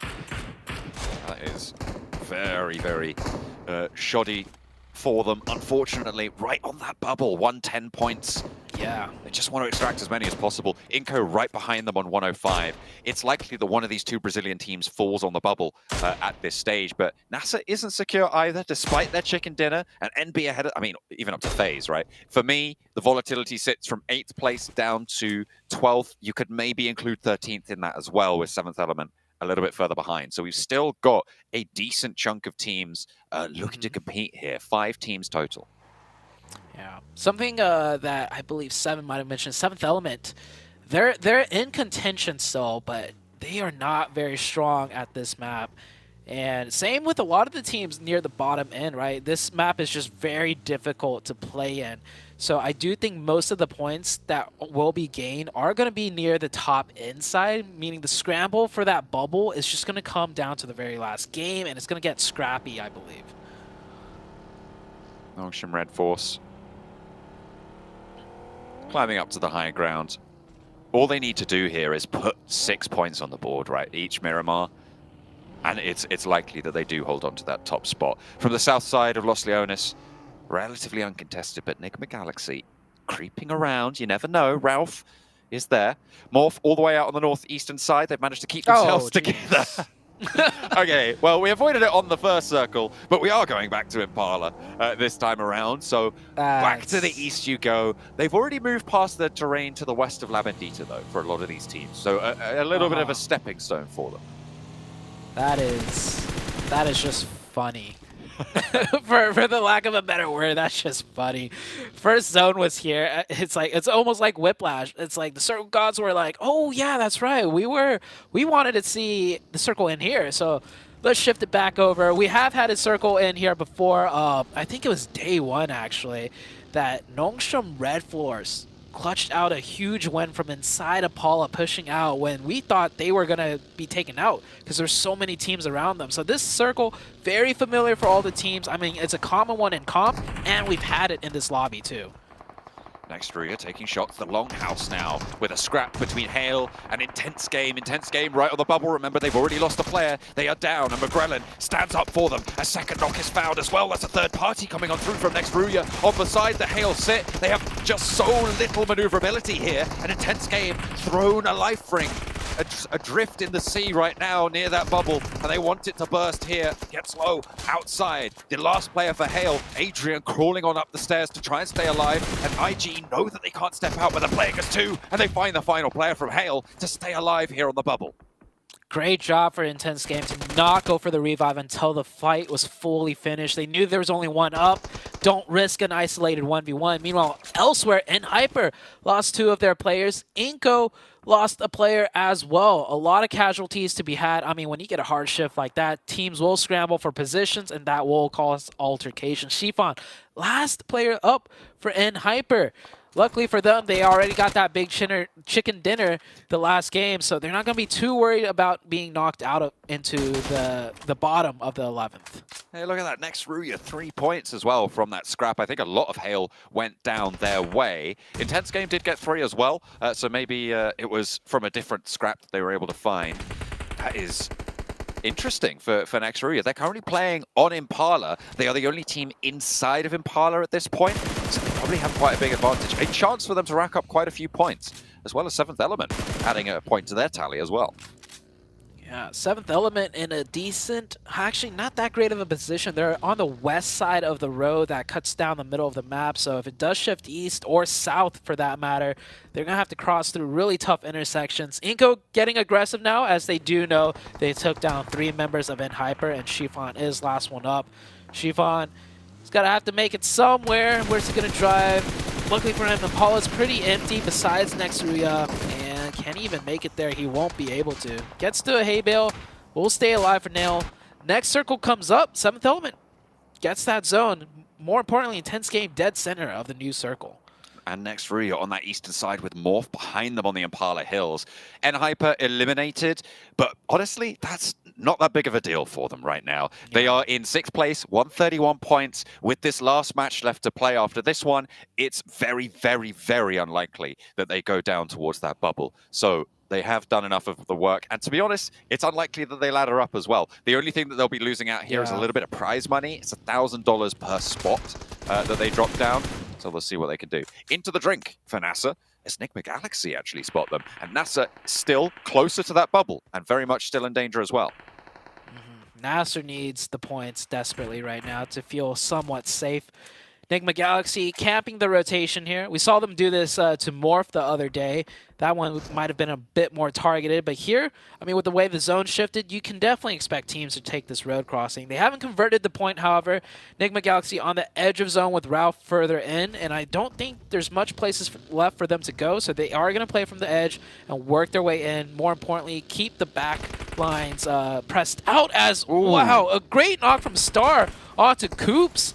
Not sure what angle that was from, because Coops should have been the player playing the most safe, being the one that fired first. And there we go. They just disengage fully from it. Lord knows that the jig is up, and they'll have to fade away and play as 3, which is really bad news for them. But Morph are going to be happy about that. There's less threat on that south side. Udo Alliance are probably going to be a little bit happy about that as well, because they're right behind, and they now only have 3 players from Enigma Galaxy to deal with and try and lap them on the chase. 1 point behind, remember, and only 10 points behind Morph themselves. Yeah, Enigma Galaxy did lose Coops as well. One of the players that's really been making it happen for them as far as entry fragging goes. So down to the 3-man without Coops, it's going to be very difficult. Morph, very close by. I know Morph has definitely done their homework to see where teams rotate, and they know Enigma Galaxy likes to come in from the south side. I'm not sure if they know for sure this is Enigma Galaxy here, but they are set up in a way to look for a potential knock. This is interesting that Enigma Galaxy have opted to go into these buildings instead of taking the cliffs to the north of to the west of them, sorry. Udo Alliance instead taking up that position. It feels like Enigma Galaxy just want to play a little bit more passive. Now Udo Alliance are taking the fight with NASA that Enigma Galaxy disengaged from, obviously losing Coops to it on that roll up, the south side. Getting a little bit more difficult, but Nongshim Red Force on that south as well. A lot of crucial teams right next door to one another. Udo Alliance, Enigma Galaxy, Morph, and Nongshim Red Force on that south side with the potential outside third party to engage here. Sprays down, and NASA get the best of one of the Udo Alliance players. That is really unfortunate. They'll play on as 3.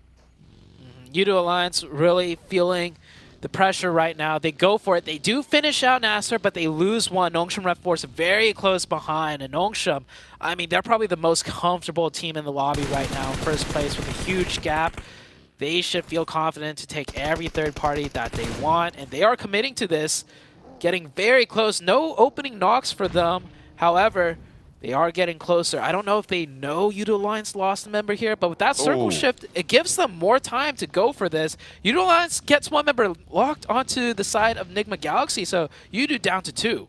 That is unfortunate. And Flax getting swelled upon. Udo Alliance might just be going down here and now as they lose Flax as XZY crest the ridgeline. Nongshim Red Force keeping up the pace here. 2 eliminations on Miramar. We know this is a powerful team on this map. We've said it before. Morph kind of stealing the limelight, but this is the second place, the second highest placing team on this map. So you do still need to be very, very careful of them. They've got a lot of power in their pocket. They're willing to whip it out. And they'll make sure that Udo Alliance feel the brunt of that pain here. Iftar the last to stand. 2 points on the match. And if Enigma Galaxy can stay alive with their 3 players, they're going to have a better time. But it feels like Enigma Galaxy are kind of locked into the compound that they chose to go into. This might be the end for Enigma Galaxy right here with this circle shift as well. It shifts in a way where they can get into the zone very easily, but it's just open sightlines onto the side of Morph for them to take shots in. And Enigma Galaxy is essentially boxed in. That warehouse barely on the edge of zone, so they could just kind of cower in there. And with 3 players, I don't think they want to do that. They'll definitely try and break out and see what they could do, but they're going to be sandwiched between Morph and Nongshim Red Force. Right in the center of the circle. In the meantime, next Ruya, moving all 4 players from Impala, sending to that central position on the junction there, just a little bit ahead of Intense Game, who sit in the compound just a little bit to the south. They've got some terrain to cover them off there. So next Ruya in a really favorable spot for them. Already taking 3 eliminations as well. They'll look to chase. And 7th Element isolated on this western side, but 628 likely going to poke their nose in sometime soon. Yeah, 6-8 just biding their time right now. They have the whole western side within their control pretty much. And here's that box in I was talking about. Enigma Galaxy really have nowhere to go. The best they could do is survive in that warehouse and hope Nongshim, Red Force, and Morph just fight each other from the high ground. As, oh, nice knock onto by Freak. But the problem is, if they push up onto Morph, Nongshim Red Force is shooting them from the backside in that exposed hill. So yeah, Enigma Galaxy really can't do anything. I mean, I said it when they moved into this compound. I was curious as to why they didn't hold onto the ridge line that sits around this compound, because it is really maneuverable. It's really strong. Sure, they had threat from Mudo Alliance, right? And maybe they're just trying to... It's difficult with 3 as well. Get away. I think that's the deciding factor. Yeah, I mean, it's the decision that they ended up making. I think it might come back to bite them, as we're seeing now, and they're going to have a real tough time moving forwards. Next circle just about to come through.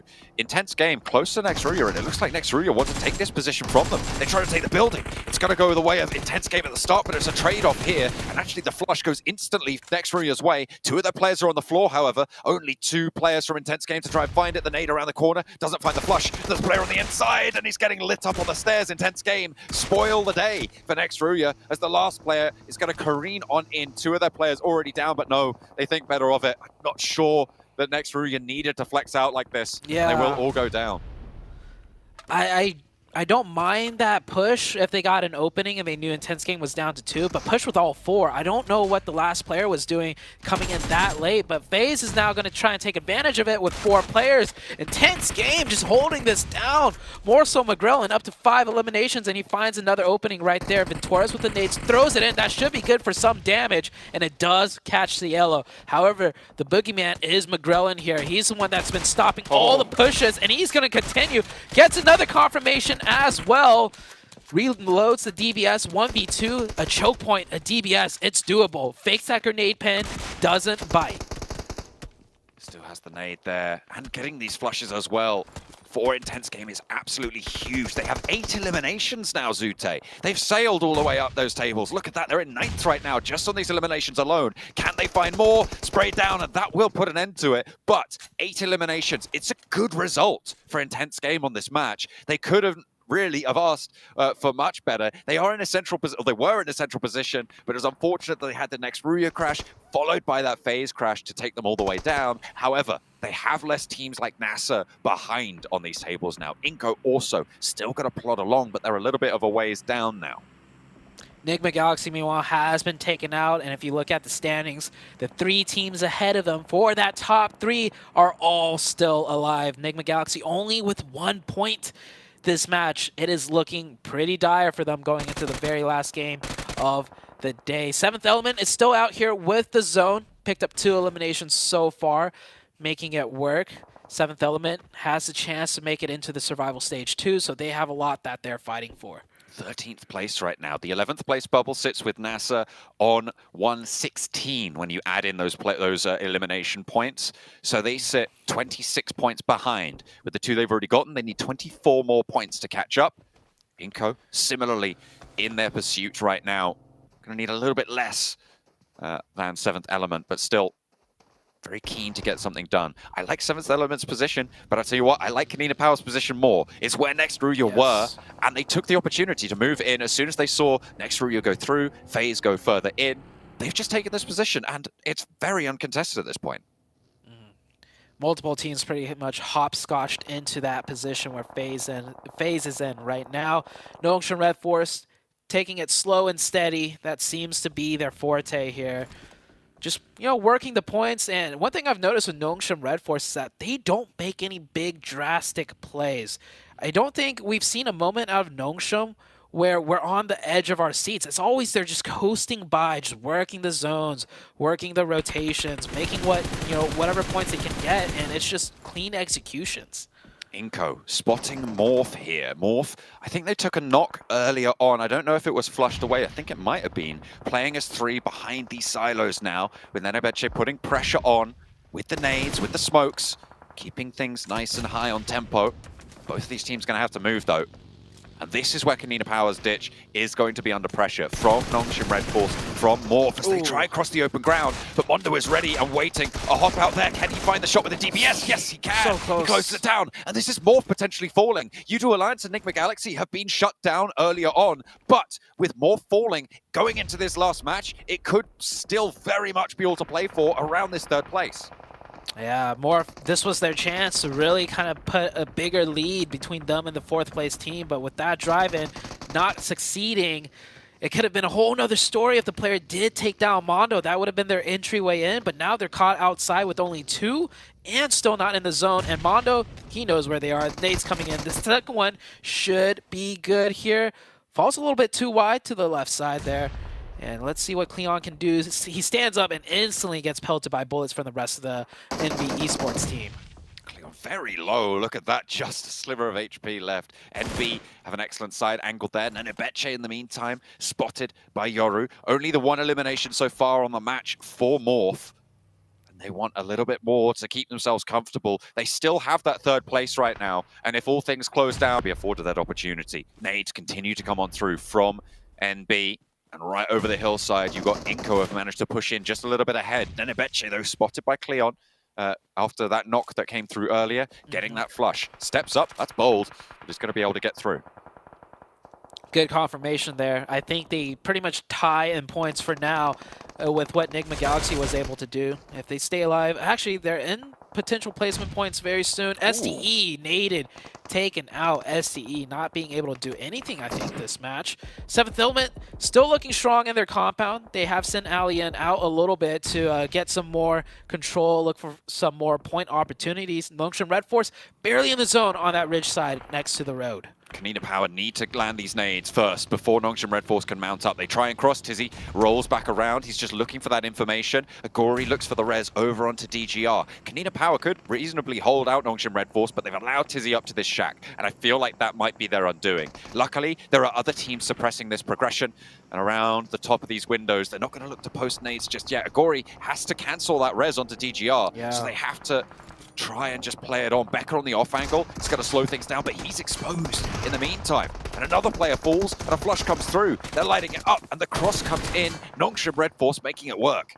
Yeah, Nongshim Red Force, I don't know about that one. That nade stops things, and I think the player that took the peek wasn't in sync with the player from the shack. And that's it. Nongshim Red Force stuff down. I think that was definitely the poorest execution I've seen out of Nongshim Red Force. I know Kanina Power had 3 up in the ditch, and it is a difficult push, but Nongshim Red Force was looking so good, and to be stopped short like that, they will bow out. 6 elim points for Nongshim Red Force, though, so if anything, they are just widening the gap. For the time being, they will sit atop. They started the match with a 13-point advantage. That is stretched out now. With those 6 extra points, they're on a 19-point lead going into the final match. But this has been the story all day today, Zute. Look at the teams are still in. 7th, 8th, 9th, 12th, and 13th place. These are teams looking to defend and progress. This is a very, very volatile circle. And then you've got that outlier of Kanina Power, who are still very much in dead last, but a factor from the south side nonetheless. Yeah, Inko with only 2. Sitting in 12th place right now. They managed 4 elim points, and I don't know if they could get much more here. They're barely outside the zone. They will have to cross into the open. NB with 4 are going to be looking their way. FaZe also looking to defend that compound. It's going to get very tricky for them to, if they can, even make it further into this match. 7th Element, though, have a nice spot with 4 up. 7th Element, if they could pull off a miracle game here from that position, they will get much needed points, but Gokubot found by Duxon. T24 OP is pretty close by, but it's Divine actually sailing in to try and go for the rescue. The smoke was blooming already. Inko, in the meantime, 12th place as it stands. This is not going to be enough to put them into the bubble. NASA sitting just that little bit ahead. Vitaly tried to stay alive, but that burn should just tag his feet. No, hot steps around it. Vitaly stays alive for a little bit longer. That's not going to last too much, though, as the nade is there. That should look for the flush. Kanina Power, in the meantime, they've moved up to phase. This should be the winning compound by all rights. Agori going low on the outside there. Becca already knocked. Onzen and Mormon trying to hold it down for phase. This was a hard-fought compound. Plenty of battle already seen here. And we'll see what more they can do. 5 eliminations now for 7th Element, though, and they're up into 5th place. They're looking for more. They're looking to progress, but they've been spotted. And the off angle from Ducksand on the north side tears them to pieces. Look at that. Already shredded down. I think that might just be Alian left. Yeah, Ducksand coming in late with 4. They are looking good to win this match. They may not be in the best position, but they have the manpower. I mean, everyone else just really just duos and a trio out of Kanina Power. NB Esports still has 4. They do need to move into zone, but I don't think they're going to have any cover. They're going to be forced to crash into this, and Ducksand can just third-party everything. This fight's still raging on between Kanina Power and FaZe. But they are both in the longhouse. Agori goes down as NB roll up. They have 4 players alive as well. Sek will be taken low, but that can be healed back up. They can get this one back on through. MG3 is there. The res is needed. NB are trying to flank on around as well. They're up to the wall now, and Palucci has his work cut out for him. Won't be able to do it, but Becca might have a shot into this one. MG3 in hand, still around the side of the wall. FaZe not chiming in. He's just going to go for the points. Kanina Power step out. Will fall to the nade from FaZe, and FaZe hold the inside. Meantime, it looks like Ducksand are pushed down south, and they will try and crunch in with all 4 of their players. Alian knocked in the meantime, and 7th Element have survived late into this one. They still have T24 OP. I think he's just playing extremely quiet right now, hoping he could get those placement points. Yeah, T24 OP just stalling as long as he can. I don't think he's in the zone there, so he's definitely waiting until the last second. NB Esports surviving with only 1. Can T24 OP out-survive NB? And it looks good. Mormon should go for the finishing blow here. Misses a couple shots, and there we go. Mormon will take that team out. Alian, or T24 OP, sorry, from 7th Element, make it into the top 3. It's a really good turn up for them. Has a crate as well. A bit of a refresh potentially on the armor there to stay alive. Don't think he has that many meds on board. Spots player. Oh! FaZe. Onsen goes down to the MG3 spray down. He's right on the edge, has got that the hay bale to move forwards towards, and does get spotted. That is unfortunate, but it will go down. 7th Element, 6 eliminations though. They've set themselves up for this next match as well. The final Miramar. QX moving forward in the meantime as Ducksand looking to solidify themselves into the bubble. As Mormon though handles 1, needs to step out with the DBS, finds a second, a third maybe, gets the flush, and that's all he'll find. Ducksand go on in and take down the final player from FaZe on the inside. The team from Korea looking to keep themselves alive, moving into the final match for Miramar. It looks like they're pretty good to stay in that survival stage. Very good game out of the Ducksand and FaZe as well. Big thing for me, 7th Element, that very last knock that he got, he confirmed the point. The play zone ended up taking that player out. So I think top 3 was the best he could hope for either way, and he nabbed on an extra point on top of that. Still comes down to the very last game, though. As for the top end of things, I think Nongshim Red Force has basically pulled ahead of everyone else near around them, 2nd, 3rd, and 4th. None of those teams really stood out to me. I think they all managed to only get a couple of points of any. Supian MVP for Ducksand, 3 eliminations there. They should be pretty happy with their performance after that one. The bubble at the bottom moved a little bit after that match. Obviously, we saw intense game, not getting so... They got 8 eliminations, sorry, remember, despite going down earlier on, so they had a pretty decent game. They should be pretty happy with that, but teams like Inko, like NASA, didn't really get as much done, and 7th Element have really started to climb up, so it is still very much all to play for. But the top bubble, Zute, didn't really move that much. It's still very, very close. Yeah, nothing changed besides Nongshim being Nongshim, right? They're just going to keep getting points. They don't care what happens. No one else near that top end got too many points. Near the bottom end, you mentioned Inko, right? Inko got 4 elimination points, and I think they made it far enough to get 1 or 2 placement points, and they were outside of that qualification, so they're going to need this last game coming up to really go well for them. Yeah, those tables going to be super, super interesting. Moving into that final match, the last Miramar for Group Red, where it has been so topsy-turvy. We'll have to wait and see, though. We've got one more still to play, and plenty of teams still in the run. Can 7th Element make that mad dash? Are Morph going to be able to hold on to 3rd? We'll have to wait and see. Back over to the desk. Too many questions. Oh, but one question that has now been solved. Is Duxon gonna make it into the survival stage? After that chicken dinner right there, I think it's a lock, 7. Yeah. Oh, definitely a lock for this team. 2 chicken dinners, 2 today, as you were mentioning. We're wondering what happened to this team because, I mean, back day 1, it was just such a big surprise, and then the decline was insane. But for some of the other teams, I mean, 7th Element, the 24 OP, he actually put himself and put his team in a position where they could possibly try to strike for that 11th place. And then if we even go to the top 3, Nigma Galaxy, I think this is why we were all hinting, hoping to see Nigma Galaxy do a little bit better during the Erangel matches, because I just don't see them catching up at this point. Morph. Yeah, I mean, 1 point overall. This is just not looking good. And for a second, it actually looked like U2 Alliance would be able to overtake them and, you know, put themselves in a better position going into the final game, but they couldn't get anything out of this either. So really, this game was a lot more about the team staying away from 12th place, which not just Duxon, but also FaZe doing good, and 7E, 11 points. If they come out next round with a win and a good number of eliminations, it is quite possible that they can overtake Inko and or whoever is currently sitting in 12th place.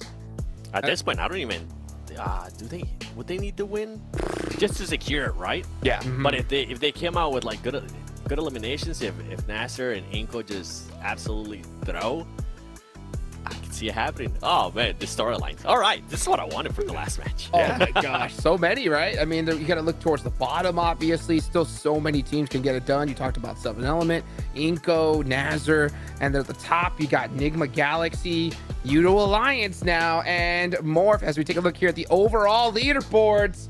And it's looking pretty similar when it comes to both sides, right? Nigma Galaxy needs 11 points. U2 Alliance needs 11. Down towards the bottom, you got Inko there. 7 Elements needs that many. And this is where I get horrified, 7, because last day, last game, too many teams need too many points. And there's only so many available. Oh, I don't feel too confident on either side, in my opinion. What about you? There's a team that I'm looking. They're going to try to save face. I don't think they're gonna try to make it to the top 11, but I'm just looking to see them do something crazy here to remind everybody that they are the champions of the region. And I'm looking at Nextruya because they have had, honestly, a very underwhelming PMGC. A lot of people expected this team. Even when we saw the content from other teams, they put them as top gunners and top teams to watch. And Nextruya right now, I feel like they might try to do something in the last match, which we have seen in the past, Hodgix and Cam. We've seen some teams go absolutely nuts that have no chance in qualifying and absolutely hindering the spots there and the points there towards the top teams that are actually trying to make it, whether it's top 3 or whether it's top 9. The problem is they'll need to basically match the record of eliminations that we've had in PUBG Mobile Esports in order for them to qualify, or, you know, not actually match it, but like get close enough that they're challenging that record, because they're just that far down. So I wish that they were only like... No, I'm not saying they're going to qualify. No, I know, but what I mean is that the fact that it is virtually impossible for them to qualify means that there's not as much inspiration behind them going for like a big massive final game, right? Because you can say, you know, it'd be great for the ego and everything, but if there was that one glimmer of hope, there, you know, there's the possibility that it would ignite something in them to really go for those moves. Unfortunately, I think that glimmer of hope is just a little bit too dim. Yeah, the ignite is going to be from the messages that Maxman and Kalaris are going to be sending them. It's like, hey, you're making us look bad. Do something. Well, I will say, in my opinion, right, I'm a never give up, never surrender kind of person, right? Yeah. If I'm looking at them, right, if I'm their coach, I'm like, hey, you are forced to hot drop on Nazar or Inko. There's no choice at this point. You need 27 points to just tie them, right? And like you mentioned, that's tied with the record, and that's if none of these teams get any. So you don't have a choice at this point. If you're next Rhea, I want to see it happen just so I can be like, hey, you know what? They didn't give up. You know, in my opinion, if I don't see it, it's then they've already put their hands up and say, all right, you know what? Call their moms up and say, hey, what are you making for dinner? Because I'll be home soon. Yep. I mean, I said it. I want to see it, man. Come on, change up the strats, make it happen. Final game of Group Red. Time to heat it up, baby. Let's go ahead and take it over to our casters for the final time today. I tell you what, I hope it's for dinner for next Ruya. It's chicken, because we are hoping, well, we being me and the rest of Europe and Turkey as well, gonna be hoping that they can clinch this one out. But I am honestly not hopeful. I'm paying more attention to Seventh Element, right? They have been on the chase. They have a lot of support. The team from Pakistan has, I think, it feels to me like I want them to get through towards that 11th place, but they're still 15 points behind, so I have to chase a little bit harder to be able to get that one done. A good result here could be great, but the top bubble as well isn't safe. There's an 11-point gap between Yudu Alliance and Nigma Galaxy, both tied on 162 and Morph on 173. And we can't forget about Inco either, right? They're the 12th place team. The 7th Element is below them. Inco right now at 111, Nasser at 116. So both Inco and 7th Element have a shot at making it into this last match. And I know Inco, they had high hopes. They had high goals. I think coming into here, I mean, some of us even said it. We expected them top 3. So this is a far cry from where they hoped to end up at. Now, can they even make it into the survival stage? That's a big question. Certainly going to be weighing heavily on their minds. Their countrymen, intense game, looking a little bit more secure, but still not out of the woods. If both Nasser and Inco pass them up, they absolutely could fall out of this top 11 spot. I think from 9th upwards now, at this point, going into this final match, is looking safe. We are looking really at a 4-team block at the bottom and a 3-team block at the top that has some volatility. SCE, not impossible for them to go out as well, but a lot less likely.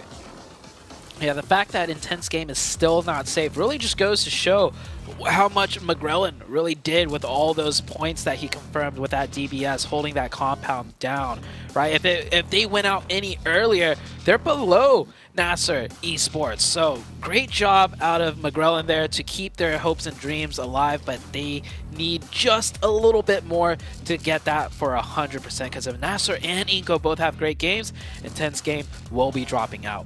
The final match is upon us. 24 of 24. Group Red has been blood-soaked across the battlegrounds, but Miramar will be the final one for us today.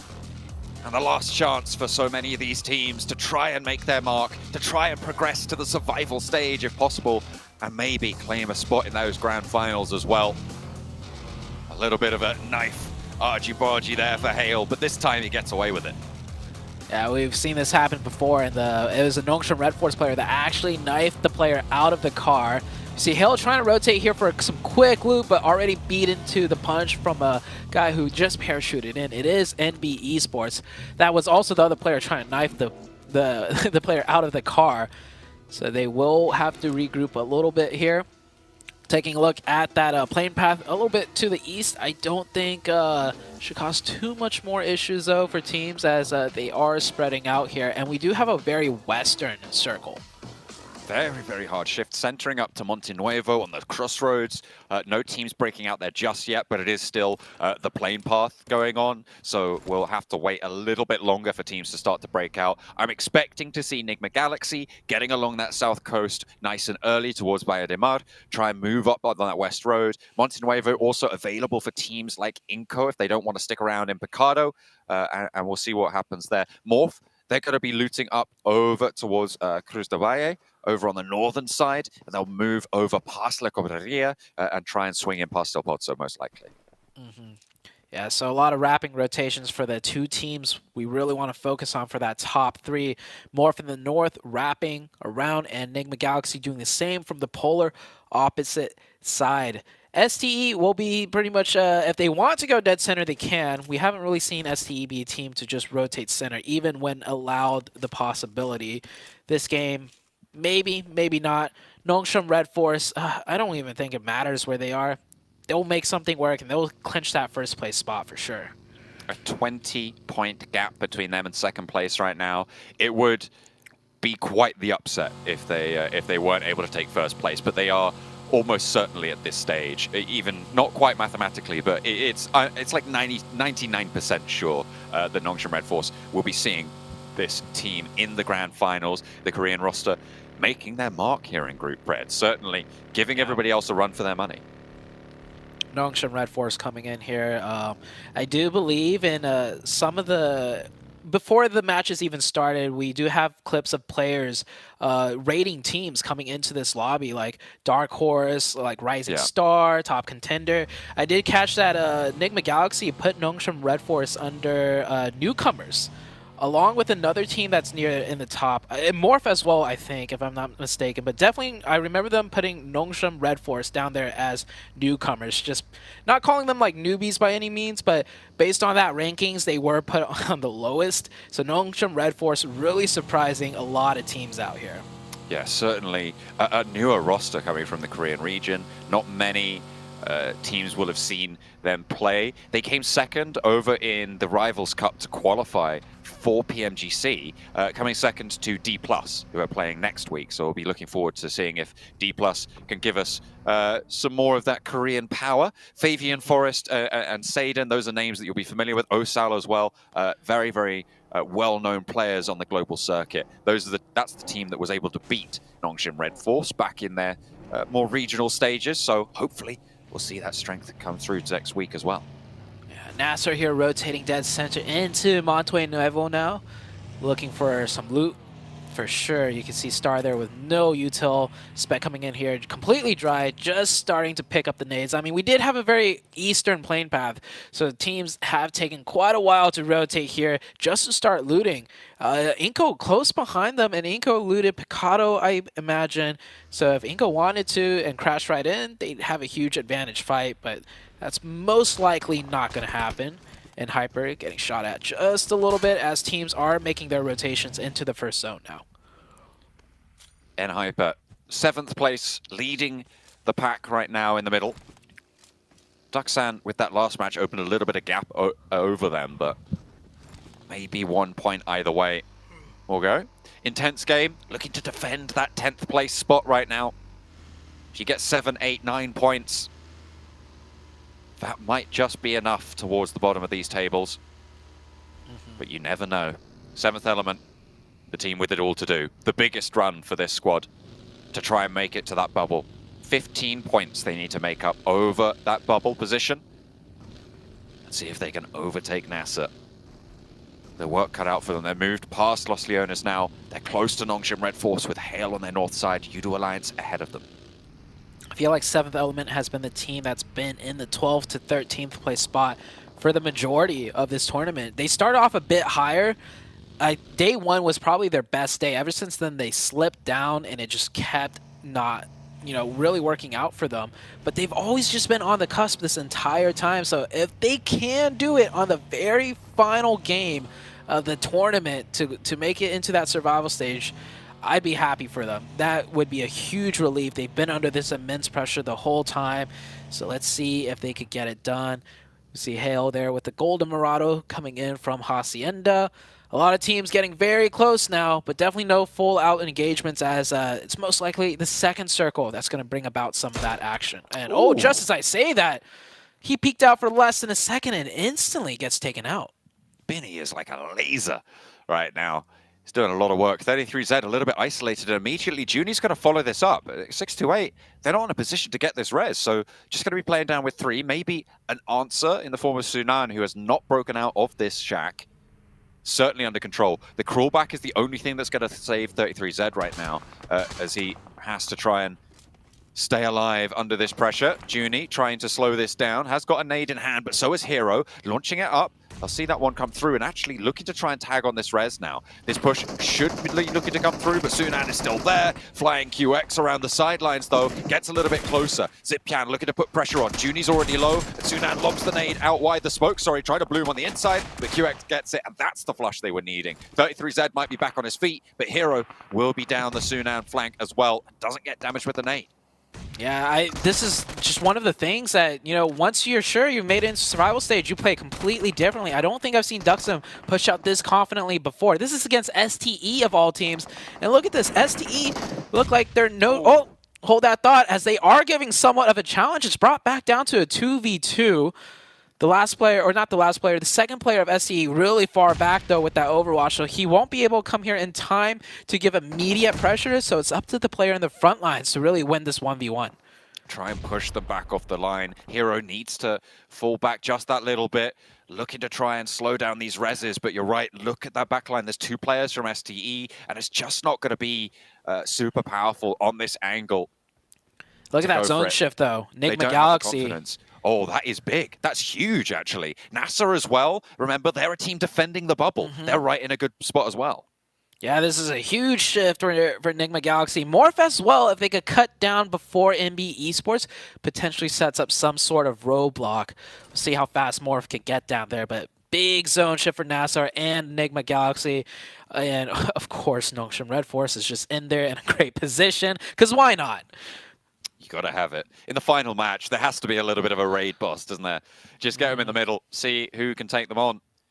With STE going down to 2 this early on, no eliminations as well, there is a chance that both Morph and either Nigma Galaxy or Udo Alliance could leapfrog them as well. It's not out of the question. If either Nigma Galaxy or Udo Alliance get a chicken dinner and Morph have a good game, they don't need that many points to catch up, only 5 in fact. It's definitely possible that STE could drop out the top 3 in the last match. Yeah, suddenly it's very scary for STE, and it's suddenly very scary for me because I predicted after day 1 that they'd finish in first.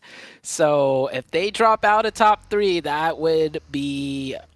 I'll get some DMs, most likely. Some very, very heated DMs. And rightly so, because you did it, and it's not their responsibility. 7th Element trying to move in on the south side. I like this rotation, but they've come up against Nongshim Red Force. I mean, if you're going to prove yourself, why not do it against these guys? Although Divine is very low already, trying to divert with the buggy, out and low on the ground. Nigma Galaxy may be looking at a third party, but Nongshim Red Force, they're a little bit split. They're a little bit cut off. They have managed to regroup now as XZY gotten back on in. Alian spotting wings potentially underneath the buggy, but taken low, hits back immediately. That is insane. He timed that pre-fire so well. Alien had every advantage there, and then down to half HP. Alien didn't even get to peek enough to fire a bullet. Nongshim Red Force. Like a homing missile. That looked like the easiest nade ever for him to throw. No hesitation, and gets the confirmation as well. I mean, this is Nongshim Red Force, raid boss. That's the perfect way to describe them. And their 7th Element down to 3. Their chase might be over here as Nongshim Red Force have smelt blood in the water. And they will be swimming around now on the top of this hill on the north side. But there's a third-party potential from Duxan. Sorry, over on the north side. That's the opposite side of the map. I was looking at the wrong part, and it looks like 7th Element really struggling to hold off the push from Nongshim. Intense game maybe have an angle or 2, but there's the 1 player left now for 7th Element, and their run will be drawing to a close here. Victims of the Titans of the lobby. Nongshim Red Force take 7th Element out of the tournament. Well, there goes 7th Element's run. They will be exiting from the PMGC stage. Valiant effort for them. Man, that fight was just like, if you were heavily undergeared for a raid, that's what it would look like right there. That did not go their way, unfortunate. It's just sometimes what happens though. They needed a miracle. It was not to be this time around. Hopefully we'll see them again, but I feel like they've gained a couple of fans here in Group Red. I'm sure that plenty of people in the chat are still going to be looking forward to seeing them next year over in the 2024 seasons back in South Asia. They'll have plenty still left to do. I'm sure we haven't seen the last of them. But we have to now focus over to the other teams racing for those bubble spots. You've still got Inco right on the doorstep of NASA's 116 bubble spot. Yeah, Inco currently their position on the map. I'm taking a look at this. They're kind of just in the mix of things on the northeastern side. I think they're on the low ground. So most likely Circle will shift away from them and they have to push across from Nasser, who's holding that high ground. So Inco not in a very good spot whatsoever. Nigma Galaxy, of course, in one of the better positions on the low ground, away from all the fighting. they will be staying alive. Morph coming in right over the top on the north side of them. You can see right here, they've been popping off shots, picking up elimination points as well. Not good news for the side of Enigma Galaxy.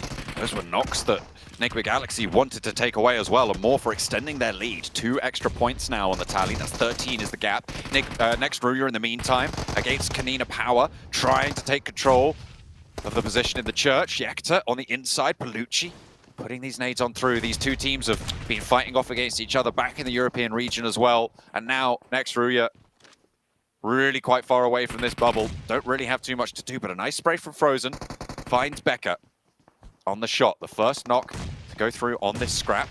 As said, Wolf looking for DGR. Yekta sets up the crossfire. Another point going over to Next Ruya. 2 points on their tally. Still very, very far away. A fourth point now found. They're looking for Palucci last. Not even a casualty sent back their way. So 5 eliminations found for Next Ruya.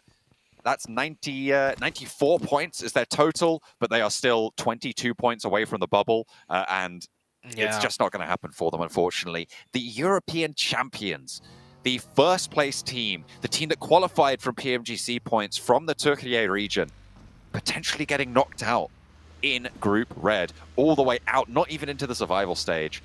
It's really a fall from grace.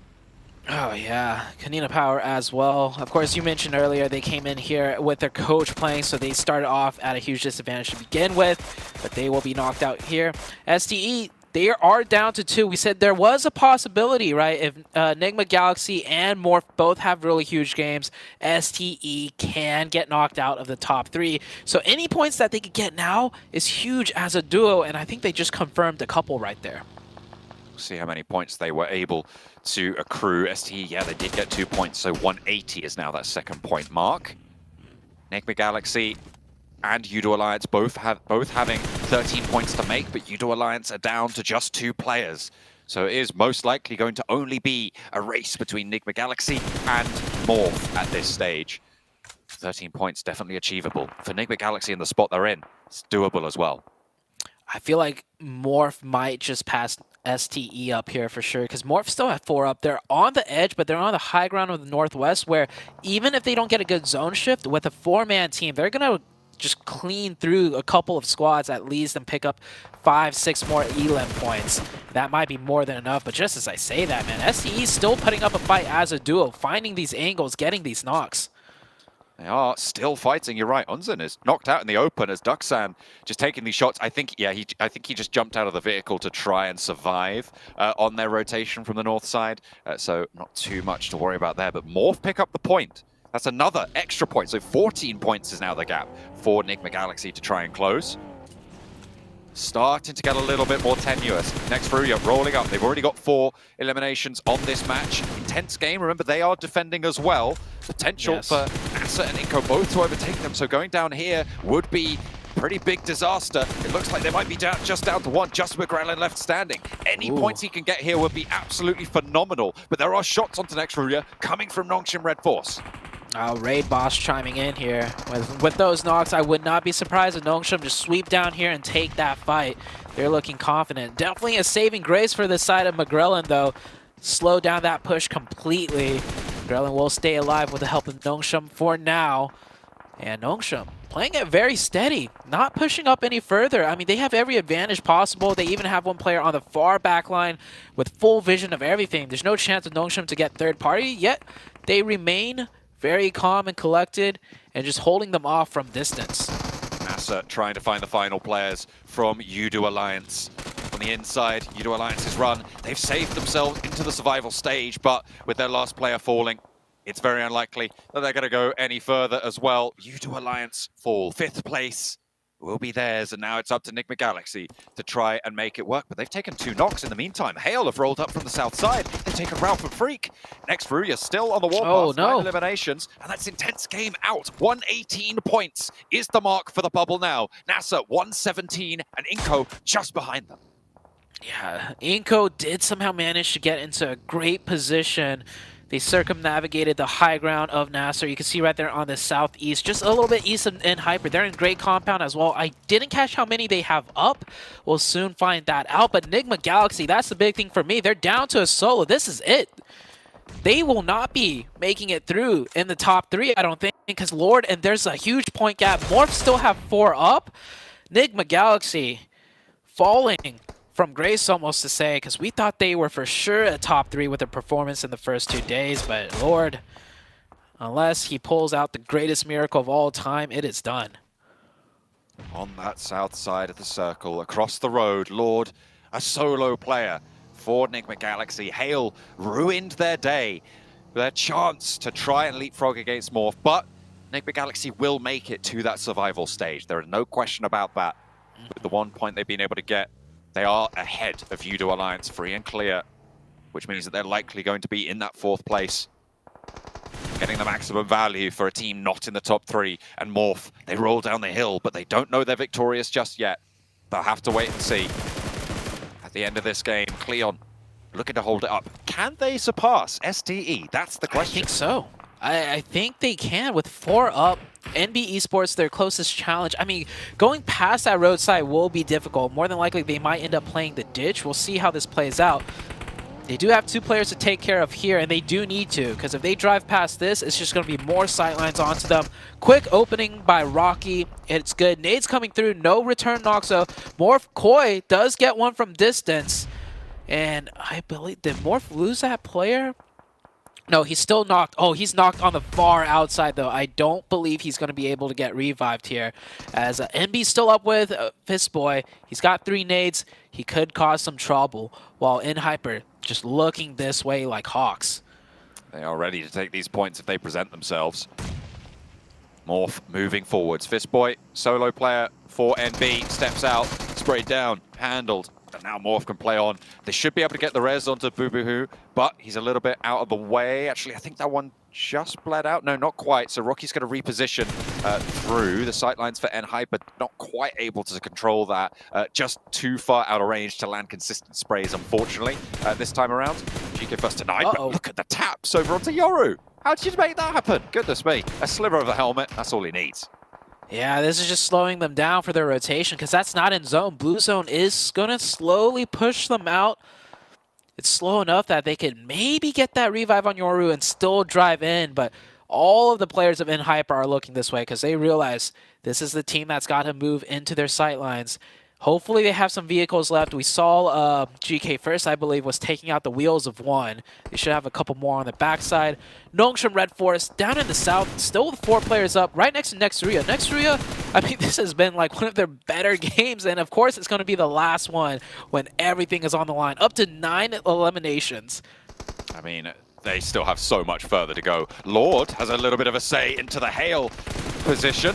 As he does go down, and finally Nigma Galaxy will be eliminated fully, guaranteeing Morph that 3rd place spot. They have done it. They've held on right until the end. It was close, but in the end, they weathered the storm. We've got our top 3 decided. The question is, in what order? Because STE still vulnerable to potentially being leapfrogged. NASA, though, over on that bubble, on the bottom side, they're just looking for that 1 extra point because they beat that tiebreaker with Intense Game. And if they do that, they are safe. If they can get ahead of Intense Game, it's only going to be Intense Game in danger of going down into that 12th place bubble as Inco can chase behind them. Yeah, it would be quite a story. The team to knock you out is your other Brazilian compatriots in the form of Inco Gaming. Inco still didn't get a chance to see how many do they have up. They have 4 up. So they have a good chance, you know, come in with a huge game and pass up Intense Game. Only 7 points dividing them between Intense Game. I'm going to assume Nasser with 4 is going to make it in, you know, especially from their position. So all eyes on Intense Game and Inco now as far as who's going to be able to get that last qualification spot into the survival stage. Nongshim Red Force just hoovering up these points around the edge now. Over on to Nextruya. A lot of damage sent over to Tizzy. His armor's now shot as well. And Frozen steps up a little bit too bold there from Nongshim Red Force to send a solo to deal with 2 players from Nextruya. I know they're towards the bottom of the tables, but you know they've still got teeth. They'll find out all about that. The heal comes through from Dokonma as well.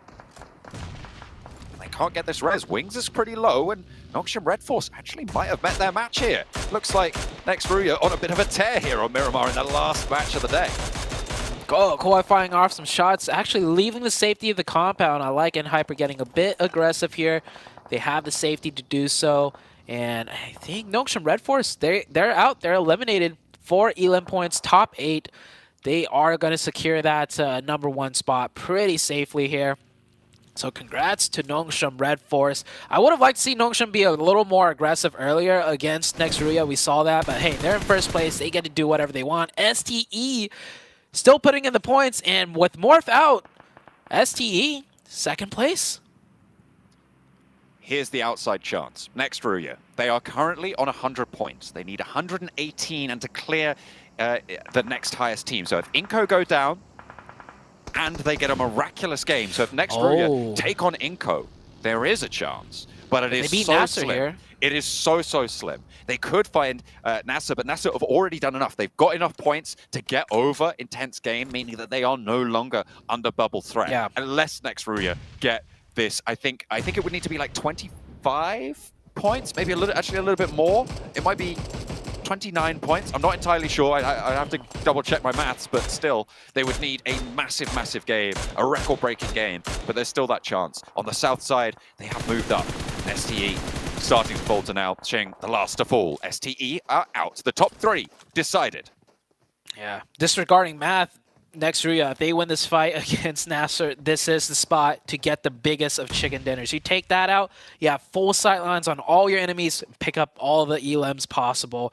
That is their only chance, if there even is a chance, right, mathematically. This is the first step, and it is a 4v4 engagement. This is not going to be an easy one. This is going to get messy, and most likely they're going to be losing points elsewhere as they try and find these elim points here.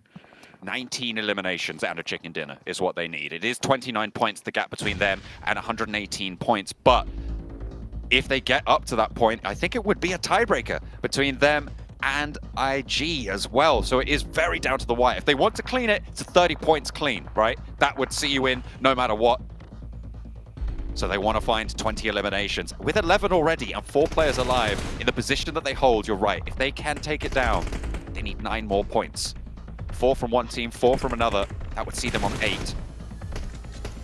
But they've got their work cut out for them. They're going to spread out. They're going to play a little bit more calm, a little bit more passive. Inco, not fully out of the woods just yet either. They do have 4 up. They're already in the top 5. That's good placement points, but not fully surpassing that 118. You can see they got the zone though, and they have 4. And with everybody else not in the zone, I think they're good, but they do have to still close it out here. Big eyes on Nextruya. This is the biggest question mark. I think you did the maths. If it checks out, like if they take out Nasser here and get the win, take out the rest, is that enough? It might be. It might just be. They need a 20 elimination chicken dinner to be able to jump on up, but it depends if Inco leapfrog as well, because if Inco get high enough, then it doesn't matter either way. Then they will still be out. Oh, true. Even with the effort there. They just need to pick up as many points as possible here. And the gunfights start to pop off. It's Inco over towards Nasser, and that allows Nextruya a little bit more opportunity. They need 9 more elimination points on this match to be in with a chance of qualification. Yeah, I don't think it's going to happen. Nasser here just staying alive. They're probably not 100% sure of where they stand either, so they're doing the best they can. Xenox goes down, should get confirmed. Oh, ran out of bullets, needs to go for that reload, switches the gun, and N-Hyper will confirm that point. And Abete firing from long range onto Nextruya here. One of Nextruya players is knocked, about to be another one knocked here. Inco looking good. Inco should be safe here to make it through, but ironically, they are going to be removing another Brazilian team. Yakta just trying to get on through. 3 players still alive for Nextruya, but these points are getting away from them. There are fewer and fewer players there for them to be able to pick up elimination points on towards if they want this miracle run. And with the position that they hold, they are in a crossfire. They are in the ditches, and right now, there is no way out. It's through the mud they need to go. Can they wade it any deeper? It's up to their waists and they're sinking. It's not going to happen, in my opinion. But 3 players up. What else can you do? Go for the win. You heard what Hajuk said earlier. It's not over until it's over. So with 3, who knows what can happen? But Inco are now getting extremely aggressive. They're out of the compounds, using that smoke wall to their advantage, firing off some shots, some suppressive fire out of Hyper, helping Nextria out just a little bit. But taking a look at the zone, Nextria's not in zone. Same with Inco. Inco's not in the zone here. They're going to have to go into the open, meaning Hyper is going to have their way with things. But Duxon right behind Hyper, looking to backstab. Nextria need to find every single elimination apart from one in the rest of this lobby to be in with that chance, to be in with their shot towards the survival stage. Yekta still surviving behind this tree. Nenebeche is low. As NASA goes down, it means that Nextria need every single point here. 1 for 1 on the trade, and it's up to the player on the close spot, but it will not go their way. Only one player to be found now, and I think Duxan were able to pinch another shot away, and it's just not going to happen for them. It is impossible. The door has been closed, and Inco are the ones to do it. And with that death blow, they jump up as well. They move up the tables, and Inco are going to be seen in the survival stages. They have knocked out their Brazilian brethren over on Intense Game as well. As the drop down was there, NASA did enough. Inco, they're cowering on the side of the blue, but they've made their mark. They've made the walk. They are up there, and they are in the top 11. What a way for Inco to clutch it out at the very end to make it through. Bittersweet victory, of course, with knocking out Intense Game. And Squash last up. He is getting flanked as well onto that high ground. Unless he could get a really nasty knock onto the one flanking him right here, and then just winning the duel 1v1 in the open. We'll see what he can do. Zepien has been on point. This should be the Duxan victory. Duxan, a team that played really well day one. Then we haven't seen them, but they're finally showing up on the last and final day, and they will close it out, getting the very last chicken dinner of the tournament. Happy faces, high fives all around. That's great for them because it's not done for all of these teams moving into the survival stage. They're going to go from one frying pan into another, and it's going to be even more difficult. I said that Inco have knocked them out, but I didn't quite get their elimination total. I'm imagining it was 2 or more, though, which would be the mark that they'd need to be able to leapfrog over Intense Game. Look at that, clutching his heart. Duxan, they made their moves towards the end of today. They have absolutely secured themselves into the survival stage. They will be seen again, but they didn't quite manage to make that bubble. However, certainly a team to fear. 2 Korean teams really starting to show up in Group Red, with Nongshim Red Force and Duxan both having a good impact so far. Yeah, Nongshim Red Force, the standout team here for this group, securing first place by a good margin. And not just that, it's the way they did it. It wasn't through big wins or like circle shifts in their favor. They just slow and steady, just kept finding them points no matter what the situation was. Everyone else had kind of an ace card they had to pull out, right? STE had to get those third parties in, the huge eliminations. Morph needed the Miramar games in particular, you know, to find those huge gains, but Nongshim Red Force, the team that, you know, took out first at the end of the day, doesn't matter the situation, doesn't matter the map, an all-around team. A really solid performance coming through from so many of these teams. STE, a little bit of a fall-off right towards the end of the tournament today. Not their most illustrious performance. They got a couple of points here and there. Morph, and to be honest, Nick the Galaxy, all kind of a similar story. It was only really Yudo Alliance who kind of put up a really solid fight today that I've been impressed with. It's been the tale of the middle of the tables for me today in this final closing moments of Group Red, which bodes incredibly well for their prospects, I would say, in the survival stage. And the teams that had to fight tooth and nail to stay alive. At one point, Nasser was knocked out. Remember, they were knocked right into that 12th day spot. But that concludes the tournament for Group Red, the survival stage. We will see them again, so don't go anywhere. We'll be right back with the desk. What a historic performance here right at the end. Duxan matches the world record for most chicken dinners of the day with number 3 in the final hour. What a way to get it done. It was a little bit of a nail biter there. We're wondering if we're going to see Nextria clutch it up. They didn't go for the hot drop that I was hoping that I would see them do. But you know what? At least they definitely, you know, went out with a little bit of a bang here, Cameron. Yeah, but listen, for Duxan, we have to celebrate them because 3 wins in a single day, 50% win rate on the day is absolutely amazing, especially for a team that started off super strong with a 4th into a win on the very first day to then slip and slide all the way down, getting into the danger zone. But no, they just know how to put on a show. They know how to make us really tense. They know how to put a tension match, right? Because then they say, you know what? We're not done. That was all a ruse. We're actually an amazing team, and they get 3 wins. The last one, 10 eliminations, 20 points overall. Not making a question at all that they deserve to at least give this another shot during the survival stage. Yeah, this has been the best response I feel like we've ever gotten from a team that was in contention there to not even making it top 11. At one point, we're even saying this team could possibly go home after being towards the top in the first day. And for a team that was ahead by 1 point in 11th place at the start of the day, I couldn't ask for anything better. I hope some of the other teams are taking notes as well going into survival stage of how you're going to need to perform. Obviously, it's very... I don't expect everybody being able to get 3 chicken dinners, okay? I know it's very... it's a bit unrealistic. Oh, yeah. But, I mean, for this team to be able to do it, at least they're going to be able to going into survival stage with a big confidence boost and not going in there saying, okay, you know what, we barely made it. Hey, most damage right there at the end. Koi from Hyper. So it's good to see Hyper show some signs of life there towards the end. Still 3 chicken dinners they had in the entire tournament, so got to give them some love. But we'll have to see them in the survival stage. And I'm going to say I'm really, really nervous for this squad because there's going to be a lot of heavy hitters there. And, you know, speaking of heavy hitters, you know, not just in Group Green in the last week, also here at this stage, right? We got some top dogs like Duxon, you know, that tied the world record, and Enigma Galaxy as well.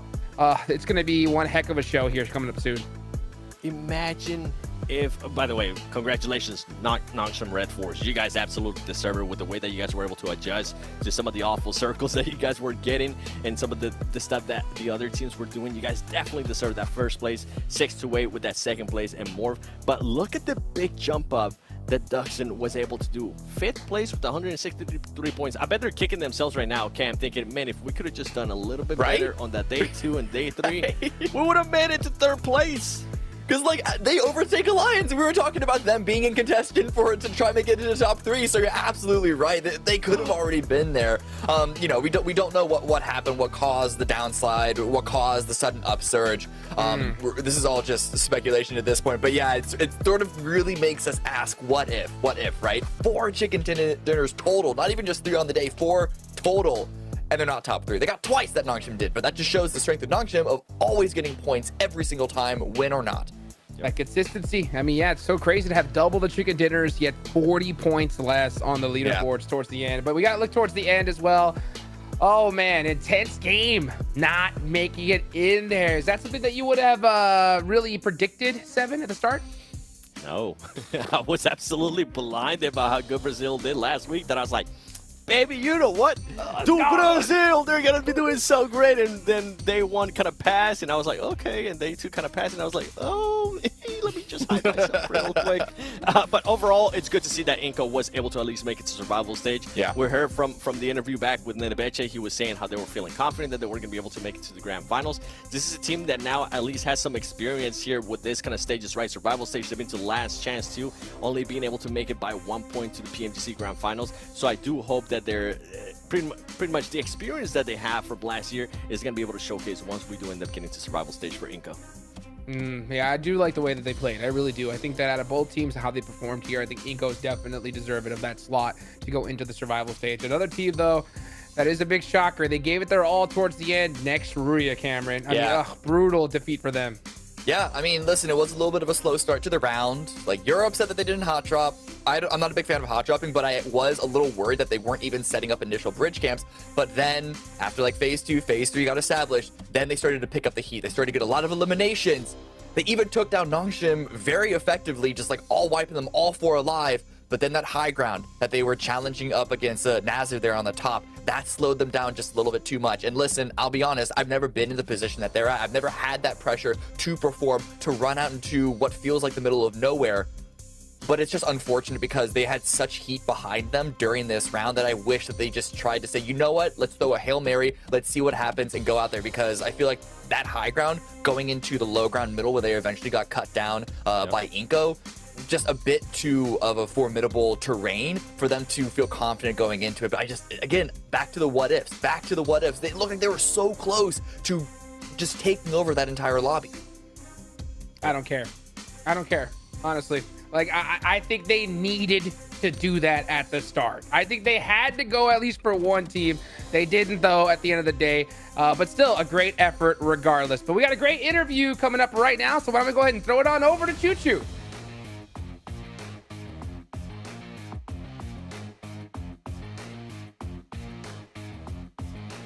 We're ending our week 2, and this is the chance for week 2. It's down to neck and head to head, ear to ear, whatever, you know, body parts you want to compare. But congratulations to none other than NSR or Nong Sim Red Force. And this is going to be a big time when we talked about them before. We interviewed them before with me on stage. I'm your host, by the way, Choo Choo. Sporta, the Russia for Nong Sim Red Force. Congratulations so much. And this is going to be the Russia talking himself. How is your team and your feelings now? It's confirmed that you will be in Grand Finals.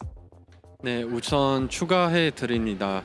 그리고 오늘 그랜드 파이널 진출하는 게 확정되었으니까 팀과 같이 한 소감이 있습니까? 일단 그랜드 파이널을 진출하게 되었고 또 1등으로 마무리해가지고 또 굉장히 기쁘고요. 또 저희 팀도 같이 지금 기쁜 상태입니다. So definitely we feel very happy and excited to get into the grand finals, and yeah, now all of our team members are very excited now.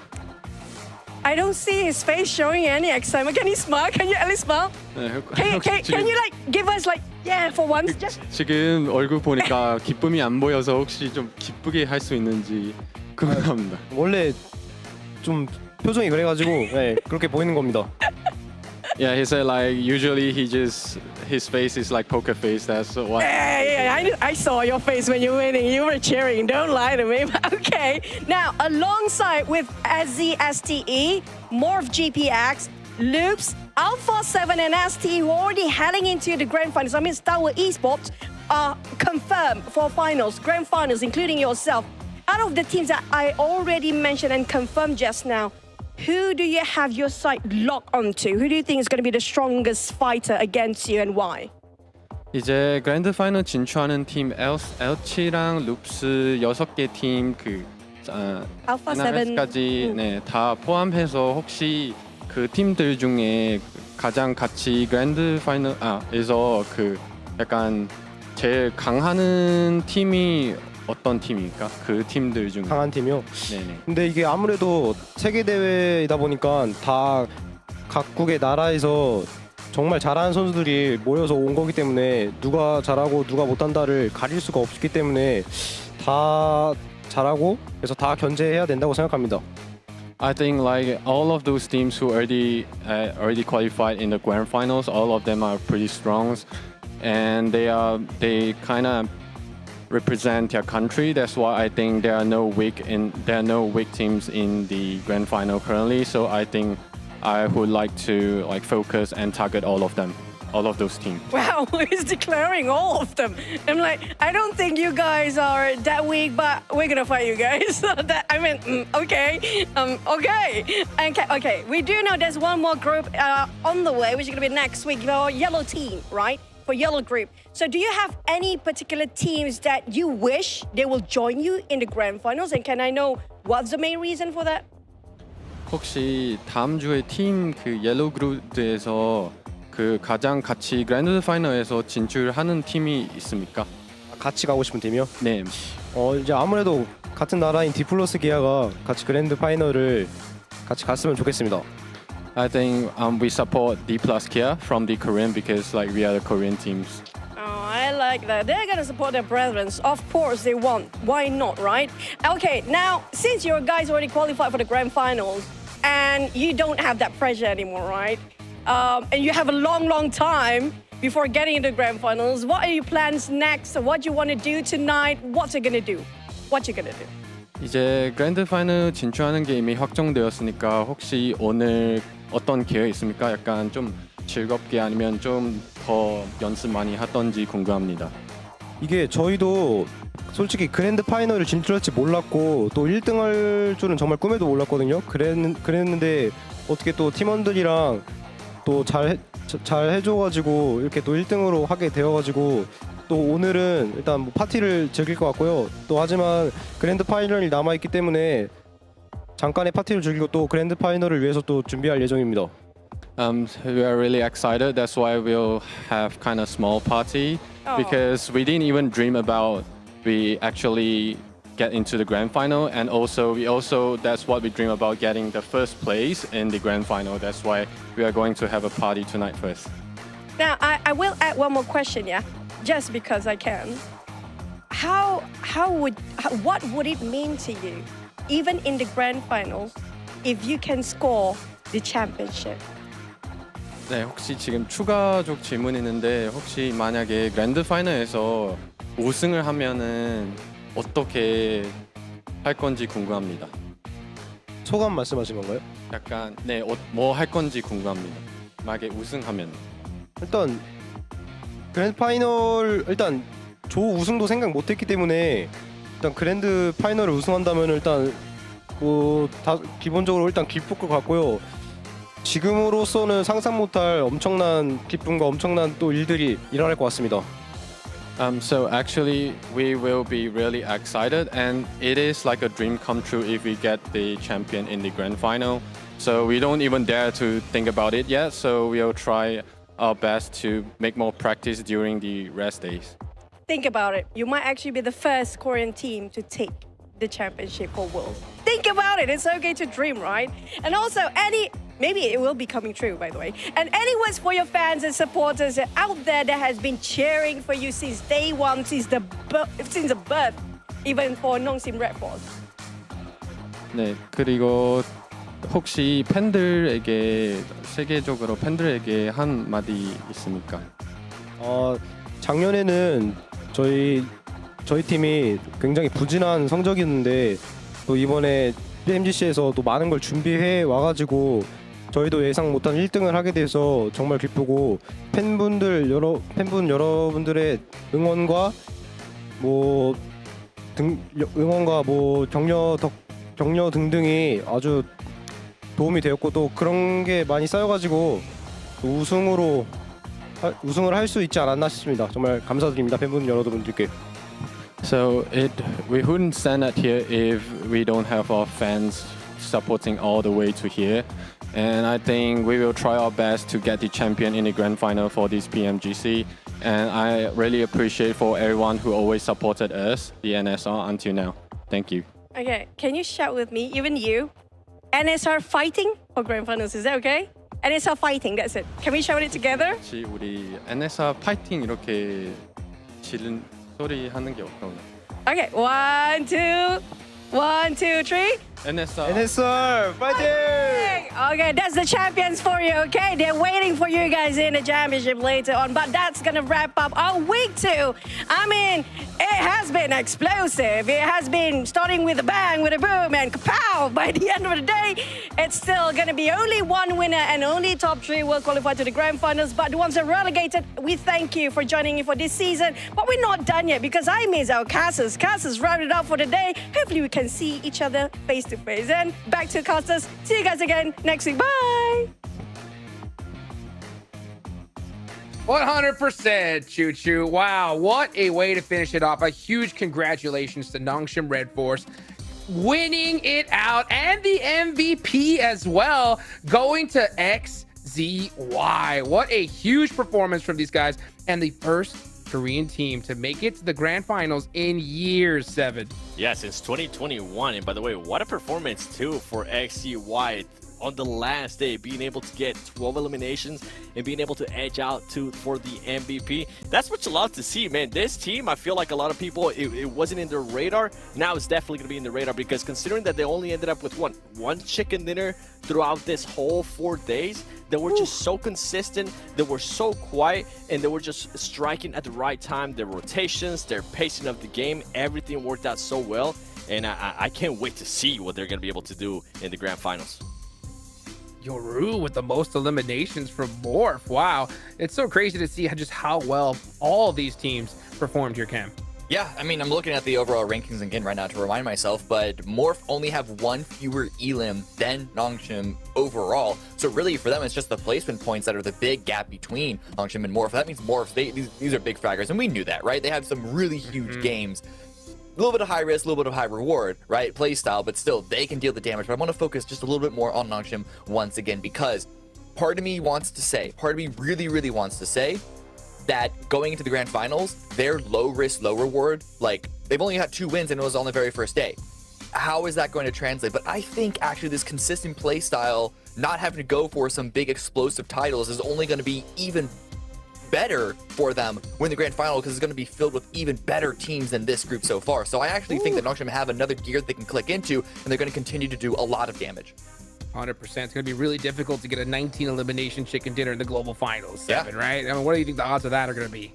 I mean, it's very, very unlikely. But to be fair, I mean, even going back to PMGC of last year when we went to the grand finals, the team that ended up winning it only got 1 chicken dinner, which was S2G. It was a very consistent team that caught a lot of people by surprise. If Nongshim can actually do that themselves as well, that's going to be even better. But I feel like we got to give some props too to 628. What an impressive team. I feel like once we get to the grand finals, we might be able to see them frag out a little bit more, especially with some of the other teams that are already there that are quite aggressive. And then Morph. Indo Pride, baby. It's good to see that we're finally going to have an Indonesian team as well in the grand finals, as we are going to be getting ready for next week, because next week, I know a lot of people were saying that Group Green was the group of death. There is some stunners in this group right here. Look, Vampire Esports too. Oh, I'm ready. There's some killers here for sure. Oh, so ready. Vampire, your PMWI champs who had a performance that was never before seen. Like, you're just such a dominant one. And tons of names. BTR, DRS, Team Kessel. I mean, I'm just excited to see next week for sure. So you guys make sure you mark your calendars, because Group Yellow is going to go down, and we're going to see how many more monster squads are going to be in that survival stage, Cam. Yeah, and considering how all over the place my predictions versus reality ended up being for Red, I'm kind of scared to have any predictions on who's going to be successful versus who isn't on Yellow. All I know is that it's going to be some really good games, just like we saw this week. Vampire. Not to mention Vampire. Not to mention intense influence rage, right? Maybe trying to get a little bit of a get back for their Brazilian brothers that got knocked out right here. That's so interesting. So guys, any final thoughts for you before we wrap up here today? 7, I'm gonna start with you. I was just surprised at how actually tight it was towards the end in regards to who were going to be the top 3 teams, as well as the top 11 teams. And I'm excited to see next week, man. Vampire Esports, I mean, I kind of want to hype it up a little bit more, because they are the PMWI reigning champions. We saw what happened last year at PMGC, where they ended up absolutely sucking. I'm hoping that they're going to be able to turn that around and actually do good here on this PMGC, secure that grand final spot, and try to go for that the double, which is going to be the PMWI and the PMGC Grand Finals in 1 year. Ooh, that'd be nice. Yeah, listen, I got to echo 7 this one. All eyes are going to be on Vampire Esports, right? Just because they won PMWI. And I've heard a couple of teams, a couple of players kind of question the validity of their victory there. Is it something that can be consistent? Is it something that they can rely upon again, that they can sort of clock into again this time around? And so that journey for them will begin next week. And I'm really excited to see if that will happen, or if it's going to be another flash in the pan, like 7 said we saw last year in regards to their PMWI versus PMGC performance comparison. Well, I know that they've been partying all the way since then, but it's time to get serious, because that next stage is coming right up, right around the corner. Of course, this couldn't be done without the official smartphone sponsor here for PMGC, the Infinix GT10 Pro. If you guys want to dominate the lobby, check out that GT10 Pro, a phone designed directly for esports players. As well, make sure you guys follow the TikTok. Use that hashtag PMGC2023. Interact with everything that's coming up, because this next stage is going to be a banger. That is it for Group Green. That is it for Group Red. And now it's time for one more stage. Guys, thank you so much. It's been Hot Chooks, none other than the 7WG, Cammy D, as well as our casters. That is it for us today. We will see you guys at the next stage.